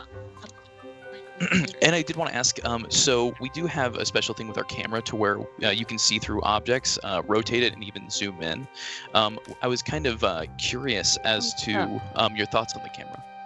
Yeah, the camera seems a little bit wonky sometimes. Like it kind of like zooms out of my control, but I do like the disappearing elements. That's super intuitive. I almost barely even noticed that. Oh, Wow, awesome. Okay. Yeah, that's great feedback. Oh my gosh. Oh. Oh, guys. Don't trust So do you it. feel like you have to trigger every single trap, or do you feel like you want to avoid them and you're just kind of like they're getting in your way? I don't know, because I'm both like, I'm curious because I've had bushes earlier that only had coins, and then two other kinds that have weapons. So I'm like, almost more scared because my odds are against me. Definitely. Yeah, so there is a color coding. They are very slightly different, but I like do the see the lightest. light and dark green. Right. Oh, So I the see. lighter the piles get, the more the less threatening that they become. So like the really light ones, they will drop a piece of gold, and then the medium ones will get you trapped in a rope trap, and then the darker ones will hurt you. Okay, that makes sense. Okay, and I think I just realized that my running is dropping my coins, which totally makes sense. Yeah, and I guess how do you feel about that then? I love that. I like the idea of the coins being a source of life and speed. That's really cool. Thank you. Oh, we got a lot of interesting pro feedback. strats. Oh my Oh god. yeah, that was really good. That was very good. Thank you. Avoided all of those leaf traps. Good job. I know. My brain is just like, just don't. Breezily. Yeah. We got a lot of interesting feedback on the gold sprint actually, to where people said it was an issue, but you're saying overall that you actually like that mechanic and Yeah. I wish the gold kind of, again with like the sprinting, I wish it spawned like a little closer to me and made another sound when it drops, so then it would kind of more intuitively tell me that I'm losing gold when I'm running. Definitely. Yeah, people actually seem to be really greedy when they play this game, which is kind of intended with the title and everything. And they want to hoard their gold. They seem like they don't want to sprint. Yeah, you feel that? Okay. Yeah. Oh, well, I feel the hoarding, but I also really like the resource. Ooh, that was clutch. Okay. Oh, there you go. That's some top tier sneakiness. Right. Been playing Assassin's Creed since I'm just like 16. Don't know that. Oh. Okay. He hasn't noticed you. Oh, you're good. You're good. That's just a reactionary hit, really. Right. So we do have a mechanic in this game that is very subtle. It is called the Portal Stone. Okay. And so I was curious if there was at any point that you have felt like you wanted to use the Portal Stone, or even if you know what it is. I don't know what it is. I can show. Oh, okay. Is that it? Yes. Yeah. And so we use that as a. There you go. Yeah. I see. It's like people call it like a tactical insertion compared to Call of Duty, or even that a portable checkpoint for the player. Okay, that totally makes sense. Right. Gotcha. You can use it in so many different ways. Like getting around these enemies is a little bit easier if you maybe put a portal stone and then he walks past it, and then you can just kind of zap right behind him. Yeah, that totally makes sense. With Do you feel that like said, you have... Oh, sorry, go ahead. Oh yeah, I was just gonna say. With that said, do you know of a way that we could possibly introduce the portal stone a little bit easier for the player? I think if it wasn't like a floating object, like if it was a stationary portal, then that would more accurately kind of tell me that I portaled to it. Because at first I thought it was something that I would just like need to pick back up, not that I would move towards it. Right. That makes total sense. Do you feel like you have some sort of awareness in this maze, or do you feel just as lost as you would be? Most of the time, like I feel like I have a general orientation. The only tricky part is sometimes when these walls disappear completely like that. Definitely. So I think some of the detection kind of accomplished. Right. Yeah. Would you say that we can accomplish that by kind of like just making the opacity a little bit more intense when darker. we? Right. Yeah. Okay. Yeah. So instead of seeing just like this invisible. Yeah. Mm-hmm. That makes total sense. Wait. Oh my God. Ooh, yeah. This is the rough part. Oh, there you go. Yeah. You can, nice. So you figured out that if you use dash in combination with jump, you actually jump farther too. So. I was just thinking that. I was like, oh, I launched. It was yeah. Very nice. Already on the second artifact. Okay. Oh, I can flip back. Oh, okay. Wow, there you go. So smart. Just cut your time in half. Already speedrunning the game. We need Loot Goblin esports at the U. I coins on top of the hedges. Yes, there are coins on top of those hedges. Girl, I missed something. Yeah, there is perhaps a way to get up there. I am not entirely sure. I'm sure. How do you feel about the design so far of the game? Like, just kind of like, do you feel like a Loot Goblin? I do feel like the Loot Goblin, like especially from Diablo, and like when I'm like sprinting and like dropping money, like I'm totally feeling it. I think that area I could have missed pretty easily if I had. I'm gonna come back for you. If I had come down the steps and just like kept my camera this way, I could have easily just thought that was like a flat wall, and then been like, oh, stairs, and just missed the maze. And do you have some advice for leading the player's eye to that location? I think just making like an entryway, maybe some like cobblestones, or clearing the patch of grass in front of it, so then it's like, oh, that's naked for some reason. Right. People have walked through here before. Yeah. Or putting that yummy coin like right at the entrance. Right. Yes, the yummy coin always. Yeah. I think we can solve all of our design problems by just placing coins everywhere. Yeah. And then that's it. It's just a straight line of coins. I was gonna say, yeah, don't tell them our secrets, Nate. Okay, I liked that. That was like really clear that those bricks were more breakable. We call that the Kool-Aid Man. They're huge. Yes, a little more scary, for sure. So as for secrets like this in the game, do you feel like this really kind of goes hand in hand with kind of this adventure style, or at least just how do you feel about them in general? Yeah. I kind of like the idea, because if I'm a Loot Goblin, I'm gonna be like reading dungeons and like finding them in weird like stowed away places. Like, this one was definitely like a lot more obvious. I like that aspect of like having to really seek out the wealth and be a little creative. Do you think that kind of like coin at the beginning when you're jumping on those pillars, do you think that kind of like encourages you to like explore more throughout the level once you see that? Okay. Yeah, cool. Absolutely. It like tells me to be like a little creative in how I get around places. Nice. Like I like being able to. Oh no. How do you feel in terms of size in the game? Like, do you feel like you're an appropriate size compared to the humans? I almost. Leave me alone. I almost feel like I could be smaller. Like, even though those guys are pretty big, and for the well, I guess I'm going like strictly from Diablo, so that's not gonna be that description. I like that. Though. Like, I feel so scared. Oh, you feel scared. Okay, well that's good. At least they are scary. That's That's some intended design right there. Right. I was kind of curious. Do you know where you're supposed to be going in this maze? Sorry, not this maze, but this portion specifically. Okay. Yeah, gotcha. This section, I've got like a couple hot spots that I'm gonna check out. This whole area, real sus. Yes, the sus hallway. Yes. Of course. Classic sus hallway. That trap is trapping something. I don't know what. Go back out.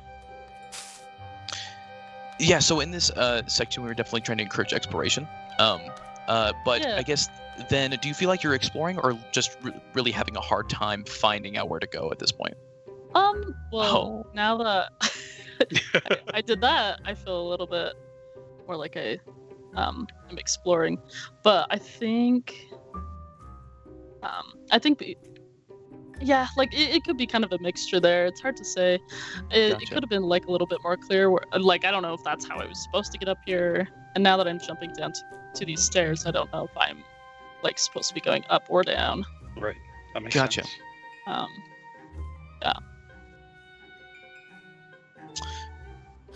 Is this kind of like an interesting area for you? Like, do you kind of feel like you've come across something that's like really kind of explorative and yeah, like this idea that I've like kind of infiltrated like their grand place. Right. I've got them on statue.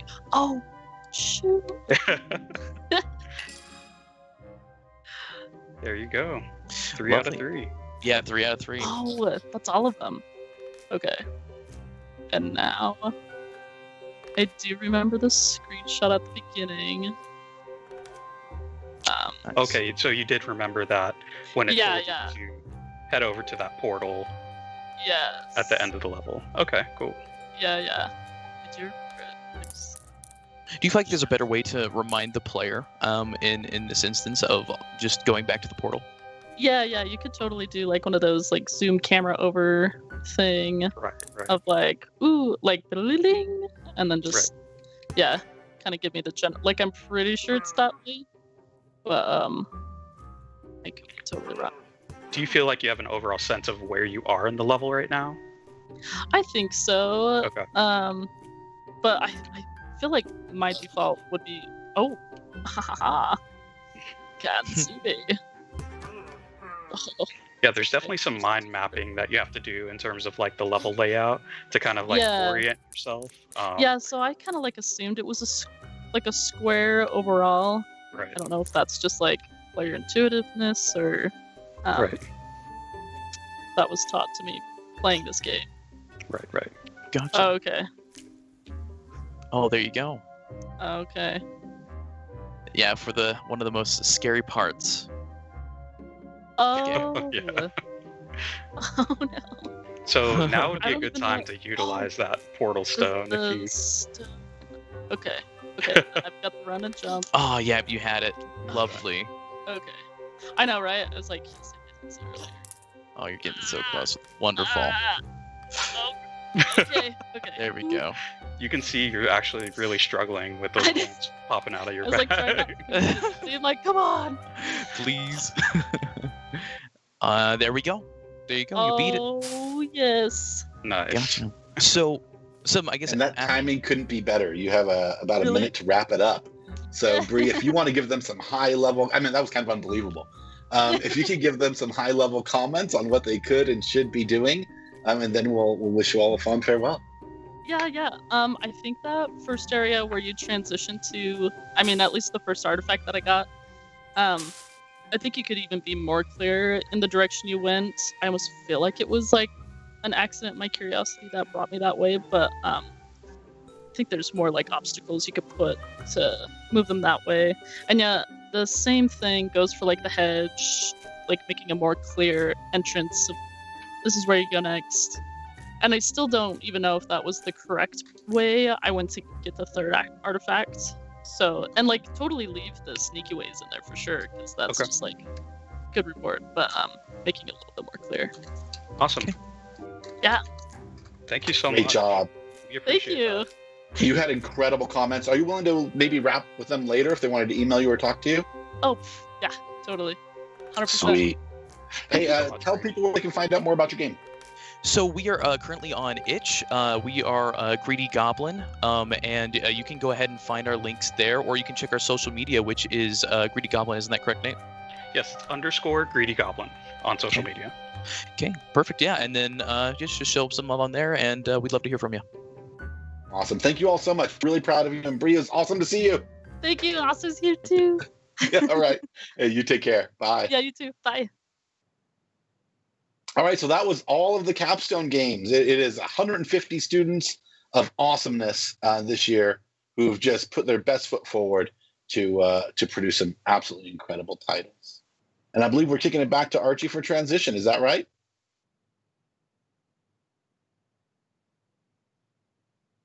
All right, excellent.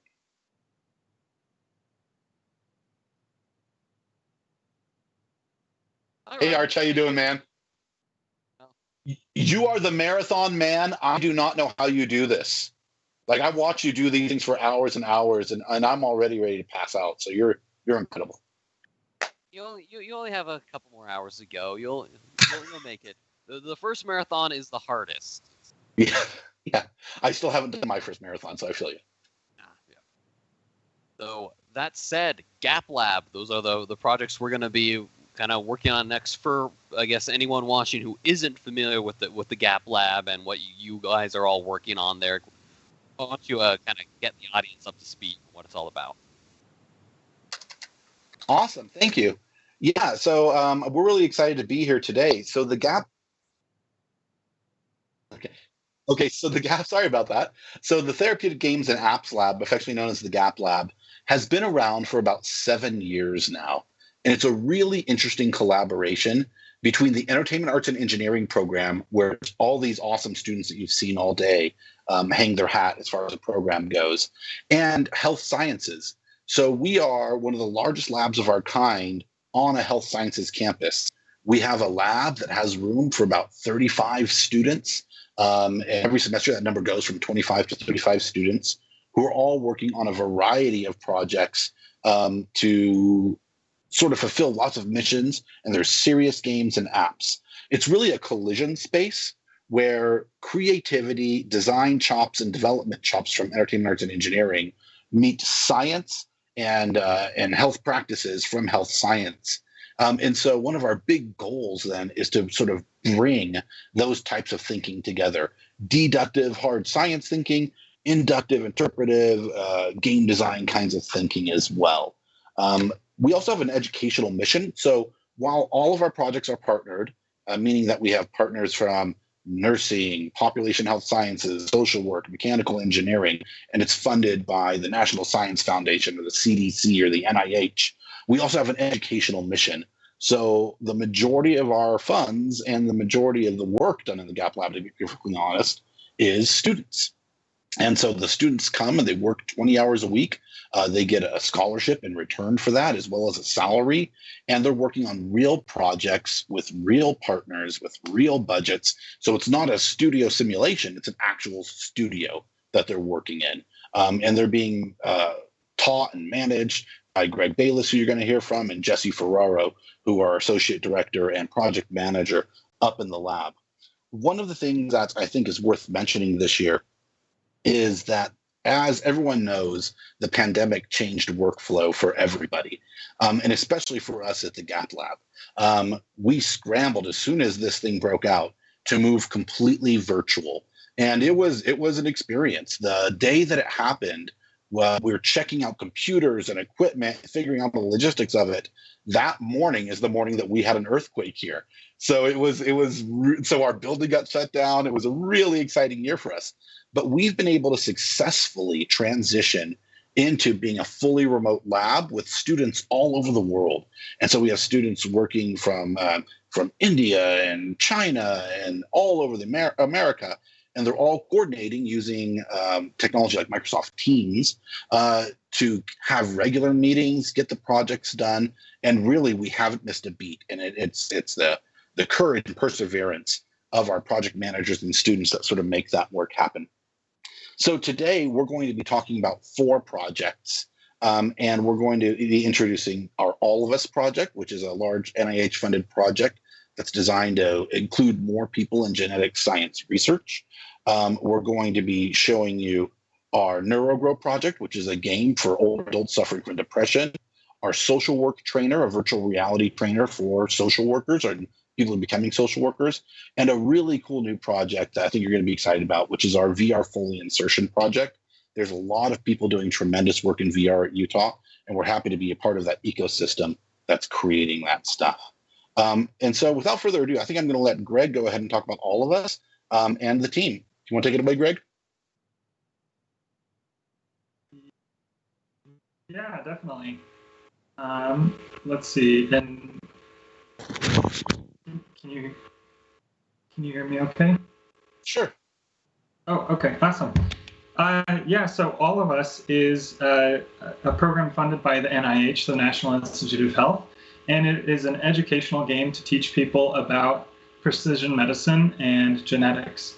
And so we've had a team of 4 students working on it over the past semester to be able to develop a simulation in virtual reality where people are able to intake patients and then treat them with precision medicine treatments. And so we have Jingyi Zhang here with us, who's an engineer on the project. And, we're excited to kind of chat about the different things. So Jingyi, tell us a little bit about your experience working on the project. This is, one of your first medical projects that you've worked on, but how's that been?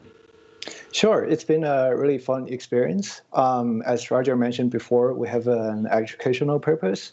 So Hello the and main goal welcome of this to All of project Us. is to teach The our All of players about precision medicine, but meanwhile, we also want to implement some really fun mechanics in the game so that the players are really can be really engaged in our game. And it's been really fun to kind of prototype our game and to also design and make those game mechanics for this game. Yeah, so tell us a little bit more about some of the game mechanics.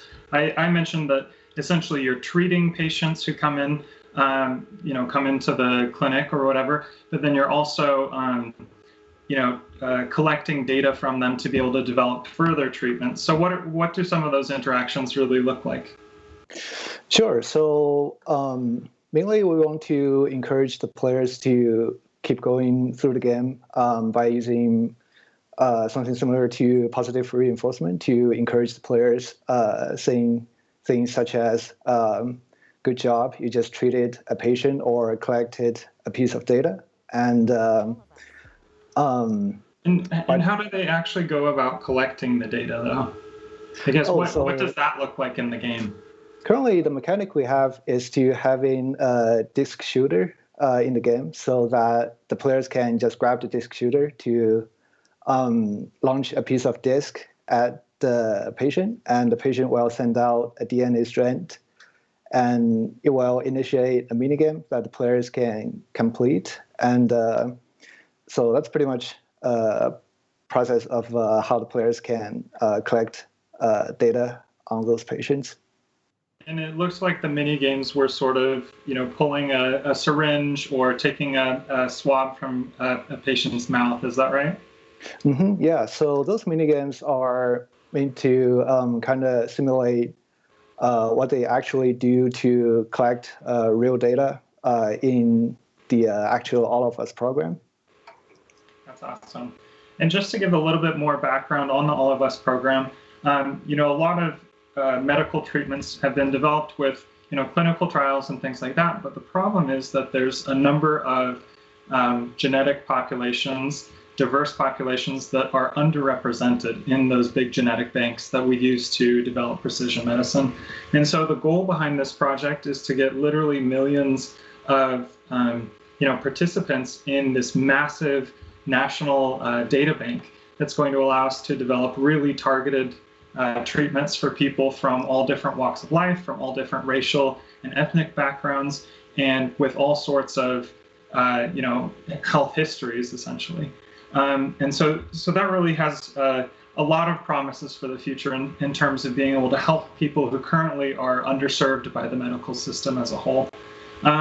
I'm curious, Jingyi, with the actual VR simulation, what were some of your inspirations going into it?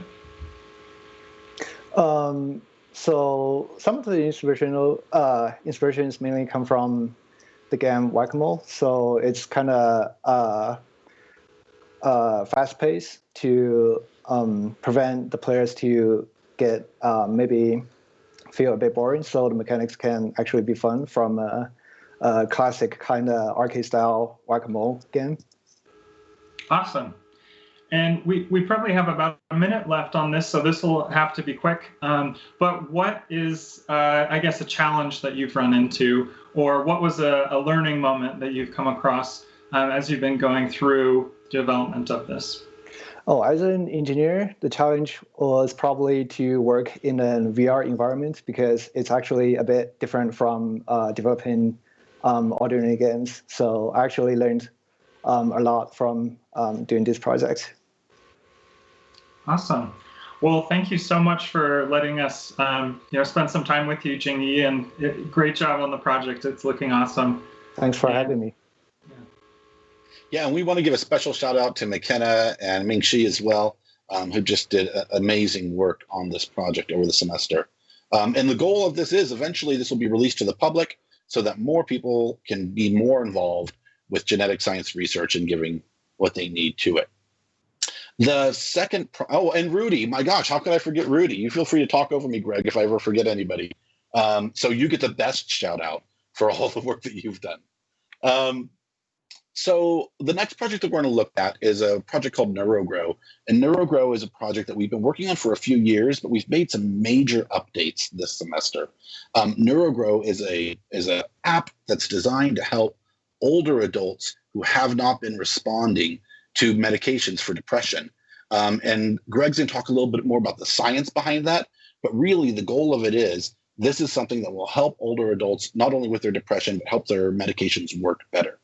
Greg, do you want to talk a little bit about the science behind it and maybe introduce the team? Yeah, I would love to. So today with us, we have Weilin Zhuang, who's going to, he's been working as a producer on the project.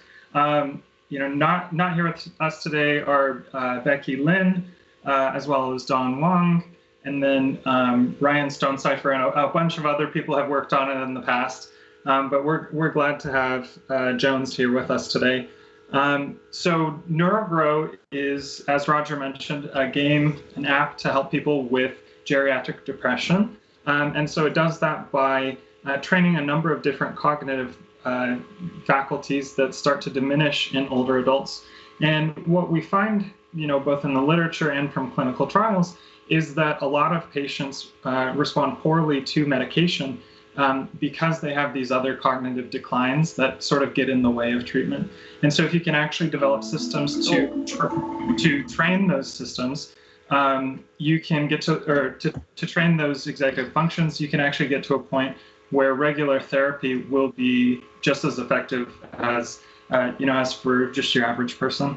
And so with these games, in combination with clinical therapy, we're able to take someone who has not responded to lots of different courses of medications, and we're able to get them better in a period of only 4 weeks as compared to a standard depression treatment of 12 weeks. And so it really,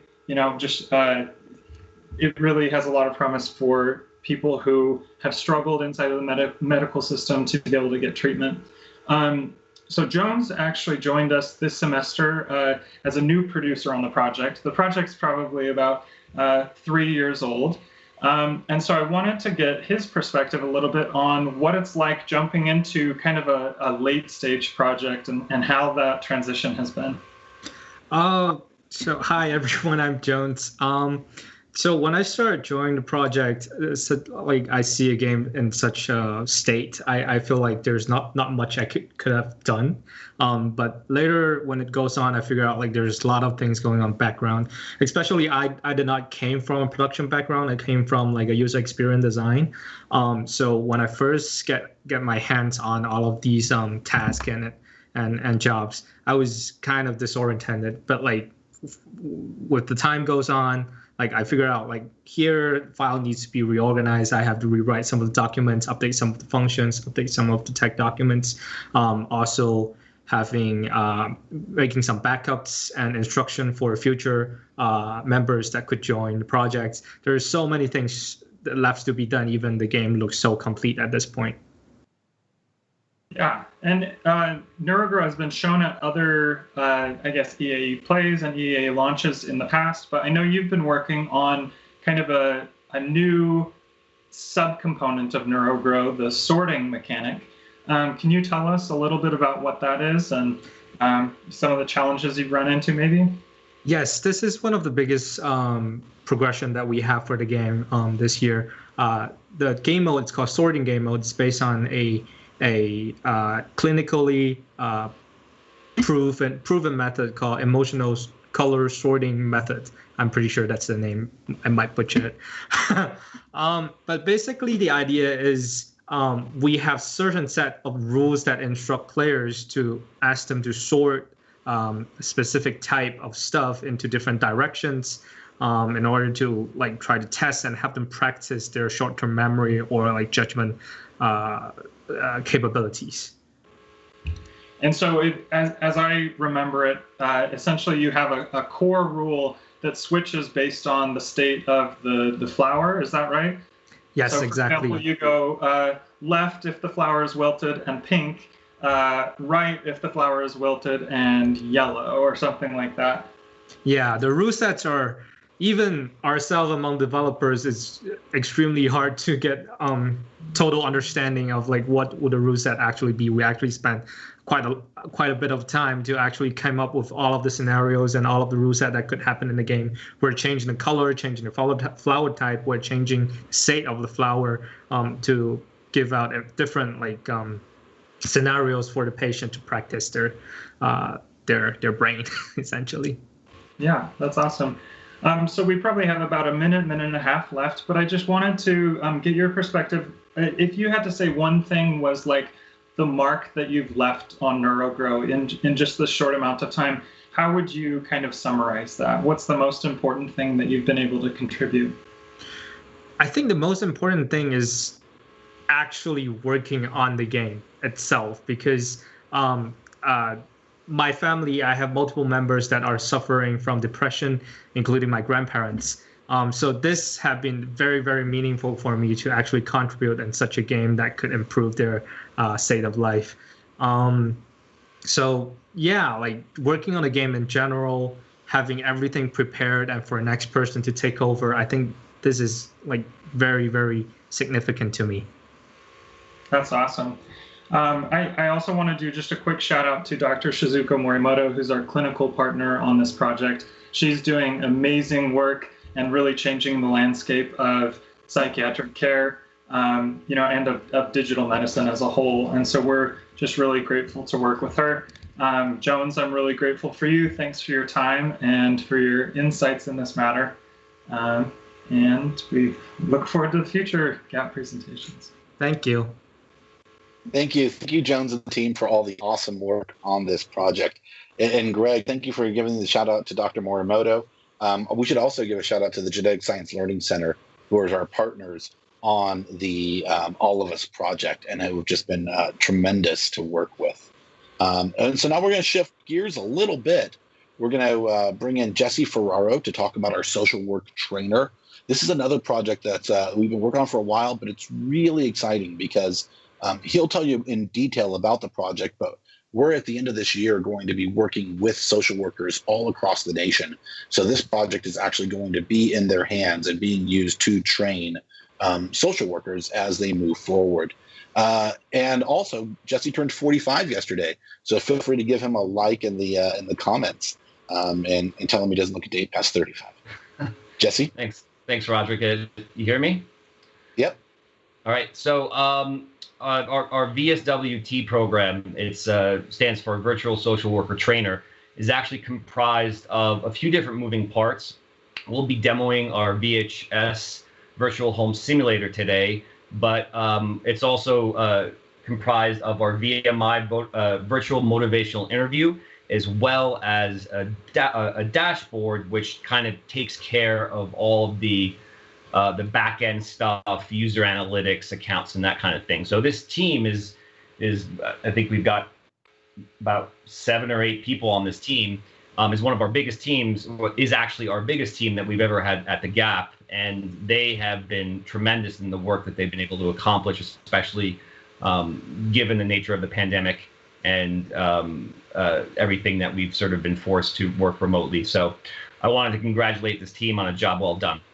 So our virtual home simulator is an Oculus Rift PC and Mac OS simulation, which was developed in collaboration with the social work department. It's probably one of our most mature examples of software that we've been able to develop at the Gap. We've been working on it, I think, going on plus 3 years now.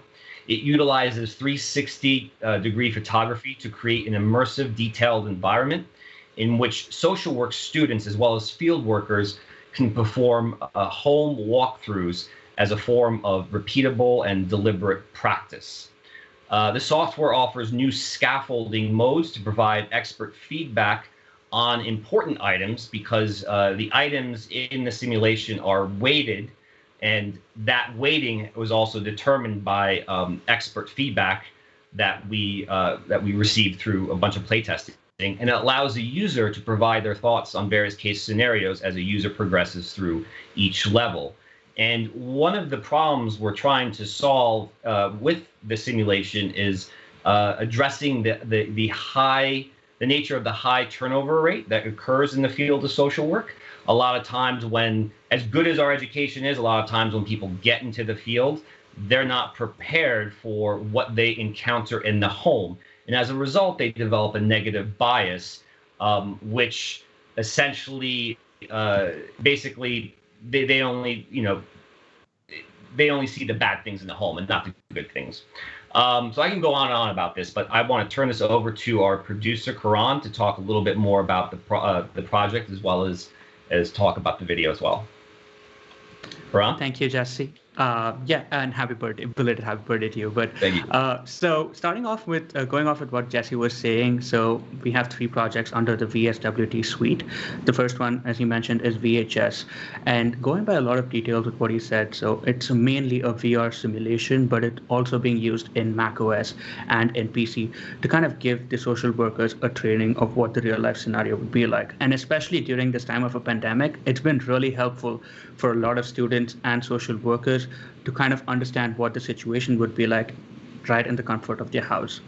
And another special thing is that we've already been testing this at 6 universities currently across the US. And as Roger mentioned, as we go through the next semester, we will be testing it across 33 universities all across the states. And it's been really helpful, and we've gotten some amazing feedback so far. But the best part of it is that it's been able to assist the people in telling them that this is the important items that they need to look out for, and these are the kind of the feedback that they should be noticing across the house. And going off with the second software, that's the virtual motivational interviewing, or VMI. So VMI is an Android application that kind of goes off the Duolingo style of preparation for the trainer. So it provides accessible curriculum for motivational training, and it also helps you to receive feedback on your answers from motivational interviewing experts. And the best part about that is that you can level up your skills and also get tracking your progress as well. And going off with the last one out here, that is Dashboard. So this is the backend application, as Jesse was mentioning, that kind of gives you the session analytics and also the details about each of the user in VHS and VMI. And it's also being helpful for us to track the progress of the students and also understand how these levels are contributing to making their progress better across all the 2 applications as well. And so just out of curiosity, especially from this past semester, what are some of the sort of trials and tribulations that you've experienced in development this past semester, and what are some things you've learned as well? Yeah, so we did switch to going into the whole virtual stuff, in the complete virtual stuff in the summer, but then we also had new members coming in. So one of the things was also trying to train, give them the opportunity to learn and also kind of grow along that path. But the other thing that we did kind of on a large scale this time was also having a direct conversation with the end users of the application. So we did have these office support hours to help out these students who are going to be testing out the application, and receiving direct feedback from them was something that was really useful for us to kind of develop through the semester and make sure that we are hearing them out and making the application better. Okay, great. Awesome. That's excellent work, and we're probably just about the point where we want to wrap up. I want to ask you guys, how much fun was it to go into people's home and film these things? I'm yet to go and film one. You haven't got to do it yet? No, yeah, so this new pandemic. team didn't get to do it as yet, but we're hoping to do it soon, at least coming forward. Yeah, it's pretty exciting to do the 360 video in people's homes and make these things a reality. And I also wanted to shout out to our partners on the project, Chad McDonald, Matt Davis, and Cole Benson. They've been so supportive, and they've just been terrific to work with. So thank you. Yeah, of course. And we need to thank the Division of Child and Family Services for Absolutely. really making all of this possible. It's awesome work that they're doing. Jesse, we want to transition and start talking about the VR Foley insertion sim with Ben. Yes, this is one that we're really excited about, right? This is like a new direction for health sciences. Health sciences is really interested in experiential learning. We're creating a new center for experiential learning in health sciences. So more hands-on digital training. And I'll let you guys talk about where this project fits in. And so it's especially interesting, too, with sort of anecdotally what's going on with the pandemic, as there's sort of been a call for to do more and more remote learning and training. So this piece fits in with all our simulation and VR pieces, fits in really nicely. So the VR Foley Insertion Training Sim is a tool that was built to help teach nursing training staff to assist with the urinary catheter insertion in a remote learning environment. It utilizes Oculus Quest, currently features a female patient with the ability to allow for both left and right-handed players, which was something interesting we actually discovered from one of our playtesting sessions. This project has only had 1 semester of development, and it's a 3-person team, and I have been so impressed with what they've been able to accomplish in this past semester. So having said that, I will let Ben take it away and talk a little bit about the sim. Yeah, so I'm just watching it here on the stream. So yeah, I mean, basically what we wanted to do was make as realistic of a simulation as possible for inserting a catheter. So our partners in nursing helped inform us of what exactly needs to happen. Turns out there are lots of very uncomfortable YouTube videos for the procedure. And then we went through and built it as accurately as possible. So the big thing is that it is a teaching tool for nursing students. So we really had to make sure that everything was as accurate as possible. And then in order to help reinforce the learning that they have, we have a large amount of data collection. So very Big Brother, but Big Brother data is good for teaching. I'm going to steal that line, Ben. That's fantastic. So we have every item that they grab, how long they grabbed the item, everywhere that everything went at any point in time. And that's one of the large benefits that we have with working on the Quest in VR. Another large benefit that we have with the platform that we chose is you'll see in the video that we're using hand tracking. So we aren't using controllers in any capacity. And when doing pandemic things, it definitely makes it a lot easier to clean and sterilize for play testing, all of your different tools and things like that. We also find that it's amazing how few games nursing students necessarily play and how non-intuitive they find triggers on controllers sometimes. Some are great, some have a hard time with it. So yeah, that's the way that we decided to go. And it's pretty well there. Our playtest definitely made the left-handed aspect of it was a surprise thing that I didn't think that we were necessarily going to have to figure out right away. But we had somebody on the nursing staff that was left-handed and got in there and immediately was like running it through the bed, running into the couches in the lab and stuff like that, because it wasn't set up for them. So they were trying to adapt it. And so now we have in the intro left-handed. What was the other? I think there was one other interesting thing in terms of feedback we got from that playtesting session was the level of the bed, right? Yeah, and that's also been an interesting thing to mess with and develop for of just like what things move up and down when, where, and how. I'm also always blown away by how much time we spent talking about where does the garbage can go, because every nurse does it slightly different, or different schools will teach it slightly different. So we just went through and had like hour-long conversations on where do garbage cans go. That's amazing. And our partners on this are we're nursing, but really it's the Eccles Health Sciences Library, the Experiential Learning Center, and all sorts of great partners who've been doing this a while. Ben and the team have been doing VR education for a while, so we're happy to be collaborating with them on this. And it's exciting work. So I just want to thank you both so much for the awesome work that you've done on this project. It's really exciting to see it all wrapping up.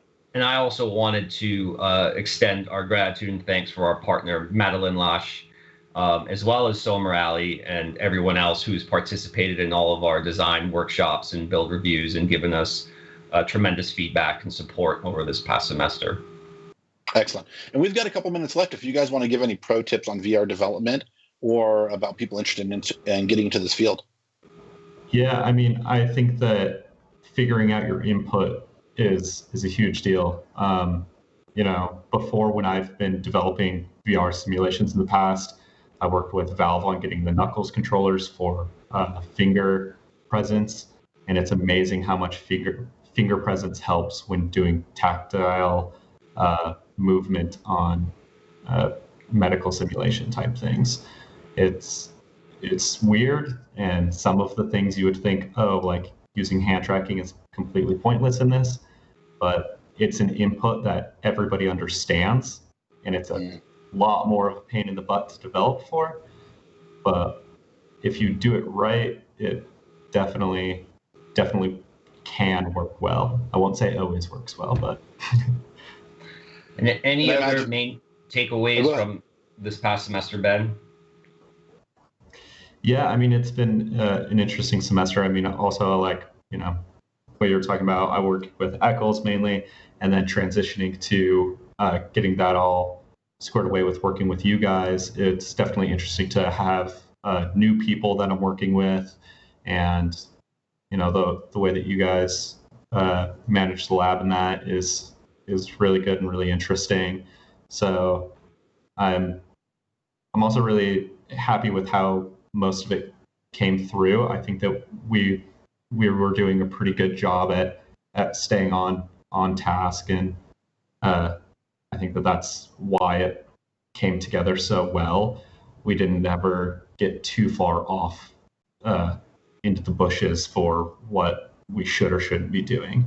I think that really focusing on the goal of this is supposed to be a one-to-one simulation of a very particular process. We're not trying to make anything extra or crazy, I think is a big. That's awesome. Yeah, and I just want to congratulate you on a job really well done. It's been a pleasure working with you this past semester, Ben. Yeah, for sure. You too. Agreed. Yeah, I could not be more impressed with the project and the talent that's been displayed. So thank you. All right, so that is it for the Gap Lab. We are really excited to be able to show you these projects and to see how serious games and medical games can take advantage of all of the great talents that EAE students have and sort of have a playful approach towards health, that we can play our way towards good in people's lives. Up next is going to be machinima. Machinima is an incredible art form where people use video game engines to make movies.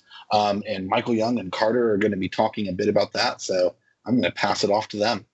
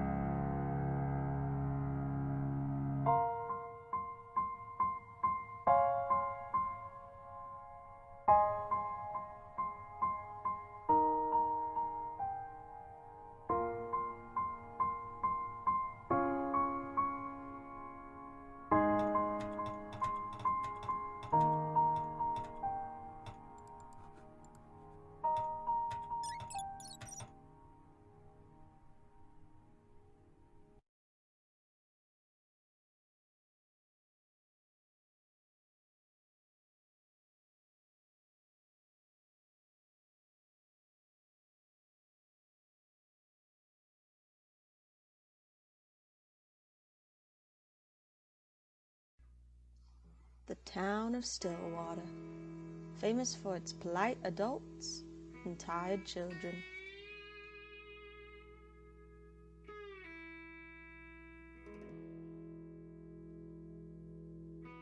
Heh, have you stopped wearing diapers yet?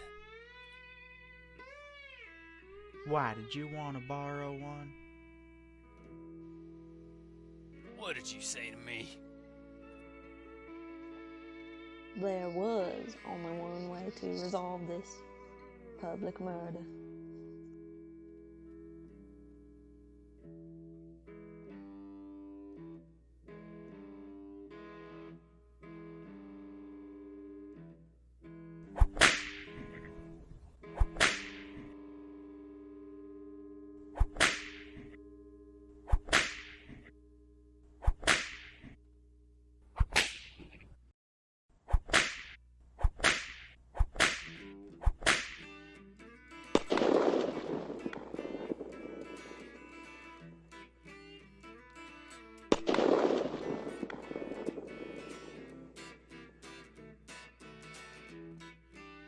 And there's more where that came from, you lily-livered popsicle batter.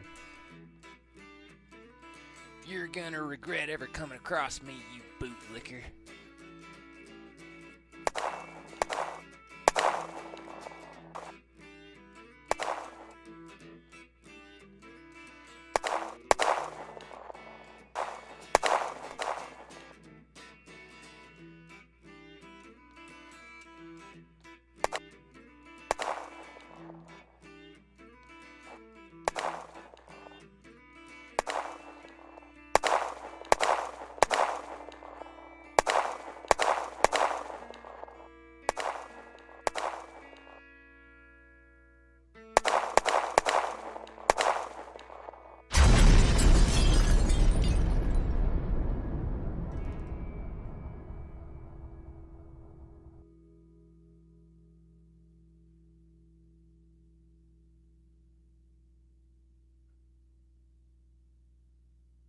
You know, I don't think it was worth fighting over.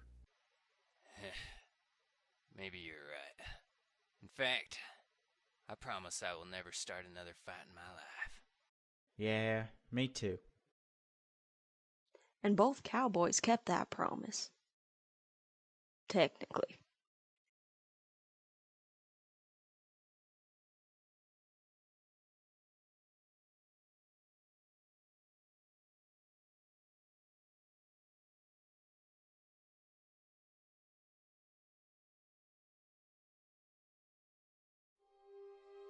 Our heroes were tasked by their kingdom to hunt for an ancient evil. With the warrior's stalwart blade, the ranger's sharp aim, and the thespian's roguish charm, they steel themselves for the battles ahead and march forwards into the ruined city. Wandering the surface ruins, the three legends sought out any sign that could lead them to whatever lurked below. And even as they found nothing, they could feel the pulse of something other beneath their feet, until finally the warrior uncovered a trapdoor. And thus, they descended into darkness.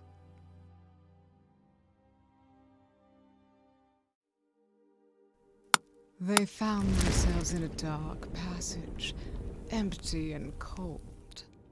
Lit only by their torch, the sprawling ruins before them held countless secrets. But they knew danger lingered here still. Guards raised with their hands on their weapons, they slowly delved deeper and eyed the surroundings for any potential ambush. Their wariness was not unfounded. They pressed forward even as the darkness pressed in, for true heroes let their courage light their way. Entering a torch-lit hall, the three scattered themselves to sweep the elaborate series of rooms.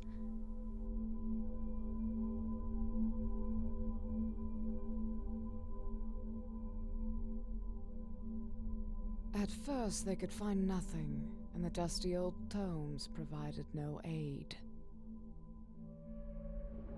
The ranger's keen senses perked up as a stone beneath her foot shifted.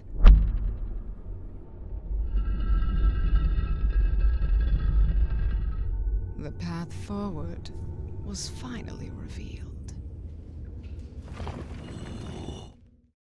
As the trio emerged once more, they knew they had found the lair. Their foe must be near. But suddenly, more of the demon's minions appeared, blocking their way. The thespian let loose a battle cry and leapt at the beasts, hands as bare as his head. The battle had begun. The warrior spun in a flash of steel. The ranger buried arrows in eyes and hearts, and the thespian snapped the griffin's neck with his bare hands. How did he... Just as they downed the last brute, the ground shuddered violently. The heroes felt the dark power approach and realized they were not prepared. They could not help cowering as the dragon struck them with a fear so great it nearly rivaled the purest evil of all, microtransaction. But No, shut up. The beast had them in its clutches, and as it threw its head back with a mighty roar, No, not on the table!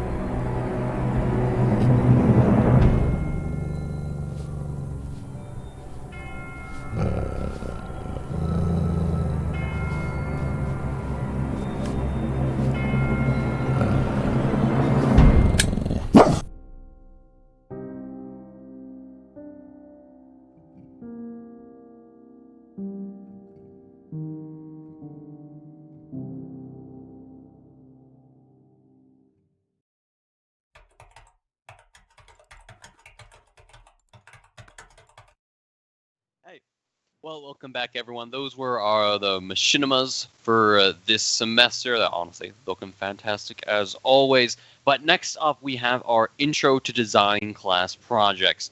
Jose Zagal is going to come on here in just a few minutes to show you all what that is about. These are a lot of, it's a class dedicated to teach the basics of game design through print and play games, which you'll get to see what was made this semester. All that wonderful stuff there.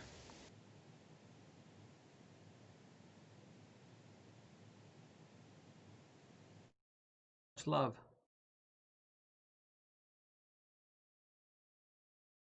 I don't even know if I'm live. Oh no! This is a mess. Jose is a disaster. Hi. There we go. We got some hands up. Hi, welcome. This is Intro to Game Design. Intro to Game Design is a lower level course in the EAE program. In this course, students learn the introduction, the basic fundamentals for game design. Traditionally, students work on two-player board games that they playtest in class. However, as everyone has said for the whole of this afternoon, the pandemic's really switched things around. So this time around, students were tasked with designing single-player, solo, print-and-play games. So what is a print-and-play game? It's a game that you basically go to a URL, you download a bunch of files, PDFs usually, you print them out in your home printer, possibly cut up, assemble, and you're off to the races. You get a free game. So today I have not just one, not two, I have, I forget how many exactly, it's seven games to show you. I'm going to show them really fast because I only have like 20 minutes. So we're going to kind of fly through these. But for each of these games, you're going to get a cool title. You get a URL where you can go to download the game yourself. If you're excited by the game, you can tip the creators. You can send them an email, say how cool they are. If you thought the game needed some work, hey, you can also give them some feedback too. I'm sure they will appreciate that. So first out the bat, we have Card Combat by Cameron Hoy. So Card Combat is a game where, and here basically this is, so I printed these all out myself. It's a fighting game. And you have a bunch of different characters and you'll be fighting against them. The game comes with a bunch of different cards you need to print out. You will also need a couple little counters like these, like so. Oh, you guys can barely see those. So basically the game works, so there's an enemy, there's a player, and we have, these are sort of our health bars, and they start at 10, if I remember correctly. And so you get to choose who you want to fight against, and I might be mangling some of the rules. I should probably turn that way. There we go. So for example, there's King, and King comes with a slash, a punch, and a shield. So there's a bunch of these cards over here. I'll close up so you guys can see them better. Oops, there we go. There's a slash card, and then there's like another slash card, a high kick, and so on. And so King will start with a couple of these cards, and eventually they'll be lined up as so. And then we'll have my guy. And my guy's also going to have some abilities. So I just randomly picked these out of the pile of abilities. And it's 3 different fights. Let's flip King over right here. So King has some powers, and when it's the first fight of this tournament, he will only use his first power. Same with me. But when it's the second fight of the tournament, which might be against another character, like let's say L'Oreal right here, but 1 and 2 will be active. And so I'm drawing cards from this pile, and I'm creating my line of moves here, and basically we're going to see how they respond. So a slash would not work against the shield right here, and so on. And as we're hitting each other doing damage, our damage count is going down, and hopefully I will survive. So that is Card Combat by Cameron Howe. And definitely click on that link, download those files, and play some cool games over the break. And now I need to quickly set this one aside and get ready for the next one. Next one up is Demon Right by Amog Katol. And I hope I pronounced your name and last name correctly. If not, I apologize. Still putting this stuff away. So many games, so much cool stuff happening. Okay, so Amog Katol bringing us a game. This one's called Demon Right. Notice the sweet pentagram. Don't worry, everyone. This is just a game. Nothing will happen in the safety of your home. So in this game, basically, I am a demon. But I'm not nasty enough, apparently. And so I'm not being allowed into hell, which is where I really want to go. And I'm not allowed to heaven either, because, like, no, you're a demon. We don't allow your kind over here. And so, again, this game has a bunch of cards. And what I'm trying to do is I'm trying to get my evil out to the maximum. So I'm basically trying to grow these tokens all the way out to the top, and then I sort of lock in that arm. And so you notice there's a bunch of cards here. Some of these have symbols on certain arms, and they're basically two things. There's evil, and there's sort of kindness. And what I'm trying to do is I'm trying to maximize my evil, but every turn I get 2 cards. I draw 2 cards from this pile, and let's say I'll just set them up right here. I need to decide which one I'm going to use the evil thing on, and then the kindness thing will happen on the other one. So I need to sort of be careful about my choices here. So I'll say this one would give me evil on this arm, so this will go from 20 all the way up to 30, and I'm like, yeah, but then this kindness will go down by 5 over here, so I'll be down to 15. Okay, instead of 20, I'll be at 15, so on. There's also some dice rolling involved. There's a rule book which has all the rules, explains everything, and the client explains what happens when you roll the die. That is Demon Right. Should totally check it out. I think we're past Halloween, but hey, it's 2020. I mean, there's no rules at this point. Okay, next up we have Necromancy 101 by Connor Blunt. So in Necromancy 101, slide this over right here. I'm a student at Necromancy School, and the part of Necromancy School, you build a monster, and then you use this monster to fight an opponent, which is presumably another person in school. So it's just like grad school, actually, minus the necromancy part. And so you start with a monster, and they have heads, and they basically house different body parts, right? So there's weapons. There's sort of like this guy has a fire blast. Might have a certain kind of skin, so this guy might have a yeti hide and a frozen tail. And then you're basically attacking each other with these weapons. Some weapons are better against other kinds of hides, and so on. Okay. There's also afterwards you're basically flipping these cards over and kind of doing what they tell you. So there might be a new terrain, and the terrain might give you certain bonuses or certain penalties. And you also need a bunch of counters, and I think you're also using some D10s to basically keep track of your health. If I remember correctly, you start with 50 health each. So it's kind of cool. Check it out. This one is called Necromancy 101 by Connor Blunt. Just a second. Okay, let's see. Moving on. What do we have next? Next we have Endless Dungeons. Fortunately, Endless Dungeons is not endless. It is a game. It does come to an end. And as I quickly put this stuff away, slide it over, and this is Endless Dungeons by Godfrey Yang. So in Endless Dungeons, there's you, and this you is this case is that's you, your little green cube. And there's a dungeon. Dungeon has an entrance. So you start at the entrance, and then basically there's a deck of like different dungeon rooms with corridors and so on, and you would shuffle these up a bit. And essentially what you're trying to do is you're trying to find the exit. So like I might lay this one down here, and I can, if there's doors on both ends, that's a battle placement, so I can go through and I can choose to gain one item and then encounter combat. So there's a deck of items over here. You start with one. So let's say I start with the Angel's Wing. Get the camera to focus on that. It won't focus. So bad luck for y'all. I'll just read it to you. Escape from the current combat. You do not win nor lose. Right? And some of these give you bonuses in combat and so on. The rules have a chart, so there are different types of characters you can choose from. And there's a whole stack of rooms to explore. You're supposed to go through the dungeon 3 times before you actually finally escape. So it's nearly endless, because 3 is like really close to endless. That's by Godfrey Yang. Check it out. There should be a Google Drive link you can all follow to download the files. Next up, we've got Rocket Journey 9000 by Rain. Now, Rocket Journey is pretty cool. I'm going to reach over here and grab it. So Rocket Journey is you have a ship. So this is my ship right here. It's got these like 4 little rooms. This is a chart you pretty need to like figure out what's going on over here. So you start here, if I remember correctly, starting here, and you're trying to get to the end. This is like deep space navigation. And you have these cards which are sort of different things you can put on your ship. Ships have different rooms, and as you're moving into the different locations, different things will happen. This game needs a ton of these little cubes. Like so. These are basically resources that you're collecting. But you also spend the resources to deal with stuff. So like, oh, there's like trading opportunities. So you trade some resources. Oh, you need to spend some fuel to run away from pirates or whatever, stuff like that. If you think this one map is not enough value like for a free game and you want more, well, there's a different ship with a different map layout. This one is a strange, supermassive Spartan Nebula. That's where you're trying to go. This one is the Warlord's Domain, a totally different ship. Reminds me of nothing I've ever seen before. A hostile territory of the dreaded Warlord. And so the different counters here, the color-coded to this basically this chart right here, which tells you what to do. Definitely check this one out. Rocket Journey 9000 by Rain. Next up, we're still on the science fiction theme. We have Tyler Wood's Space Station Storm. And this one's got a bit of a more... Bringing this down here. This is a whole spaceship. So this is like a dungeon crawler in space on a spaceship.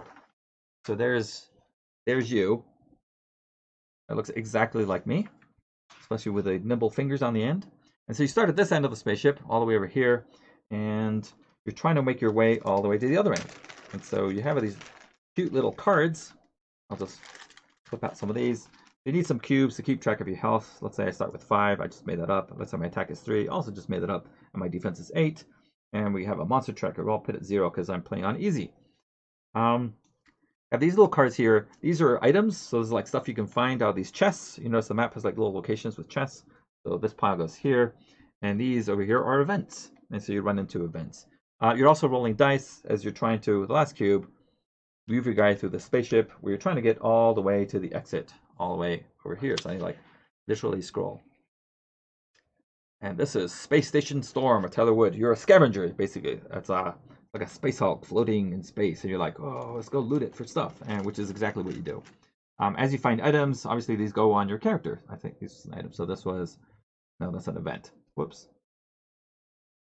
A stun gun. And you put it in your hand. So my hand has like a stun gun, right? And that gives me 1 attack, and I only need 1 hand to use it. But I can also get blast protection, which gives me defense on my legs, and so on. Right, so you're kitting out your character as you're finding loot, and hopefully that loot is making it possible for you to make your way further into the derelict spaceship. Okay, let's put this one away. Last one up. Got one more. Out of the way.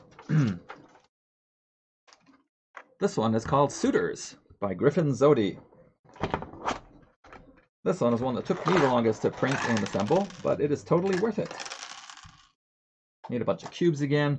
So this is a game where it's a courtly game of love and intrigue and flirting. And so basically there's an attention tracker, a certain amount of attention you need to drink. There's all these cards which you will be using during the game. There's also a bunch of bonuses. And essentially what you're trying to do, you also need a regular deck of cards. You're trying to get to date an ace, like the top person that you want to date. I think these go on like here and here and here. I'm just making stuff up now. But before you get to date the aces, you need to date the face cards, which are these. And these also get shuffled up. But before you even get to the face cards, you need to date like the peons, I guess. I don't know if these are peons or lonely knights. You'll be building up resources. So you have 2 resources, which one was, oh man, what was it? Passion, I think passion and intrigue. And so you have all these cards, which you'll be using to play off and build up those resources that let you date and sort of move on up in the social scale or social ladder of scale. Definitely check it out. Suitors by Griffin Zodi.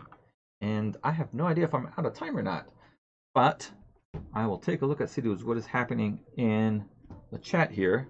And yes, y'all should all, if you're in the dorm and you have free printing, like you should totally go for that. Oh, you have these special modifier cards too. This game looks beautiful. It is super interesting and intriguing. I really enjoyed it, and I'm sure that you will too, especially over break. Like play video games. What are you, old school? We play card games and board games and solo print and play games. That's where it's at. That's where the true indiness, the true indie spirit is located right now.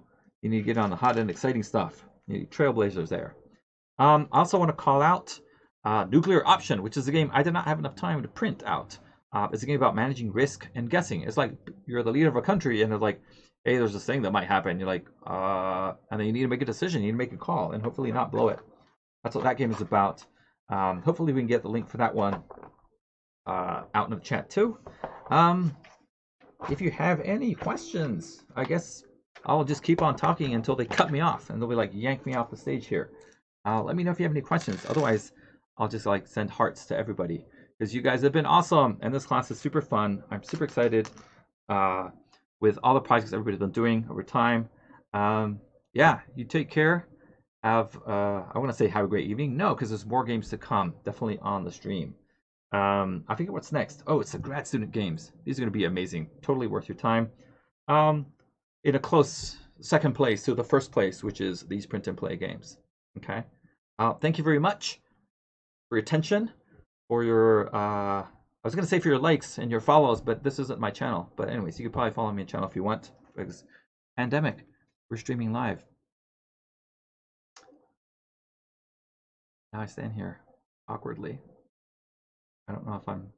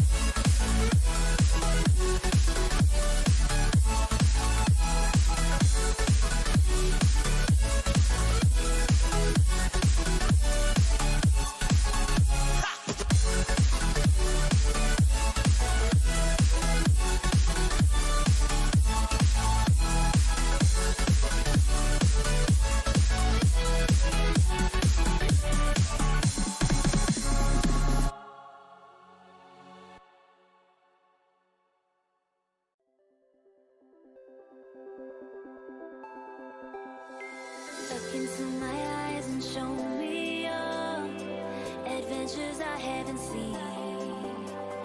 Taking all the life, it hits the spot. Walking on fantasy.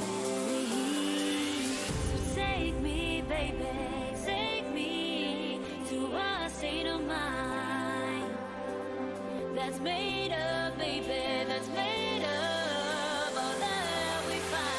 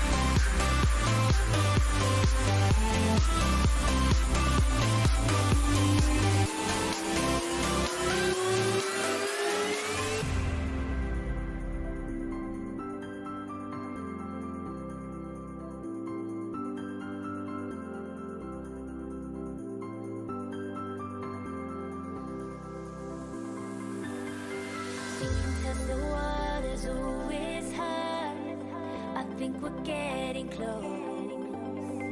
Racing through the waves, I want to be where nobody knows. Take me, baby, take me to a state of mind that's made up, baby, that's made of all that we find. Electric, feel it in your hands. Hypnotic, watch our bodies dance. Happiness, this is what we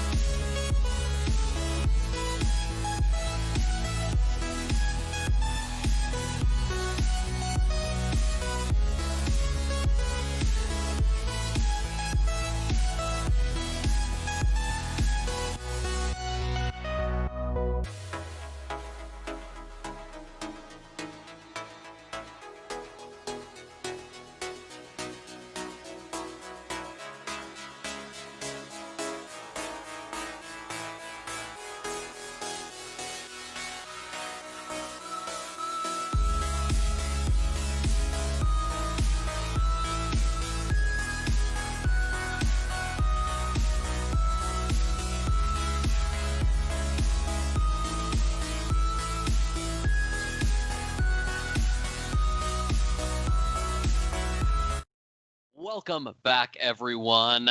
The time is nigh. The end of the night is approaching us. The crescendo, the grand finale of our EAE Play presentation is finally upon us. The grad student thesis games, these year-long projects where the students who've gone the full length of the EAA program, the whole breakfast, lunch, dinner, and dessert of it all, just here to flex their skills and all that.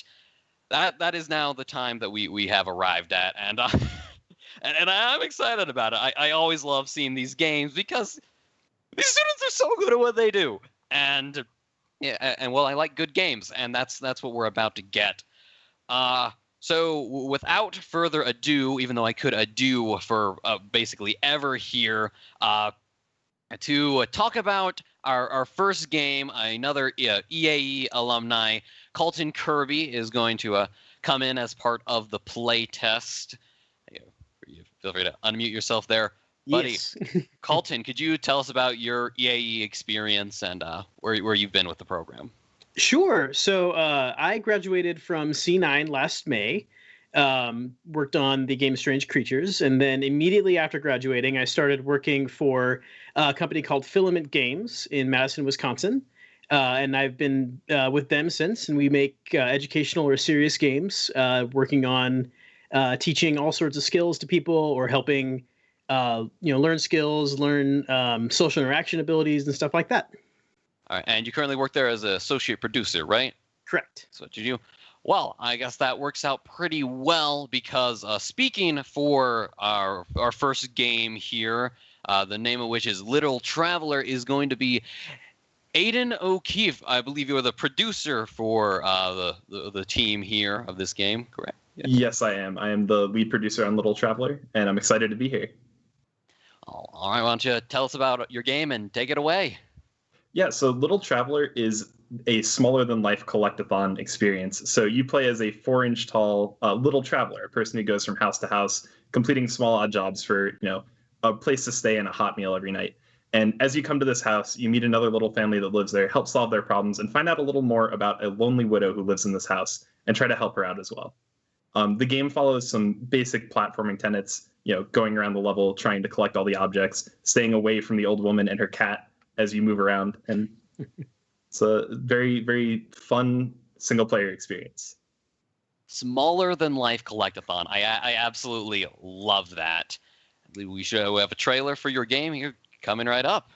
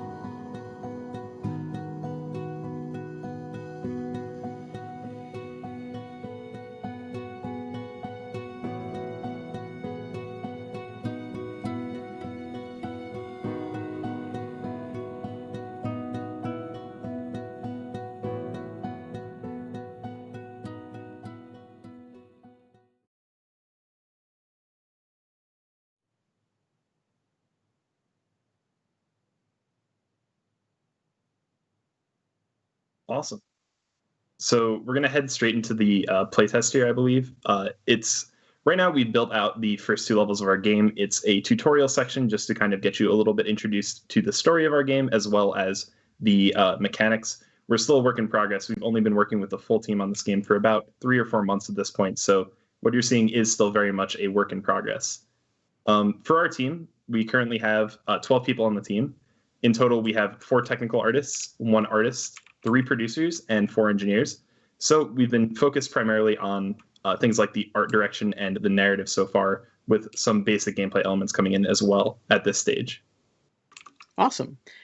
So one thing I just wanted to, a question I had is, I don't know if we saw it there, but at the beginning there was a little text bubble that said Nora, and it said, I see something on the cabinet over there. I wonder if another traveler is living here. Is Nora this character that we're looking at? Yeah, Nora's the main character. She's a kind of transient person just going around the world, seeing what she can, moving from house to house. And along the way, she tries to solve problems that other people have, doing whatever she can to just, have a place to stay and before she moves on to the next place. Very, very cool. Awesome. Also, I didn't know if it was like one of those, like fairies on your shoulder or something like that. Mm-hmm. Our game doesn't have a mascot character like that, but I do think that would be kind of a cute addition. Cool. So this one looks like you're kind of adding a new functionality to a traditional platformer by having this kind of spaced out version of this like jumping. So instead of actually doing this jumping yourself, you're like having a little bit more targeted way to do it. Yeah, one of the things that we kind of came across at the start was when we had these different methods for climbing. You know, when you're climbing up vines or continuous surfaces, having just a straight climbing animation works perfectly fine. When you get to things like a set of magnets that are kind of disconnected from each other, we needed a new way to get across that. So we looked at games like Assassin's Creed and how they handle that sort of climbing as kind of an inspiration. But we wanted to give you a little bit more control over that with the reticle. Got it. So the jump or going from the magnet would be kind of like going from those different like vault points when you're climbing on the Assassin's Creed, like when you're doing like the climbing in Assassin's Creed. Exactly. Awesome. So one thing I noticed is this gentleman here walking around, and I think that is what reset me just a moment ago. Yeah, so that character right there is kind of our stand-in for the old woman who lives in the house, and it looks like you triggered the AI a little early. We're still working out a couple of the bugs of the build, but right now this character is kind of a stand-in for the old woman who's going to be moving around the house. She's going to be doing everyday tasks like cooking food, walking through the kitchen, and avoiding her is going to be a major part of the gameplay. Oh, okay, I see. All right, where'd she go? Where's she's hiding? Oh, there she is. Yeah, once she goes back into that corner, you should be good to go.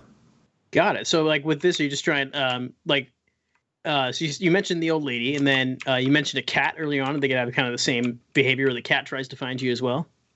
A little different. Right now, we're expecting the old lady, if she sees you, obviously, seeing a 4-inch tall person in your house is going to kind of scare you as an older person. But with a cat, they don't really have the ability to tell other people of the existence of the tiny family living in the house. So it's more of the actual danger. If you get swatted by a cat and you weigh 2 ounces, that's going to hurt.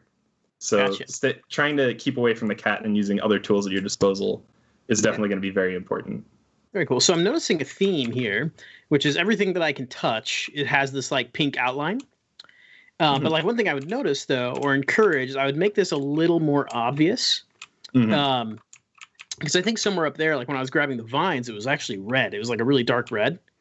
So it was really obvious to me, like, oh, that's something I can do, right? So like even that text, like press E to interact, would have been enough versus like press E to climb, right?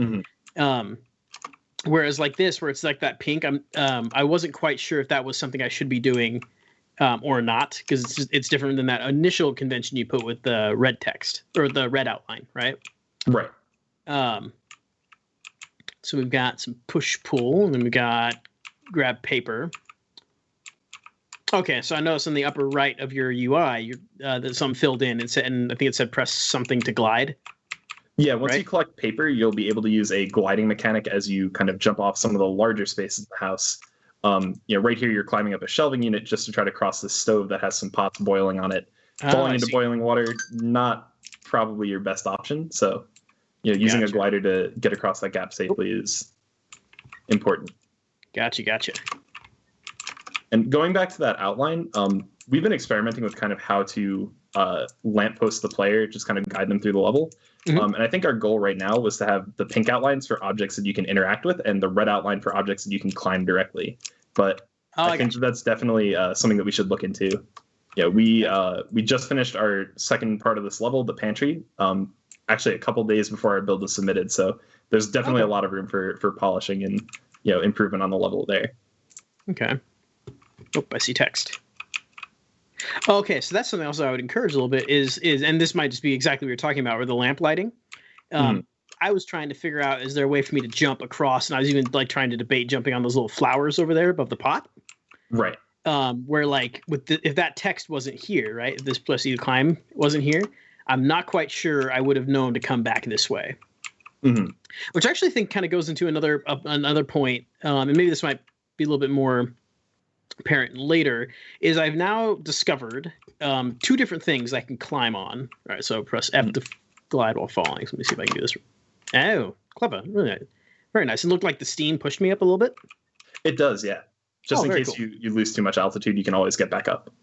Very nice. So one thing I was going to say is now I heard footsteps. Now I've got two things I have seen as part of this that I can climb on, right? We had the apron or towel and the vines. And one thing I would encourage is try to find something uniform in which to designate that those things are climbable, other than the red outline, because that outline only appears when I get super, super close, right? Right. So if I'm like, here trying to look around and see what the next step is, because you've introduced kind of a time factor with the old lady walking around. Right. So I might need to think ahead and plan ahead. So I would encourage you to find ways in which to show the player what's climbable and what's not, other than this outline that happens when you're super close. I've fallen. I feel like I might just need to be reset by the old lady. Unless, is there a way up? I think there's supposed to be a death trigger there. This is one of the bugs that we actually hadn't had time to patch up for our final build. No worries. I'll go be noticed by the old lady. Hopefully that should reset you. Otherwise, it's a pretty quick way back to this part of the level if you do have to reset. Oh, look at that. Oh, perfect. Ah! She saw me again. So one thing what I was saying earlier is I would look at finding different ways in which you can communicate to the player what's climbable and what isn't, other than something that happens when I get right up next to the player or next to the thing. So like common things you'll see in games is they'll color code things from afar. So if you look at, I believe, if you look at things like The Last of Us, yellow, they use yellow as a way to tell players. Oh, look at that! As a way to tell players that this is something I can climb on or this is something I can interact with. So I might look a little bit into stuff like that, where maybe there's some color coding you can do to go, oh, this is. Yes. Okay. I would look at kind of stuff like that to see, like, hey, this is something you can climb on, or hey, there's some might be something worth doing here, right? Definitely. Looks like I fell down again. Oh, she saw me. That's what happened. But yeah, so I just kind of like communicate to your players from afar where you can climb, so they can kind of like plan ahead and think ahead. You should make sure you get that paper before you start climbing there. I noticed that as I started climbing, I jumped to try to go back, and it fell. So I look kind of things like that to see kind of where I can reset myself, or where I can it's not reset myself. Where will I notice things to climb on, things to move forward, right? So that's one thing. I wonder if I can climb on this apron over here. I think you should be able to. This was definitely one of the pain points that we had in development. All right. Looks like I'm not, so I might need to reset the game. I think I've accidentally killed your game. So let me do that really, really quickly. So yeah, that's to be kind of like my main point of feedback so far. See if I can speed run it that way. Immediately. Is just look at ways you can communicate things to the player. Because the one thing you've got going for you, which is really I want to commend you on, is the art in this game is really, really awesome. For how early on this game is in the process. Everything looks really, really nice. And you've got all these different props, all these different assets, and you have this really adorable character that's fully animated. And all that's working so well that I want where that's also kind of causing your biggest hindrance. Yeah, is everything looks so good, so it's going to be kind of hard to uniform that now, kind of post the initial build of things, right? Definitely makes sense. I fell in the water. We were a bit lucky, I think, with our team. We have quite a few artists on the team. 1 traditional artist and 4 technical artists. So a lot of the workload and the velocity that we've had so far has gone into that art side of things. Our team is in a bit of an odd situation. Some of our team is in China, some of our team is in Utah. So we've been kind of dealing with the challenges that provides, and a lot of that has been on the engineering end so far. Gotcha. So. Well, she sees me. So one thing like I said, visually it's awesome, and I love the shader that you're doing with your character here. And I can't wait to see this full character, because I can see some potential like comedic aspects here with the old lady kind of like looking around, like if she sees you, like does she have extra animations that she'll look into, like does her face get really close and she starts trying to look behind things, like like stretch goal. I didn't grab the paper. Stretch goals would, potentially something like, does she get smarter? Like if she sees you more often, is she going to be able to start looking a little harder for you? Maybe she doesn't leave the area as quickly. Might be potentially things to look at or investigate. Some fun aspects like that. Yeah, we've been looking into kind of what we can do with the AI system to make it a little bit more interesting. One of the things that we weren't able to finish in time for this demo is actually some tools that you can use to kind of distract the AIs in the level. We were going to create like a flower bomb that you could set off to kind of obscure yourself if you do get caught out in the open with nothing to hide behind, or a like slingshot that you could use to make noise across the room and attract people over to it. Gotcha. And actually that brings me to my next point that I was going to actually talk about is, are you looking all at the AI interacting with or noticing things you're doing? So like as you move things, or like the earlier puzzle where I had to turn on the faucet and jump across the plates, would that potentially trigger the AI or the character to come and look and say, hey, what's that? Or what just happened there? Like that was weird. Definitely. We want to kind of use sound and the changing landscape of the level to kind of drive our AI in a lot of ways. That's going to be something that kind of makes it a little more interesting and makes it feel a little more believable, I think. Nice. Now I'm gonna ask the biggest like, hey, would it be cool if question here, which is along the lines of these you've got so much stuff in this level and so very few not all. Oh no, I fell down again. That was my bad. Oh, okay, she sees me good. So you have so much stuff in this level, and my question is there a rhyme or reason to what is interactable and what is pushable and what isn't? And I get that this is super early in the process, so it might just be because like, hey, we just wanted to make the things that we know are mission critical to be interactable with interactable. Yeah. Right now, it's just kind of the mission critical things. In the pantry level, the second part of this, which I don't know if we'll have time for today, there are some reskins of some of the objects that we have here, but they're not interactable at the moment. That's definitely something that we want to look into, though. We've been trying to use whatever we can. Any objects that we've made, we've looked into how can we make this interactable? How can we add this to the puzzle structure of the game? Things like that. Got it. And actually, so right there, what just happened is a kind of what I was talking about earlier, where it's what's climbable and what isn't. Is I didn't notice till the second time through this vine right here, which is actually how I get to the next part. And so looking at it afar, I didn't notice that this was something I could climb on. So this might be where it might be useful to kind of figure out like a color coding or a stronger consistency of what can I climb on, what can I interact with. Yeah, there we I go. definitely agree. We got a question about the story, but I think we have to wrap it up here. So if you're interested more in the story, this is a tale of kind of love, loss, and finding out more about the people that you're living with inside this tiny house. So in the future, hopefully we'll get a little bit more of that story out through our future presentation. We don't currently have any social media, but we'll be sure to kind of try to put out a blast anywhere we can once we do. Awesome. And yeah, like just brief touch on the story. I love this. I can't wait till you get VO in here, or I'm hoping you're planning on VO. 100%. To really just like bring this to life. I think we'll just sell it home. And I think you got a lot of charm and a lot of character here for it. Awesome. I think that's...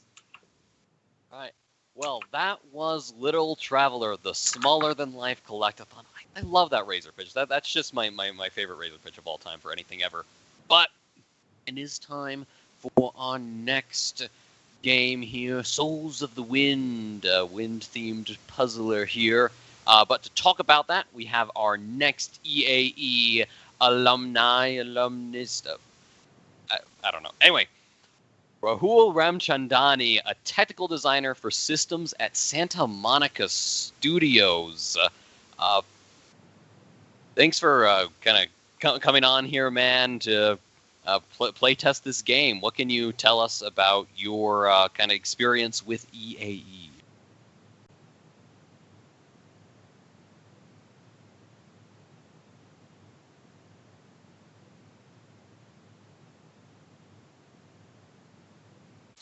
There you go. Now can you hear me? Yep. Yes, we can. Thanks, Sam. Hi, guys. My name's Rajul. I graduated the EAE undergrad program in 2017. and my capstone game was The Cursed Revolver. And yeah, after that, I spent a year at Avalanche Software in Salt Lake City, and then came down here to LA for Santa Monica Studios. Super cool, super cool. So, speaking on our next game, we are going to bring in now Casey Gatlin and Jennifer Egan to kind of tell us what your game's all about. Sure, I'll go first. So, Souls of the Wind is a third-person puzzle platformer where you must return balance to the world by mastering the 4 winds of the north, the south, the east, and the west. In this game, the player will have the opportunity to explore 5 unique levels, starting from a hub level, which is the town where you're from, where you get to interact with, some familiar people. And then from there, you go in each of the 4 cardinal directions, and you get to explore levels like a forest, a volcano, Canyonlands, and finally the ultimate level, the final level is a harsh, snowy mountain. So the purpose of the game is just third-person puzzle platforming with interesting environments and kind of heartwarming moments. Sounds like a lot of fun. Casey, did you want to chip in anything before we throw it to the trailer? No, not that I can think of. You can go ahead. That's it.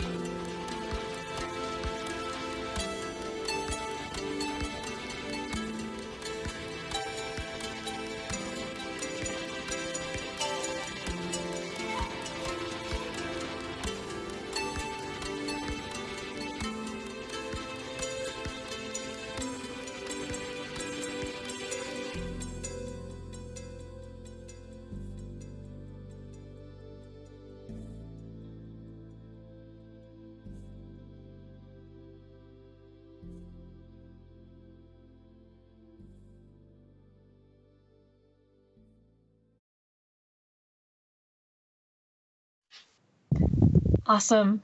So as you can see in our trailer, we had not yet implemented our main character, but we've got them in now, so we're really thrilled about it. Yeah, I mean, first glance, character looks great. Fits the art style really well. Yeah, we have a really amazing character artist named Aaron, and they're just really hitting it out of the park with all their work. Cool. Am I good to go then? Yeah, go for it.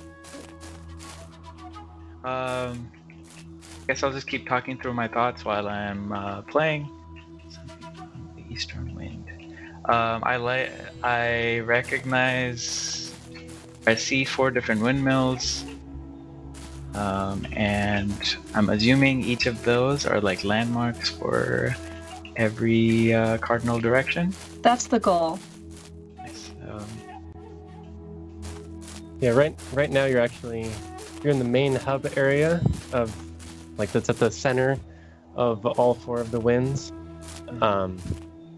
And your little companion there is talking to you every now and then. And I think your main goal for the moment is to sort of see what's happening in the forest level. So this space is intended to be kind of a little bit of a playground space for you to be able to practice with some of your mechanics, but also a space for you to begin to feel invested in the story that you're about to play. The goal is to have this done mostly in a kind of a laid-back approach where we're not being too active with dumping information on you. Most of it is coming in through you just absorbing information by interacting with different people in the environment, or by just seeing rather than being told. The goal here would be to have this town space evolve over the course of the game. So every time you have gone to another cardinal direction and then you come back to the town, there will be new things for you to use with the abilities that you've gained in each of those other levels that you go to. So hopefully that would be a continuing learning process and a organic way to practice the abilities you've gained. I mean, I'm definitely getting the laid-back feel here. It's like a nice opportunity to like a safe opportunity for me to figure out what the controls and stuff are. Question about the controls. I'm holding right-click to keep the box in the air. Is there anything else I need to know? I think the only other thing would be that Q and E rotate the object that you're controlling around. Okay. And yeah, that's sort of one of the core mechanics of our game is this airstream mechanic that you're using right now, which lets you pick up objects and move them around, and you can also rotate them in the space and place them around. Later on in the game, you'll unlock more abilities, and you can sort of combine them with that airstream mechanic and get some interesting results from that. Yeah, I mean, I guess very Portal-esque puzzle here. I guess I just wanted to push the buttons with the boxes, and I'm assuming the third one opens this door. But yes. So it looks like you found the third box up on that up on the building there. Yeah. One thing I am finding it a little. I know you guys are probably early, but something to think about here is it's kind of awkward strafing like this and lining the box up with the button. I think, like, as a player, I feel like I've done all the work I need to do by finding the button and the box. And so if some way to either of the boxes like smoothly, once I walk towards it, if the box like smoothly goes towards the button or something, it less strafing for me to do and slightly less frustrating. Yeah. So are you talking about like maybe having it snap to the buttons a little bit easier? Yeah. Or if I didn't also it's really nice framing like this. You guys did a really good job of like keeping on the top top half of the screen and on towards the right, so the player has good screen width too. But lining something like this where I'm like, my first intuition is to line. Oh, it does actually stick to it a little, I guess. My first intuition was to just hover my reticle there, and it would just. Okay. But that's a good suggestion. Thank you. Yeah. I think so our airstream mechanic has been one that we've been constantly refining over the course of development. One of our engineers, Don, has been working on it, and he's made it what it is today, which is it's a lot smoother than what it used to be. But yeah, there's always improvements we can make. If you would like to have more gameplay opportunities rather than just kind of explorative opportunities, there is an entrance to the next level. In this level, if you head toward basically the windmill that looks like it belongs to the forest, aka the green one. Okay. So as you go through the town, you'll notice that your way is blocked from being able to go to those other ones until you've mastered more abilities. Like the great idea on the fountain with the little fans on it, telling me which direction to go. Okay, thank you. Path is blocked.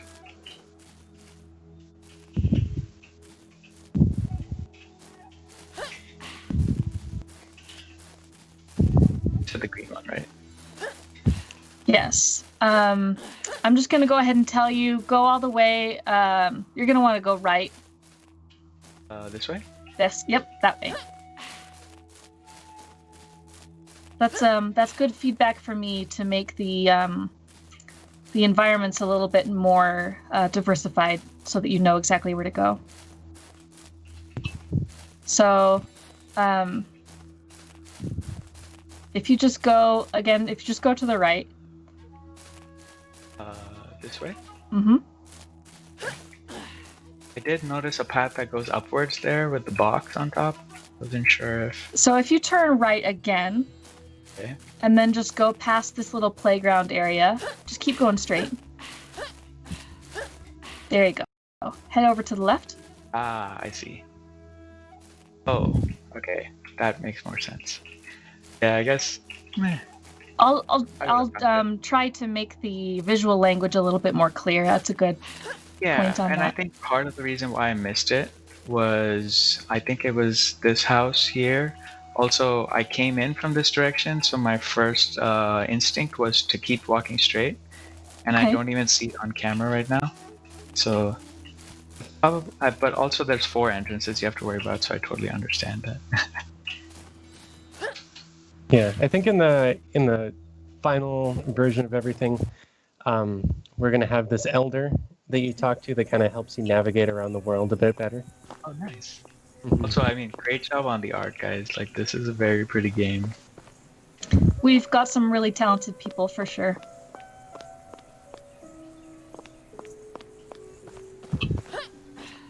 Yeah, so now you're entering the forest a bit, which is the home of the Eastern Wind, the Eastern Guardian of the Wind. And yeah, from, I guess, what the townspeople are telling you, something's up with that Guardian of the Wind. The plan will be to have all of this dialogue hopefully either happen in UI or maybe in a more diegetic way. If we're going to do it above their heads, we were thinking of emulating games like Super Mario Odyssey, where they have that kind of unimportant dialogue showing up in the world, but in a clean way that's easy to digest.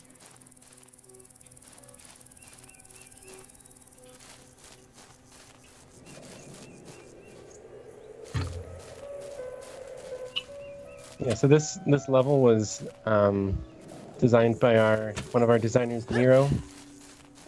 Spent a lot of time making sure that people can't cheese the level, that everything sort of comes off nicely. Yeah, so shout out to him. Yeah, Nero is a really good puzzle designer. So there's a few tricky things in this level that I had a hard time with when he first showed me his level. Hopefully you enjoy him. I love myself. Also great, I mean, really doubling down on the green really helps with findings. I like that yellow box stood out really well on the other end. That's good to know. So maybe something to capitalize on.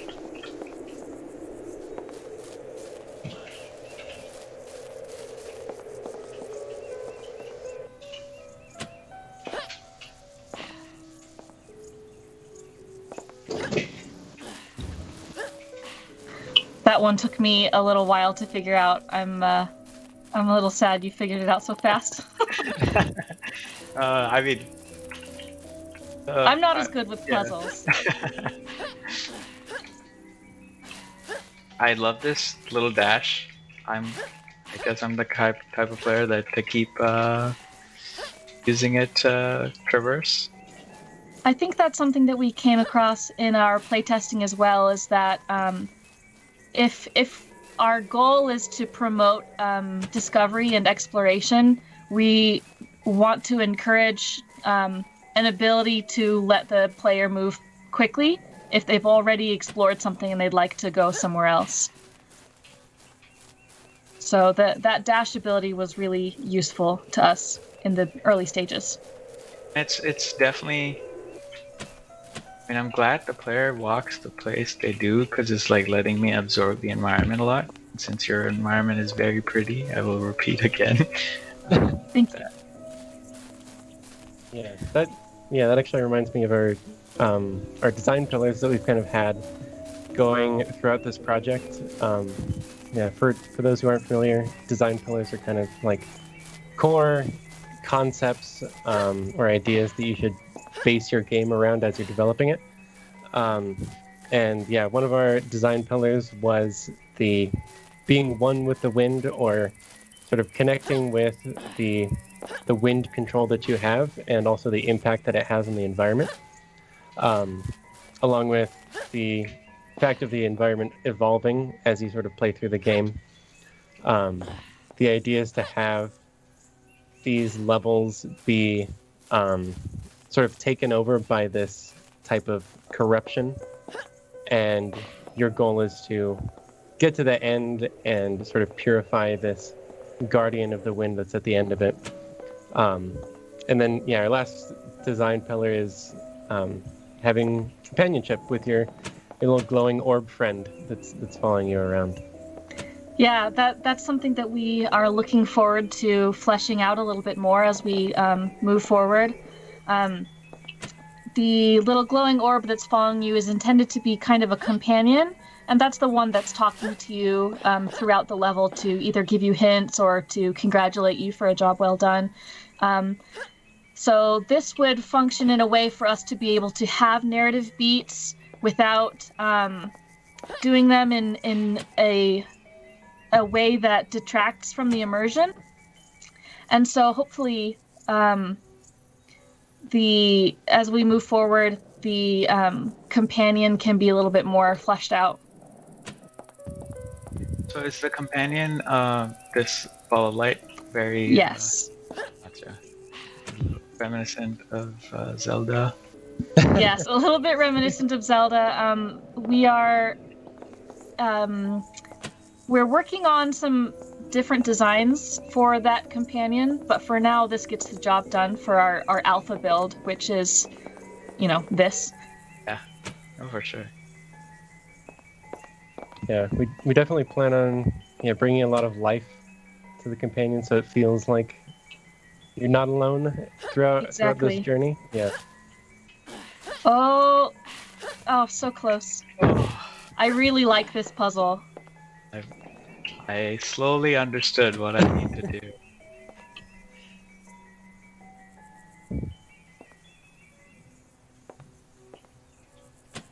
You a little bit stumped? Oh no.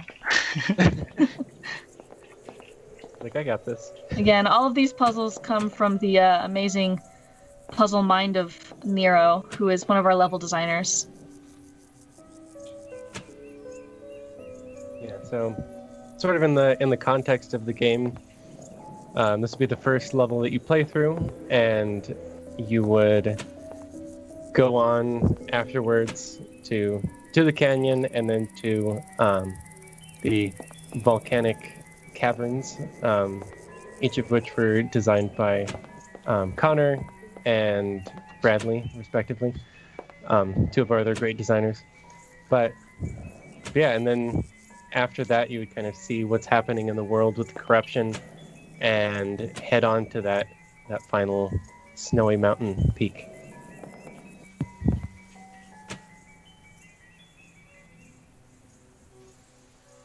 You're getting awfully close.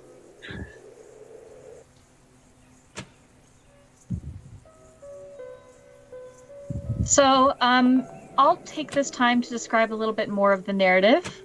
So, our general idea of this narrative is that you are a what's known as a guardian of the wind, and so you are a unique person in your town, in that you can control the wind with your unique powers, and as a result, you can communicate with the wind and with nature in the same way that you have your wind companion who can communicate with you. The intention would be, as you go to each of these levels, you are noticing a corruption that gets worse and worse with each level that you go through, indicating that the four winds are out of balance. And whenever you get to the end of the level, you would reach a boss fight that would again focus a lot more on those puzzle mechanics.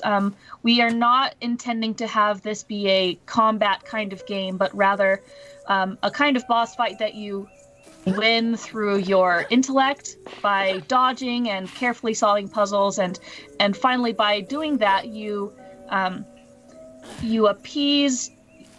pacify this soul of the wind who is responsible for the wind in this area. So in this level, for example, this is the eastern direction, so you would be helping to pacify the soul of the eastern wind, and by doing so you would unlock a new ability which would allow you to go to the next level.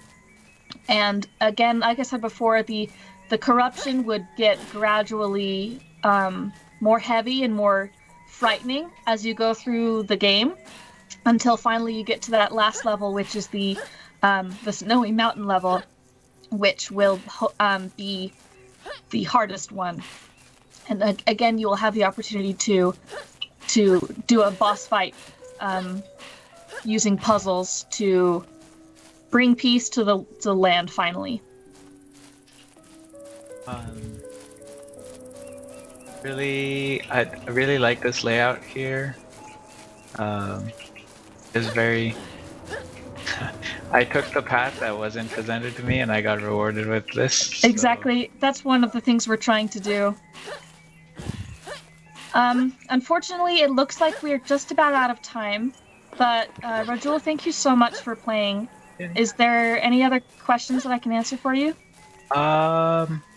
I'd be curious about the role of the companion. I'm sure it probably plays in later. But yeah, so the companion is mostly a narrative delivery device, but also the source of your wind powers. Ah, gotcha. But thank you so much.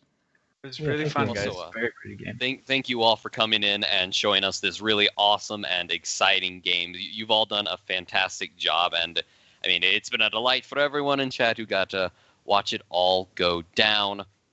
So thank you again, but it is time for our next game here.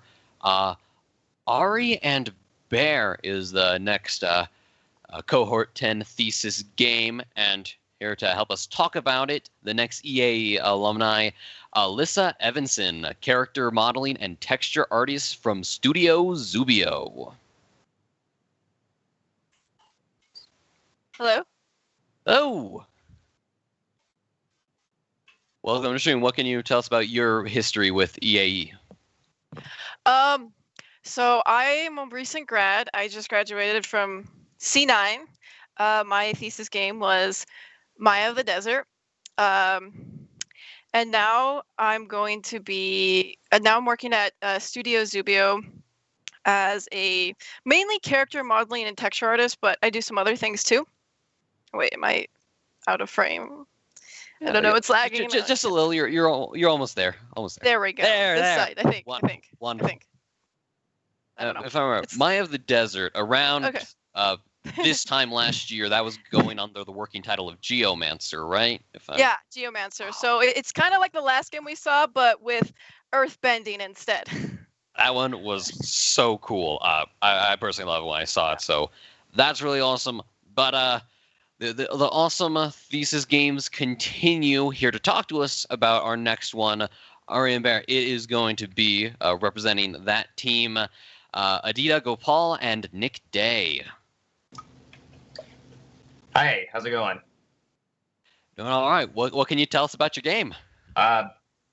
Okay, so Ari and Bear is a puzzle adventure game with some light survival elements where players take control of Ari, the cat, and Bear, the dog, who embark on an emotional journey to find their true home. So it's kind of a Milo and Otis sort of story where these two animals are relying on each other to survive in a sometimes very harsh human world. So, okay, really sounds interesting. Well, I think we're ready to embark on a trailer for your game here.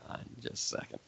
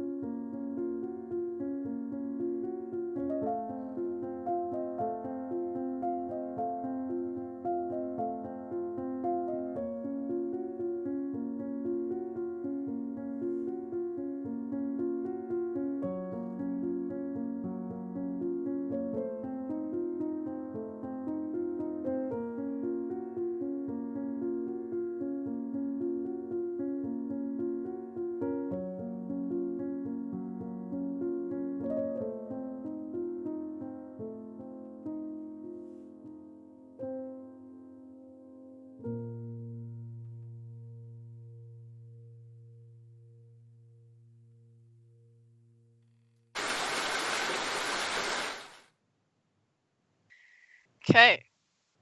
Alrighty. So here's the trolls. I like the rain. Really sets the mood. Yeah, that was done by Gao Peng, our main UI artist. He did a fantastic job setting the mood for the game, and that was something we wanted to do right off the bat, is to, kind of show the harshness of the world at times. So. Oh wow, super good. I love the fur on the bear.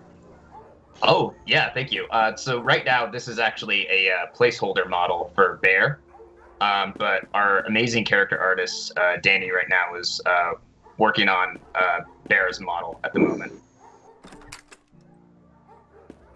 So it looks like you're doing a pretty good job here. Yeah, that's Ari right there. Ari's looking pretty cute too. Is Ari a placeholder or? Oh, so right now this is an early version of Ari. So just to kind of set the groundwork, we are still in a very early stage of development. We've only been together about 3 months at this point, so we're still kind of working through some stuff. But this is essentially a first pass for Ari. So. And just a little fun backstory. Ari and Bear, this concept is actually based off of 2 real-life pets from 2 of our teammates who are also on who own Ari and Bear. So in game, there are real-life versions. Like those will be like what they look like. So it'll be actually Ari and Bear in game. So Does the food, is that gonna be a problem if I eat or don't eat? yeah. So I can go and kind of explain some of those elements now. So for this build we have right now, since this is a tutorial level for the game, we wanted to ease players into the survival mechanics. So we did some testing early on for how we wanted players to manage those resources, and we found that they were running into a lot of problems where they would run out of, hunger and thirst, and would just end up.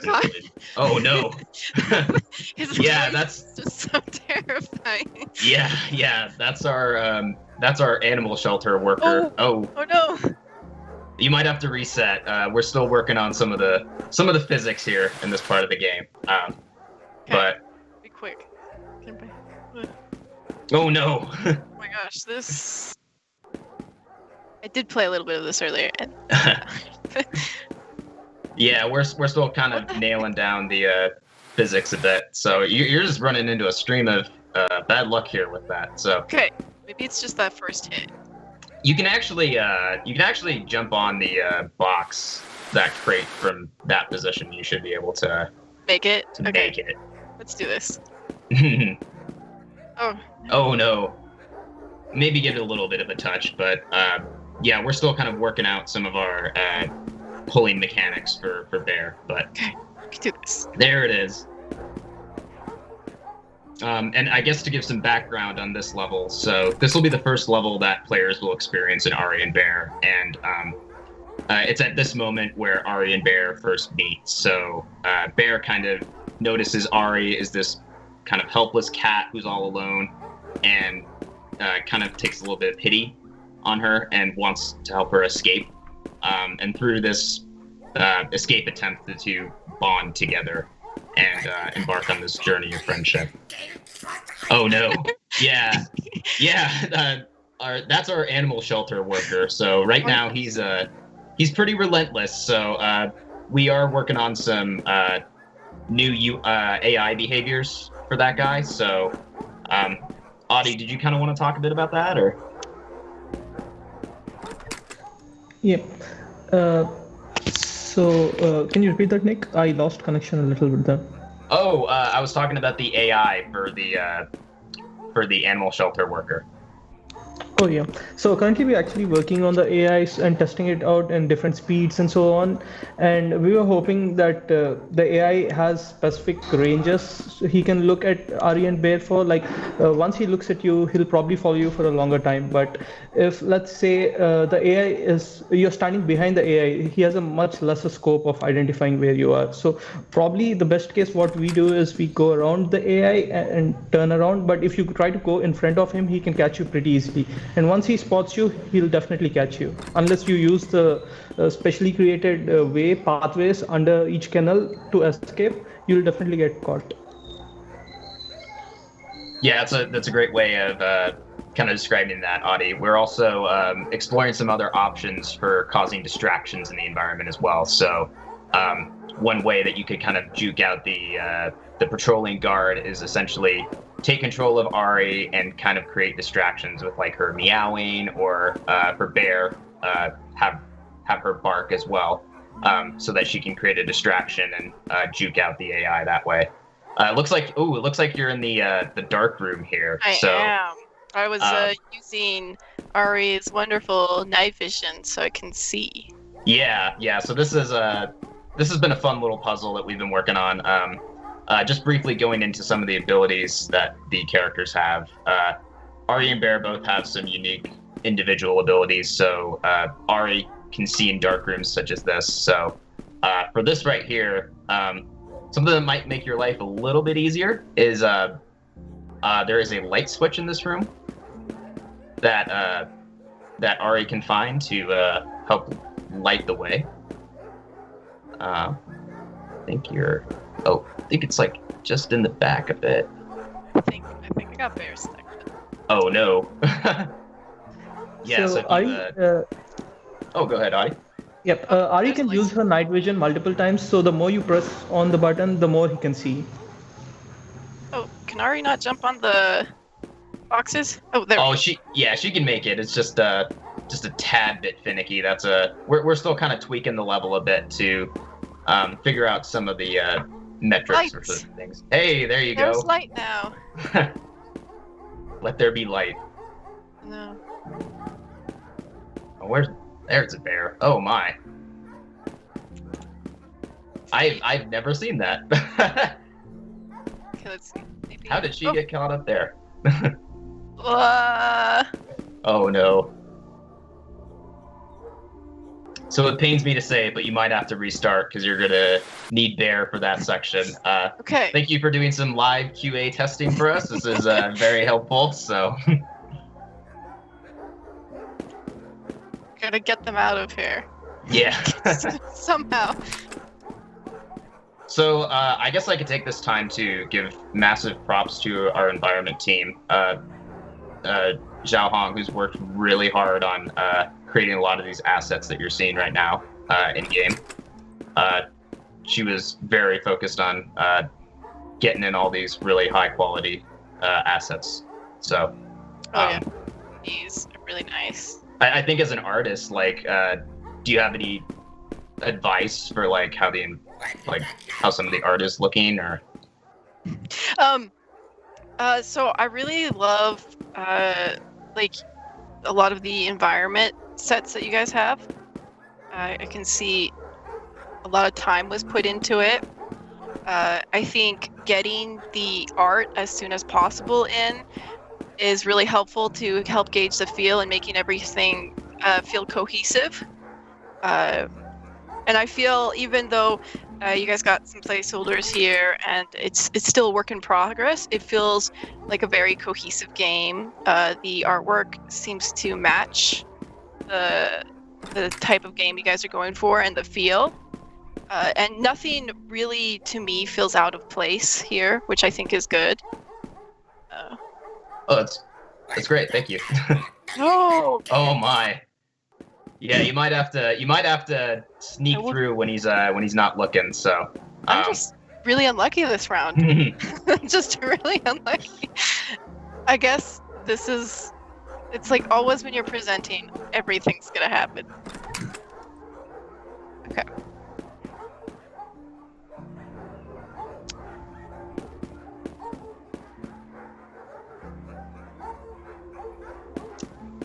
The escape attempt continues. No, right?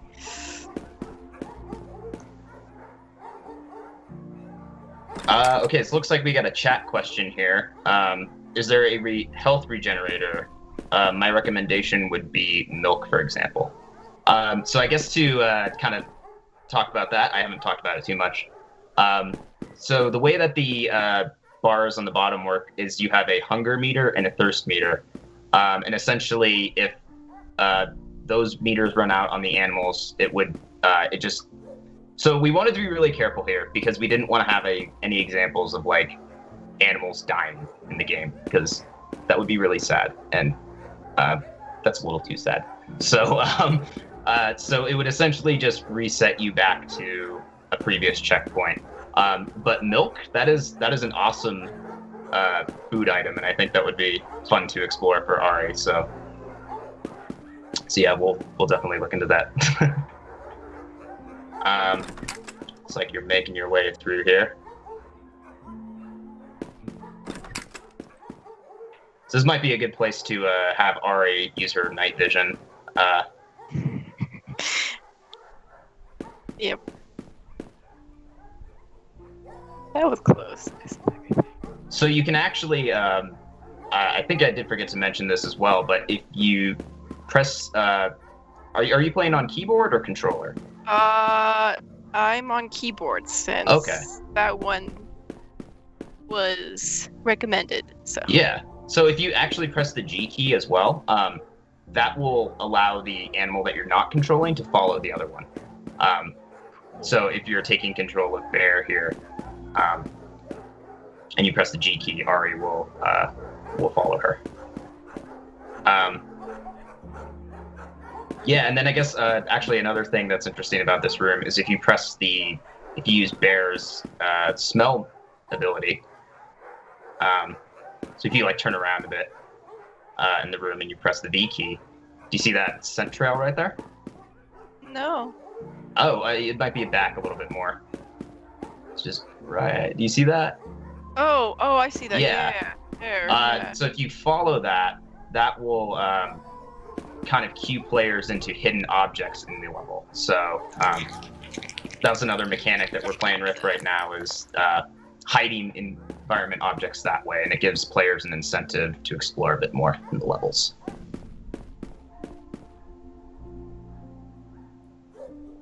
There's a switch right there, and Finally made it. oh, you're so close. You're so close. Oh, this area is looking really nice. I love the layout right here. Oh, thank you so much. Again, that's all credit to the environment art team.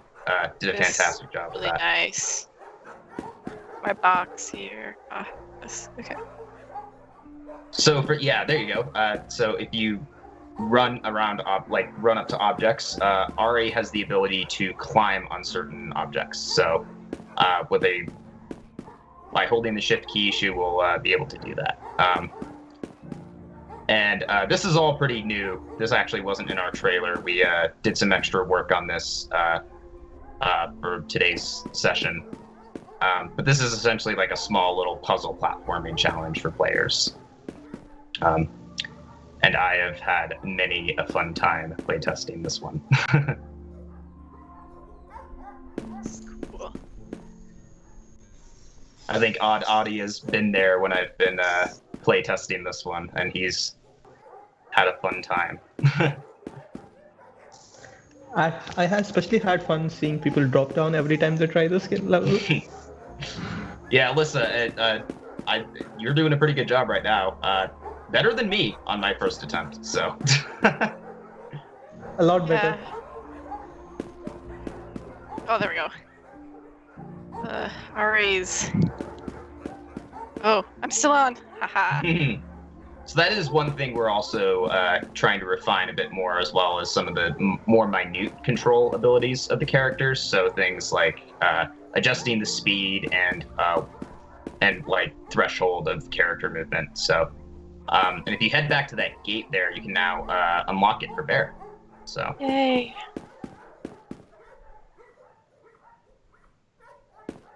Oh. Come on. Ah. Oh no. Oh, I think Ari's blocking the way. There we go. What wins, the unstoppable force or the unmovable Ari?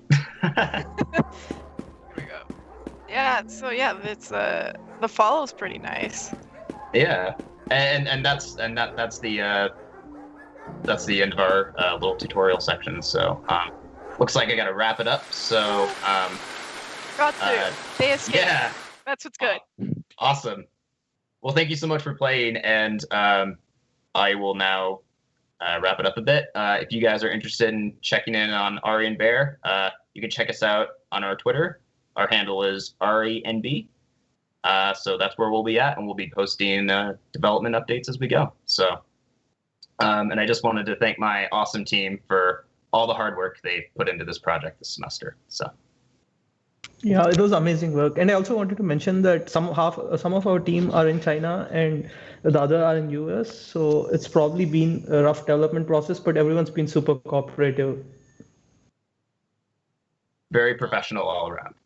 I know I'm personally going to be checking out that Twitter. Really excited to see what's kind of next for these kind of like very cuddly, wonderful animal friends you've got going here.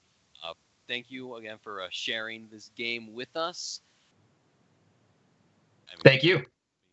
Thank you. Right now, but our next game is coming in real quick here.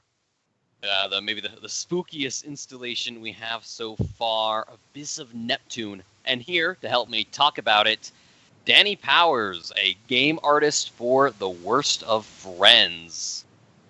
Here to share their alumni experience with us all. Danny, what can you tell us about your EAE experience? Well, hi there. So I am another C9 graduate, meaning that I just graduated in May of this year. And I actually went to my undergrad at the University of Utah as well. The 2 games I worked on were Dive Starpath and most recently Strange Creatures last year. So I've had a great time with EAE, and I'm excited to play a spooky game. It's going to be a delight. And here to help talk to us about it, 2 of the designers or members of the team, developers from the team, Karan Ganesh and Michael Poulis. Welcome. What can you tell us about your game? Hey, we're super excited to show off Abyss of Neptune today. So just kind of giving everybody an idea out here. Abyss of Neptune is a first-person underwater survival horror game. So you're a part of an organization called DIVES, which is Divers Investigating Various External Signals, a government-funded organization that sends deep-sea divers to investigate mysterious underwater signals. So you're dispatched to the Bermuda Triangle to investigate a mysterious radio signal, where you dive into the abyss to find the unexpected. I love every single word in that sentence. So I am so thrilled, as we should have the trailer for Abyss of Neptune on us soon.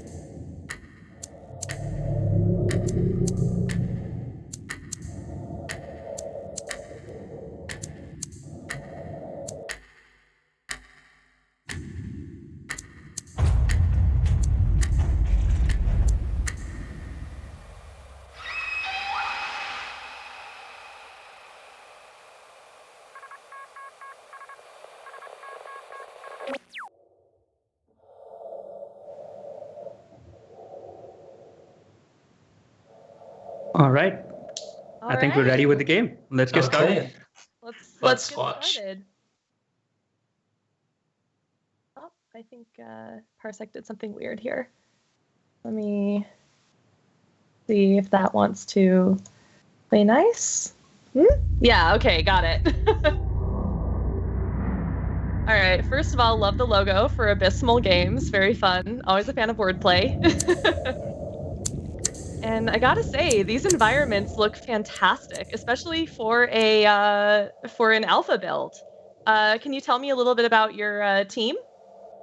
Sure. So just kind of giving you a rundown of our team. We have 1 environment artist, and then we have 4 tech artists, and we have about 7 engineers, and I'm the producer on the team.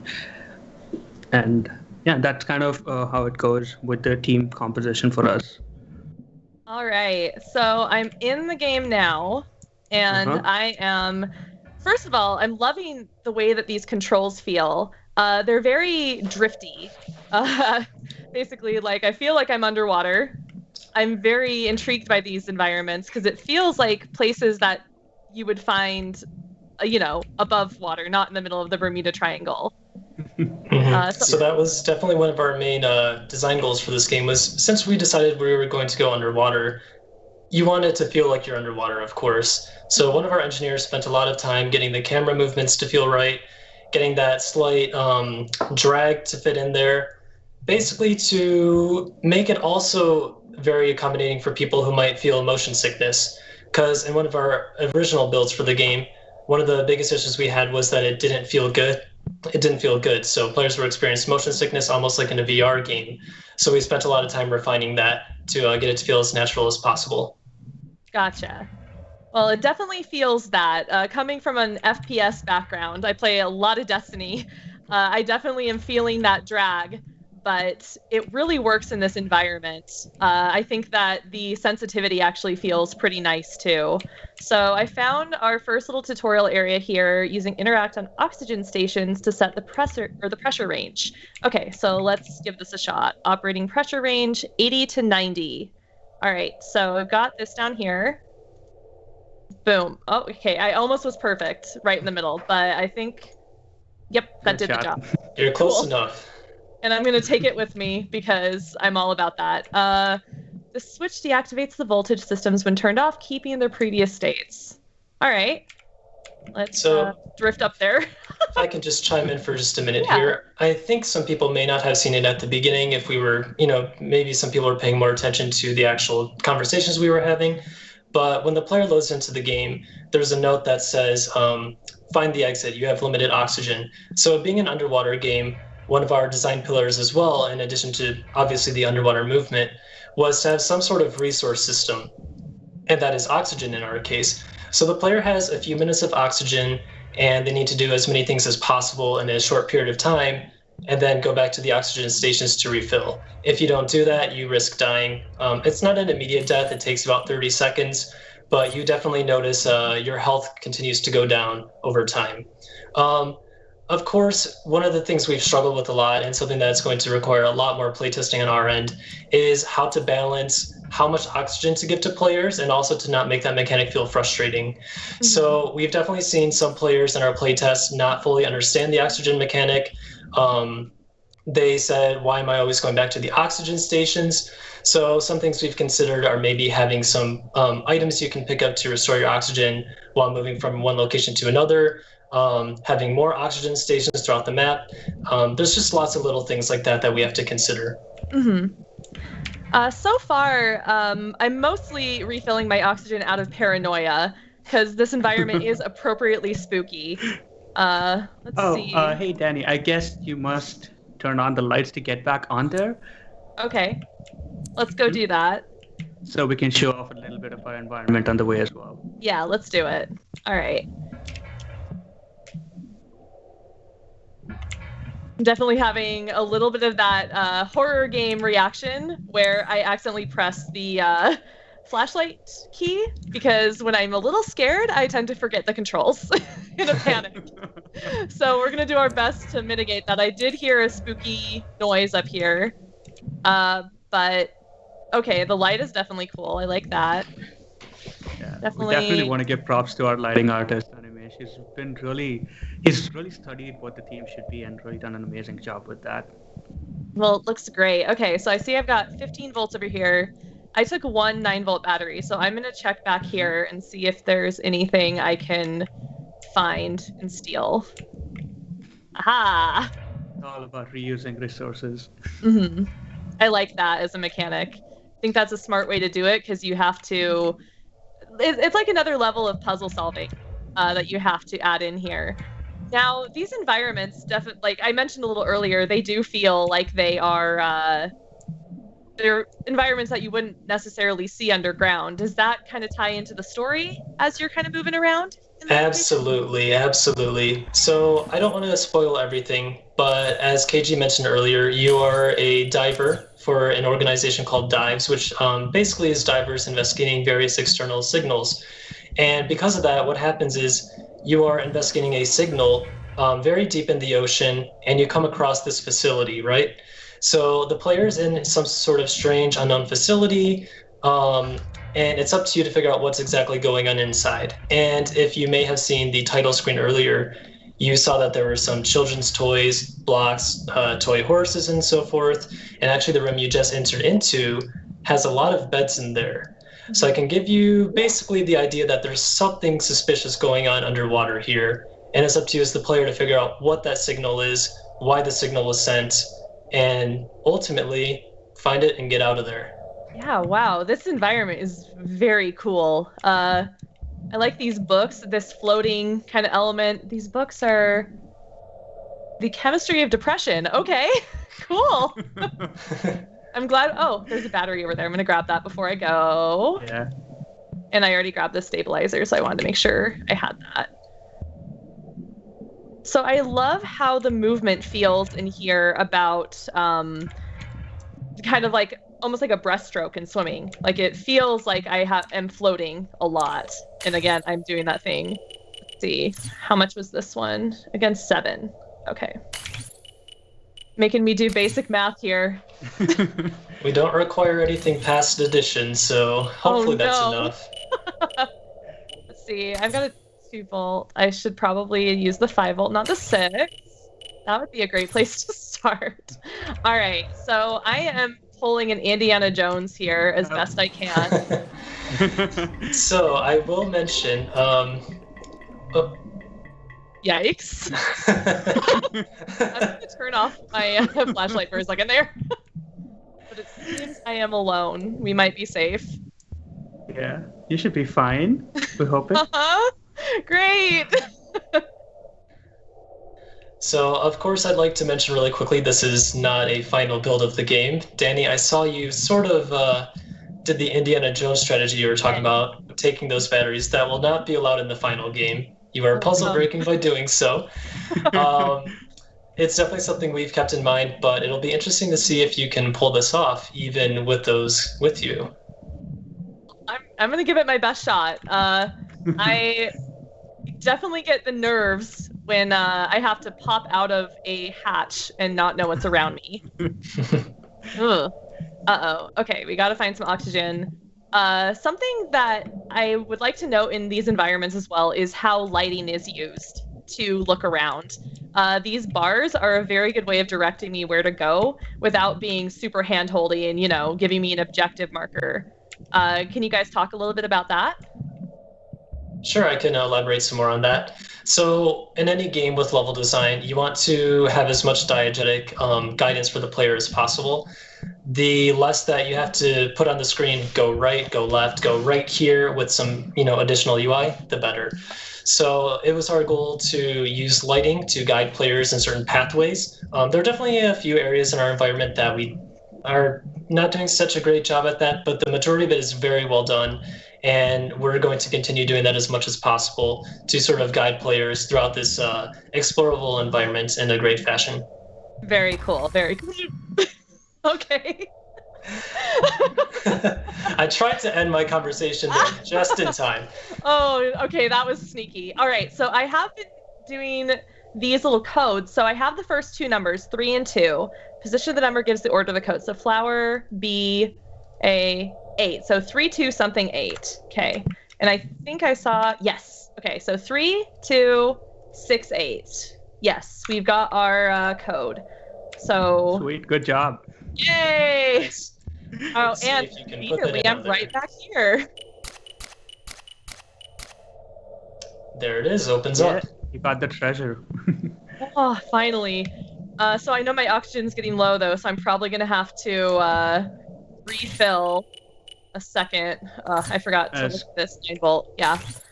Refill before I go for the exit. Just in case, because I don't want to get got by something in the final stretch. Not when I've been doing so well. Okay, so this one is the 80 to 90. Okay. Okay, and I'm taking this with me anyway. I'm all about the treasure. All right, so the level design is great in here to just take me back where I need to go. So I feel like I was able to kind of explore around without being punished for it, especially when you have an oxygen system in there. Like the game I worked on in undergrad actually had an oxygen system as well, and that is the number one thing people get pissed about is when they run out of oxygen. So far the timing feels pretty fair. Does it go down if I'm using my boosts like that? It does not, but we have definitely talked as a team about maybe, if you're using certain things like the jet boost, even if you're encountering some enemies, that these sort of interactions might change the rate that your oxygen decreases at. So that can basically allow players to, I guess, feel a little bit more like one with the oxygen system. Yay, I did it! Good job, Danny. You got through. That was awesome. Okay, so as a horror game, I think this is very successful right now because you guys are adhering to the principle of audio being your main source of fear with little visual cues. Usually in horror, when you show too much, you lose a lot of what's scary about it. So just those little tiny things, I think, made the experience much more successful. Do you guys have plans to mess with monsters or, bosses or anything like that? Is there combat, or is this mostly going to be about stealth and survival?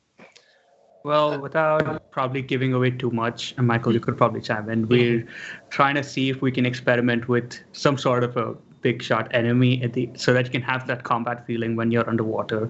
And I think that's going to be in the works through the next semester before we release. Sure. Cool. I guess I can elaborate a little more. So yes, KG's right. We are considering having a persistent enemy in our game. So we're currently building out an AI system. We want to emulate games such as Resident Evil 2 with Mr. X, or even the alien from Alien Isolation. This would be an enemy that you are not able to kill, but would stalk you. So that requires one more element of this game where you have to hide. And that's another thing that would, come in contact with the oxygen system in the game, where you need to be even more cautious of your oxygen levels than you were before. So that's the main thing I'd like to cover on that. But I'd also like to touch briefly on our audio that you brought up. We actually brought in an external audio sound designer who's done a fantastic job. He's done very professional quality work for us. We're using the WISE system that is used in many AAA titles. It's been absolutely wonderful having him on our team. That's awesome. Michael, we do have some chat questions as well. So sure. Let's see what question is, can a single O2 refill be used multiple times, or is it a one-time use per station? Oh, yeah. So right now you're able to use it multiple times. That is something we're looking into as well. The O2 stations are actually also going to double as our checkpoints. So if the player dies after using an O2 station, they will not be able to continue. Sorry, I feel like I said something a little weird there. Anyways, yes, they can also use them as a checkpoint station. But as far as not being able to use them multiple times, or being able to use them multiple times, some things we've talked about is maybe if we have like a difficulty scale or a slider, potentially you'd only be able to use it one time on a harder difficulty. But if we have a more casual mode, then maybe you could use it on an unlimited number of times. Right. And one more question is, could give them, so maybe the question is, have we thought of giving them some sort of stuff like throwable flares to help them explore the level better? Cool. We actually have not brought that up before. I'm kind of surprised. Yeah. Very good suggestion, though. Thank you. I think that is cool. A good suggestion. That being said, we have used, that's one of the reasons we have our flashlight, right, is to give players that ability to see things in the dark. I think that if we are going to use flares, that might be something we'd want to use to distract the AI as well. So maybe we could use it as a way to double as both a distraction and a lighting tool, because we plan to have our flashlight the flashlight will bring the enemy's attention if the enemy sees that radius. So that would be a good way to sort of, make the player still be able to see, but also work as a distraction. It's actually a really good idea. I think we can actually iterate on that a lot. Nice. Well, thank you for that suggestion, guys. Yep, and it looks like we're just 1 minute close towards the ending, and I really wanted to thank you, Danny, for coming in and playing the game, and I really wanted to give a big shout out for the team and everybody watching. I think we've got some good suggestions today, plus I think the team's done a brilliant job so far of coming up with such an amazing build for EAE play. And we're going to be, and just quick shout out, so we're available on Instagram and Twitter at Abysmal Games, that is ABYSSMAL Games. So do check us out there. Thank you so much, Danny, and everyone else. Yeah, thank you so much. You really have done a fantastic job. I am spooked 7 ways from Sunday right now, and I wasn't even playing. So a thoroughly wonderful experience you guys have put together. Thank you for sharing it with us all. But the time for the final game of the night has finally arrived.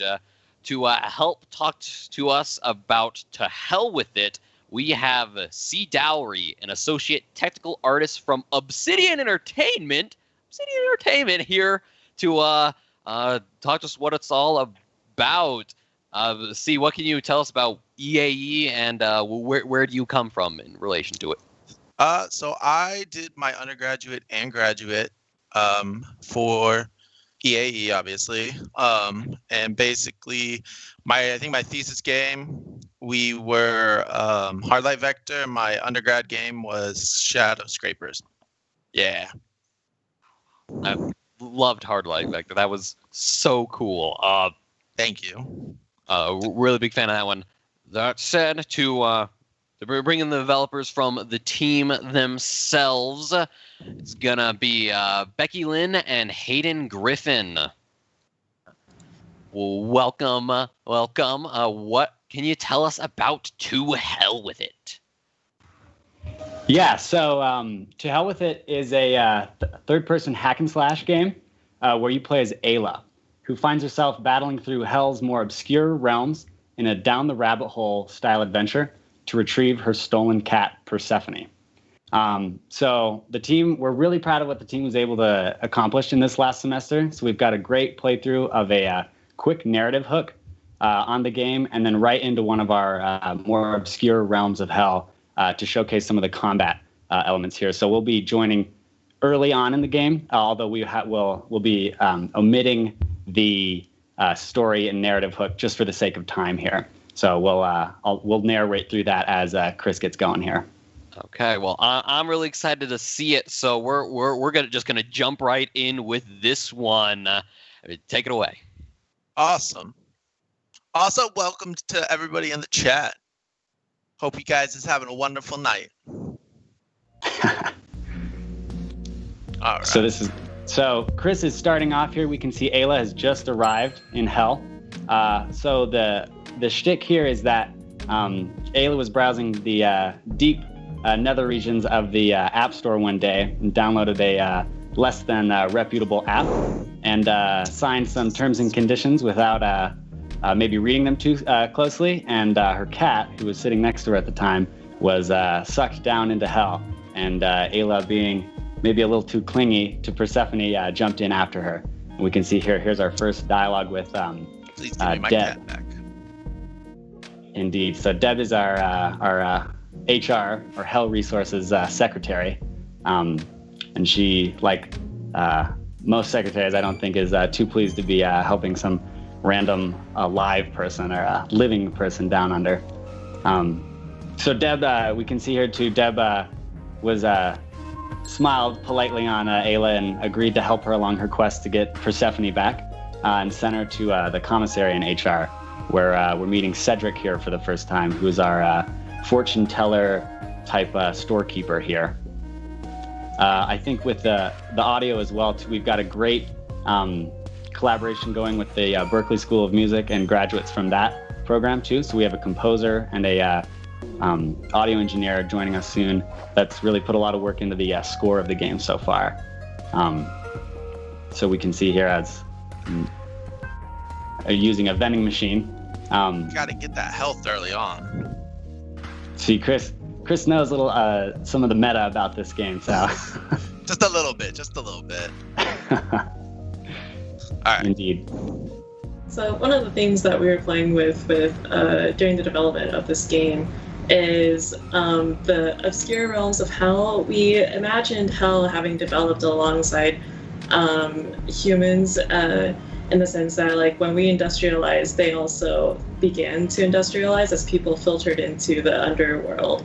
And so Hell, over time, has also developed its own Hell's resources, which is in its own way also human resources. They just process people a little differently.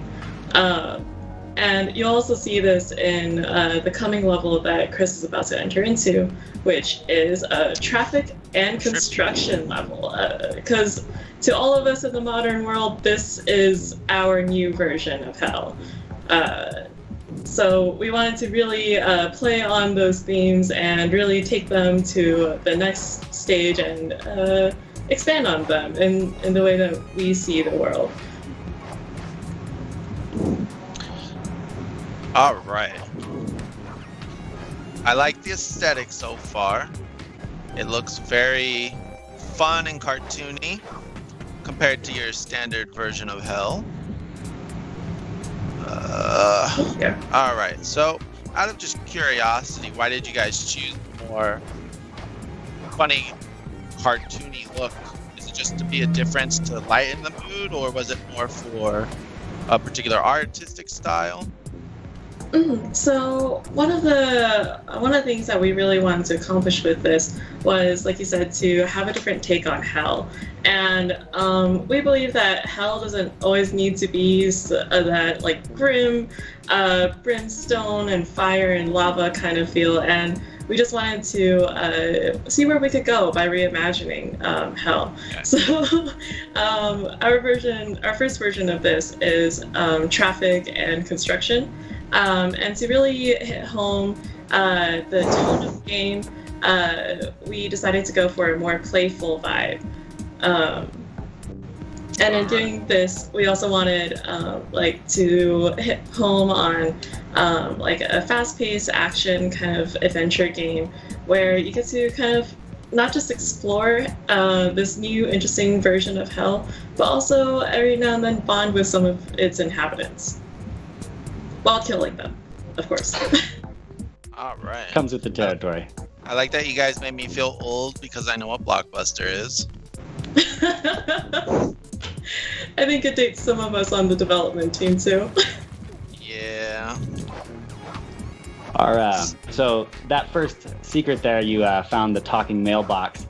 Our level designer and a few of our producers have been really into the idea of hidden jokes here and there in the levels, and if players take the time to explore them and kind of find the nooks and crannies in the levels that we're crafting to reward them both monetarily and with some one-liners and quick little jokes like that. We'll see too. Go ahead, Russ. Feel a little bit makes it feel better. All right, so let's see. So why did you guys choose the orange, which I'm assuming is for all climbing sections? So one of the things that we wanted to do, at least in these earlier stages of development, was to make sure that it was clear to the player when they could and could not climb. And one of the easiest indicators is this bright neon orange.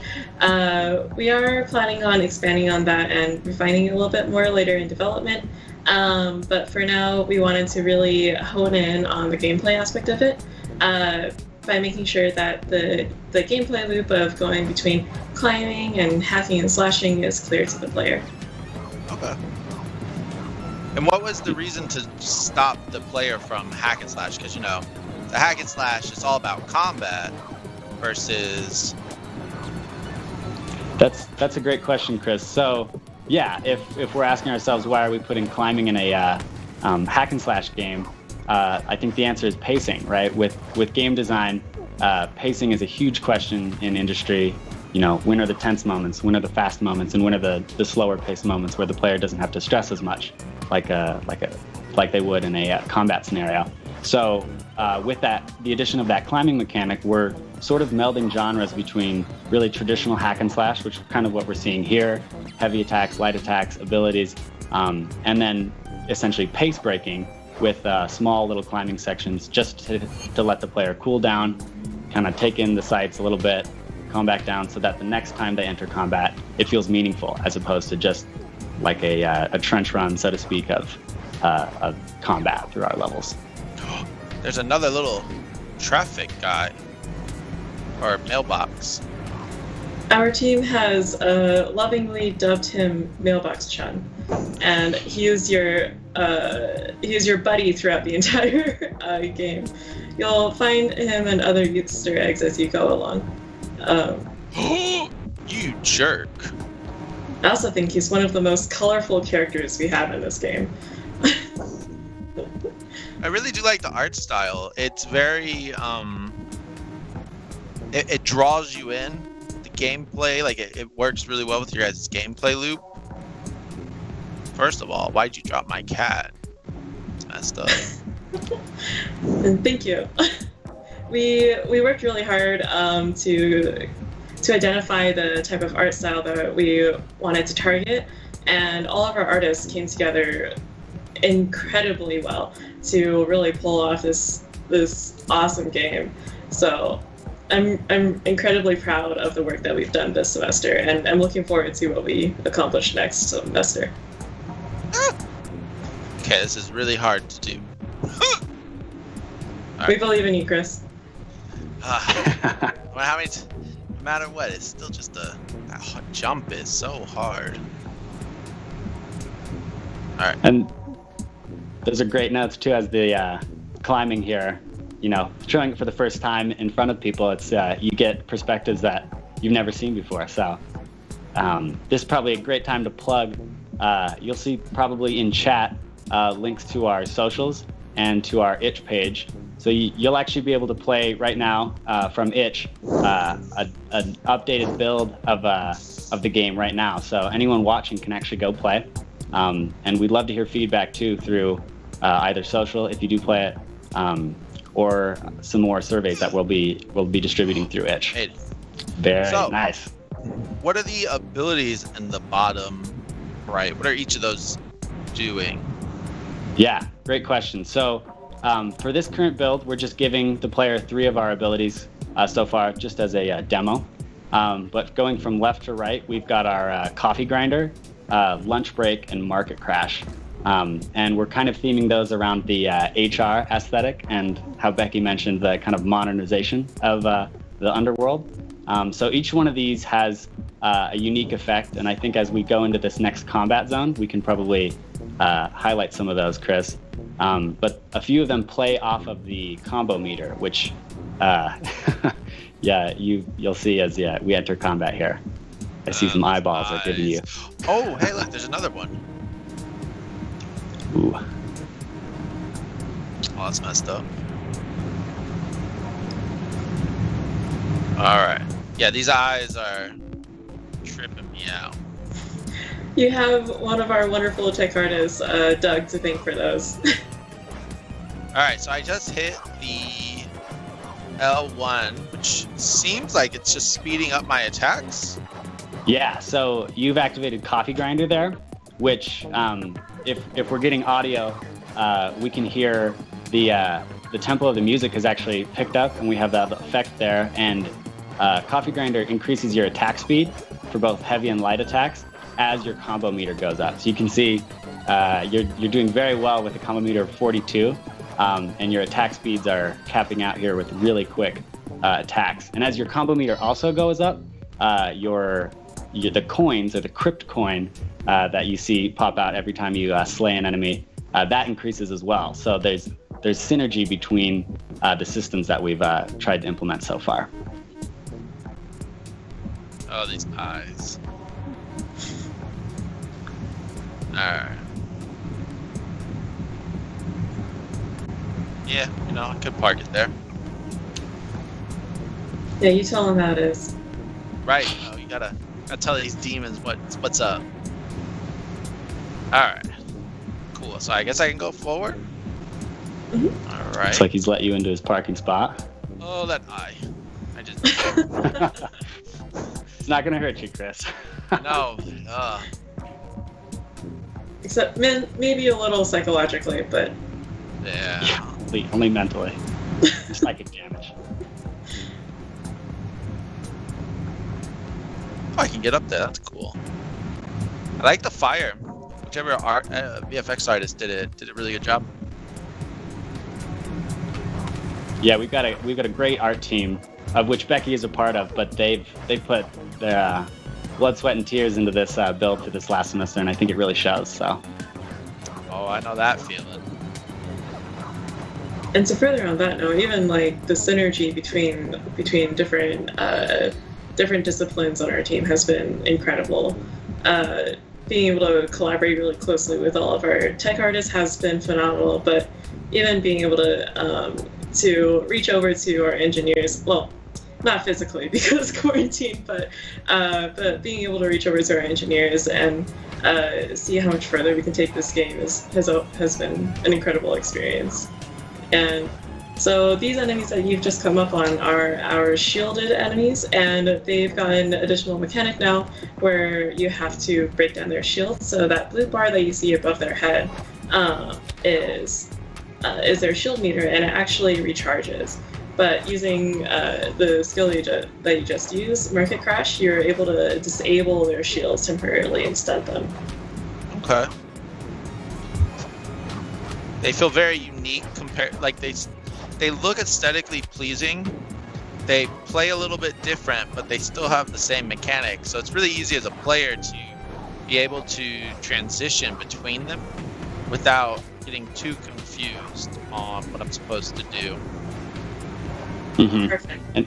And that's part of that easing the player into new experiences through systems that they've already learned. So, we've just played through the first part of the level. We've seen our basic grunts and our basic ranged enemies, and now we're seeing iterations on those too. And from a design standpoint, it's easy to introduce incrementally new steps like that and new mechanics that make the game just a little bit harder to test the player. And it's also great from a production standpoint, which you can get away with reusing assets as much as you can. Yeah, I mean, that really helps. You guys have a really great game loop, because it tells me as a player, this is what I need to do. Each of your 2 zones are very unique. It's very iterative. From speaking from the technical artist, which is always like, how much work is really going to go into this? You guys have a really great loop. And then your weapons, I'm assuming you're going to have more unique weapons and abilities.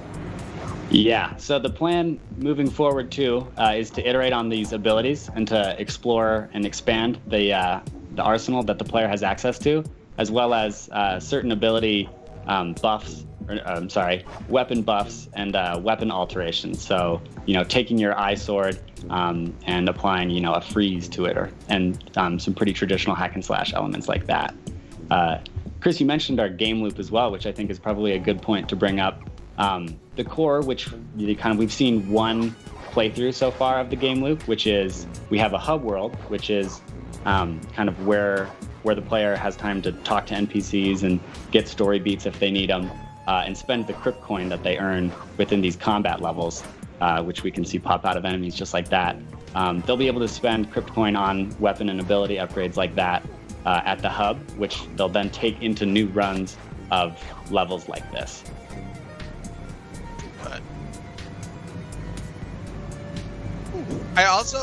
What I find interesting is typically in a hack and slash, there's not a lot of verticality, and you guys really play on the element that this is a construction site, so you would want to be able to go up and down on these buildings, which I find is really quite refreshing from a hack and slash.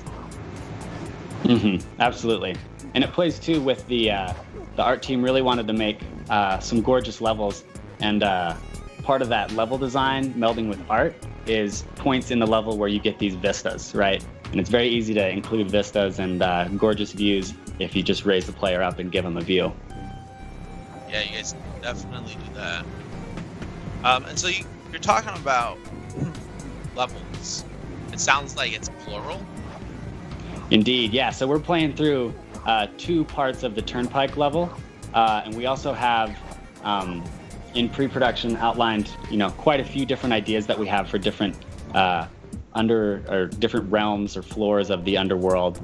So we've played around with ideas like Satanical Gardens or casinos, similar to Percy Jackson's Lotus Hotel, things like that. So we're really excited to, as we have this game loop established, really hit full stride and iterate on different play spaces and things like that, including levels.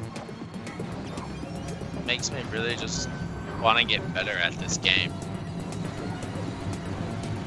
And that's a good point too. Mastery is definitely something we want to entice. I think in terms of skill ceilings, in terms of a Dark Souls level, we don't want to be there. We don't want it to be too hard. But I think these elements of roguelike, we're expecting the player to die a few times, I think, too, and on their road to mastery. So it shouldn't be too easy of a game. I think we're coming up just on the end of our time, too. So I want to plug our Twitter one more time. You go ahead and give us a follow there. You'll be able to track the development of the game as we close in towards a launch date in the late spring. And if you want to play the build that Chris is playing right now, you can download it right from itch.io. And that link should be in the chat as well. Awesome, yeah, and just because at the end of this, if anybody ever wants to reach out that's in any of the programs, feel free. I think a lot of the alumni will definitely message you guys back. I know a lot of people keep adding me on LinkedIn and then don't ever say anything, so just reach out, say hello. We're more than willing not to bite. So. And thank you so much, Chris, for helping us out today. It's been incredible having you playtest with us. Oh, thank you. Absolutely. And I'll honestly thank you all again for showing us a hell of a game. I got to play a little bit myself. I love the back handspring thing that they do when you kind of dodge from the neutral position. That was honestly a delight. And just since we're at kind of the tail end of this, I do want to extend a thank you to Chris and all the alumni who came in and were a part of making this whole EAE Play show what it was. But we are at the extent of our time here, so we're going to wrap things up and send it back to Program Director Michael to close us out for the night. Okay. Been told we're going to, in a quick second before we throw it to Michael, I guess I'll take a moment to thank all of you for joining us and showing off these student games and tuning in, watching, seeing what they're all about. The students have worked so hard on these, getting them to a place where they can show what's really cool about them. And it's just been a positive delight start to finish. Remember to check out all those Twitter links that have come out. And I have been informed. Now we're ready to send it to Michael to close us out for the night. Thank you, Archie. So this is the official end to EAE Play. This is the wrap. You have gotten a sample of the amazing student work that we do here in EAE. You've seen the research that we do, and you've seen some of the great engagement that we have with partners across our campus and really around the world. Your feedback today through the whole day from 1 o'clock this afternoon until now in the chat is going to be so helpful to our student projects that are really, even as amazing as these games were, though, they're really only halfway through their production process. And so, during the next coming semester, starting in January and going till the end of April, these students are going to be incorporating your feedback, working hard on finishing these games. You should save the date now. April 28th will be EAE launch. When these games will be published, you'll be able to download them and play them yourself in their final versions, and you'll be able to come back to another day full of demos and presentations of the stuff that our students do. So before we wrap and before you go away, I want to make sure to thank the participants that made this whole day possible. So first and foremost, our students were super psyched to present their work to you today. So I want to thank them for all the hard work that they've done on their own games and in preparing and getting ready for and being such stellar participants and showing off their creative content today. Thank you. I want to thank the EAE alumni who gave their time to come back from around the world and it was really touching to see them, to see how much they care for and the feedback that they gave to our current students. Thank you all. I want to thank the faculty who are on stream with our students today, and also the faculty that work hard in classrooms and studios in our program to mentor and teach the students that you saw, whose work you saw today. I especially want to thank the absolutely brilliant EAE production team who made this whole stream possible, made it work flawlessly, and made the production quality really shine. You can see them and their work regularly on the Utah Varsity Esports streams, so please tune in there and check them out. I want to thank the staff, the EAE staff, who really designed and crafted this whole day, got all the logistics ready and made it ready. And then I want to thank you for coming. Like I said, your comments are going to be invaluable, and your feedback, it means so much to us and to our students. Many people have already asked, will there be a VOD available? Yes, there will be. So if you missed anything today, you can come back and check out the recording, download it and watch it. If you have more questions about the games, the students, the people that you saw today, reach out to us. You can find us by going to our website, games.utah.edu. Especially if you have more questions about the program, please reach out to me or the faculty or the staff. We'd be happy to talk to you about it. I think now's the time for me to say thanks again for coming. Have a great winter break. Those of you that are students or faculty, have happy holidays. Stay safe and play more games.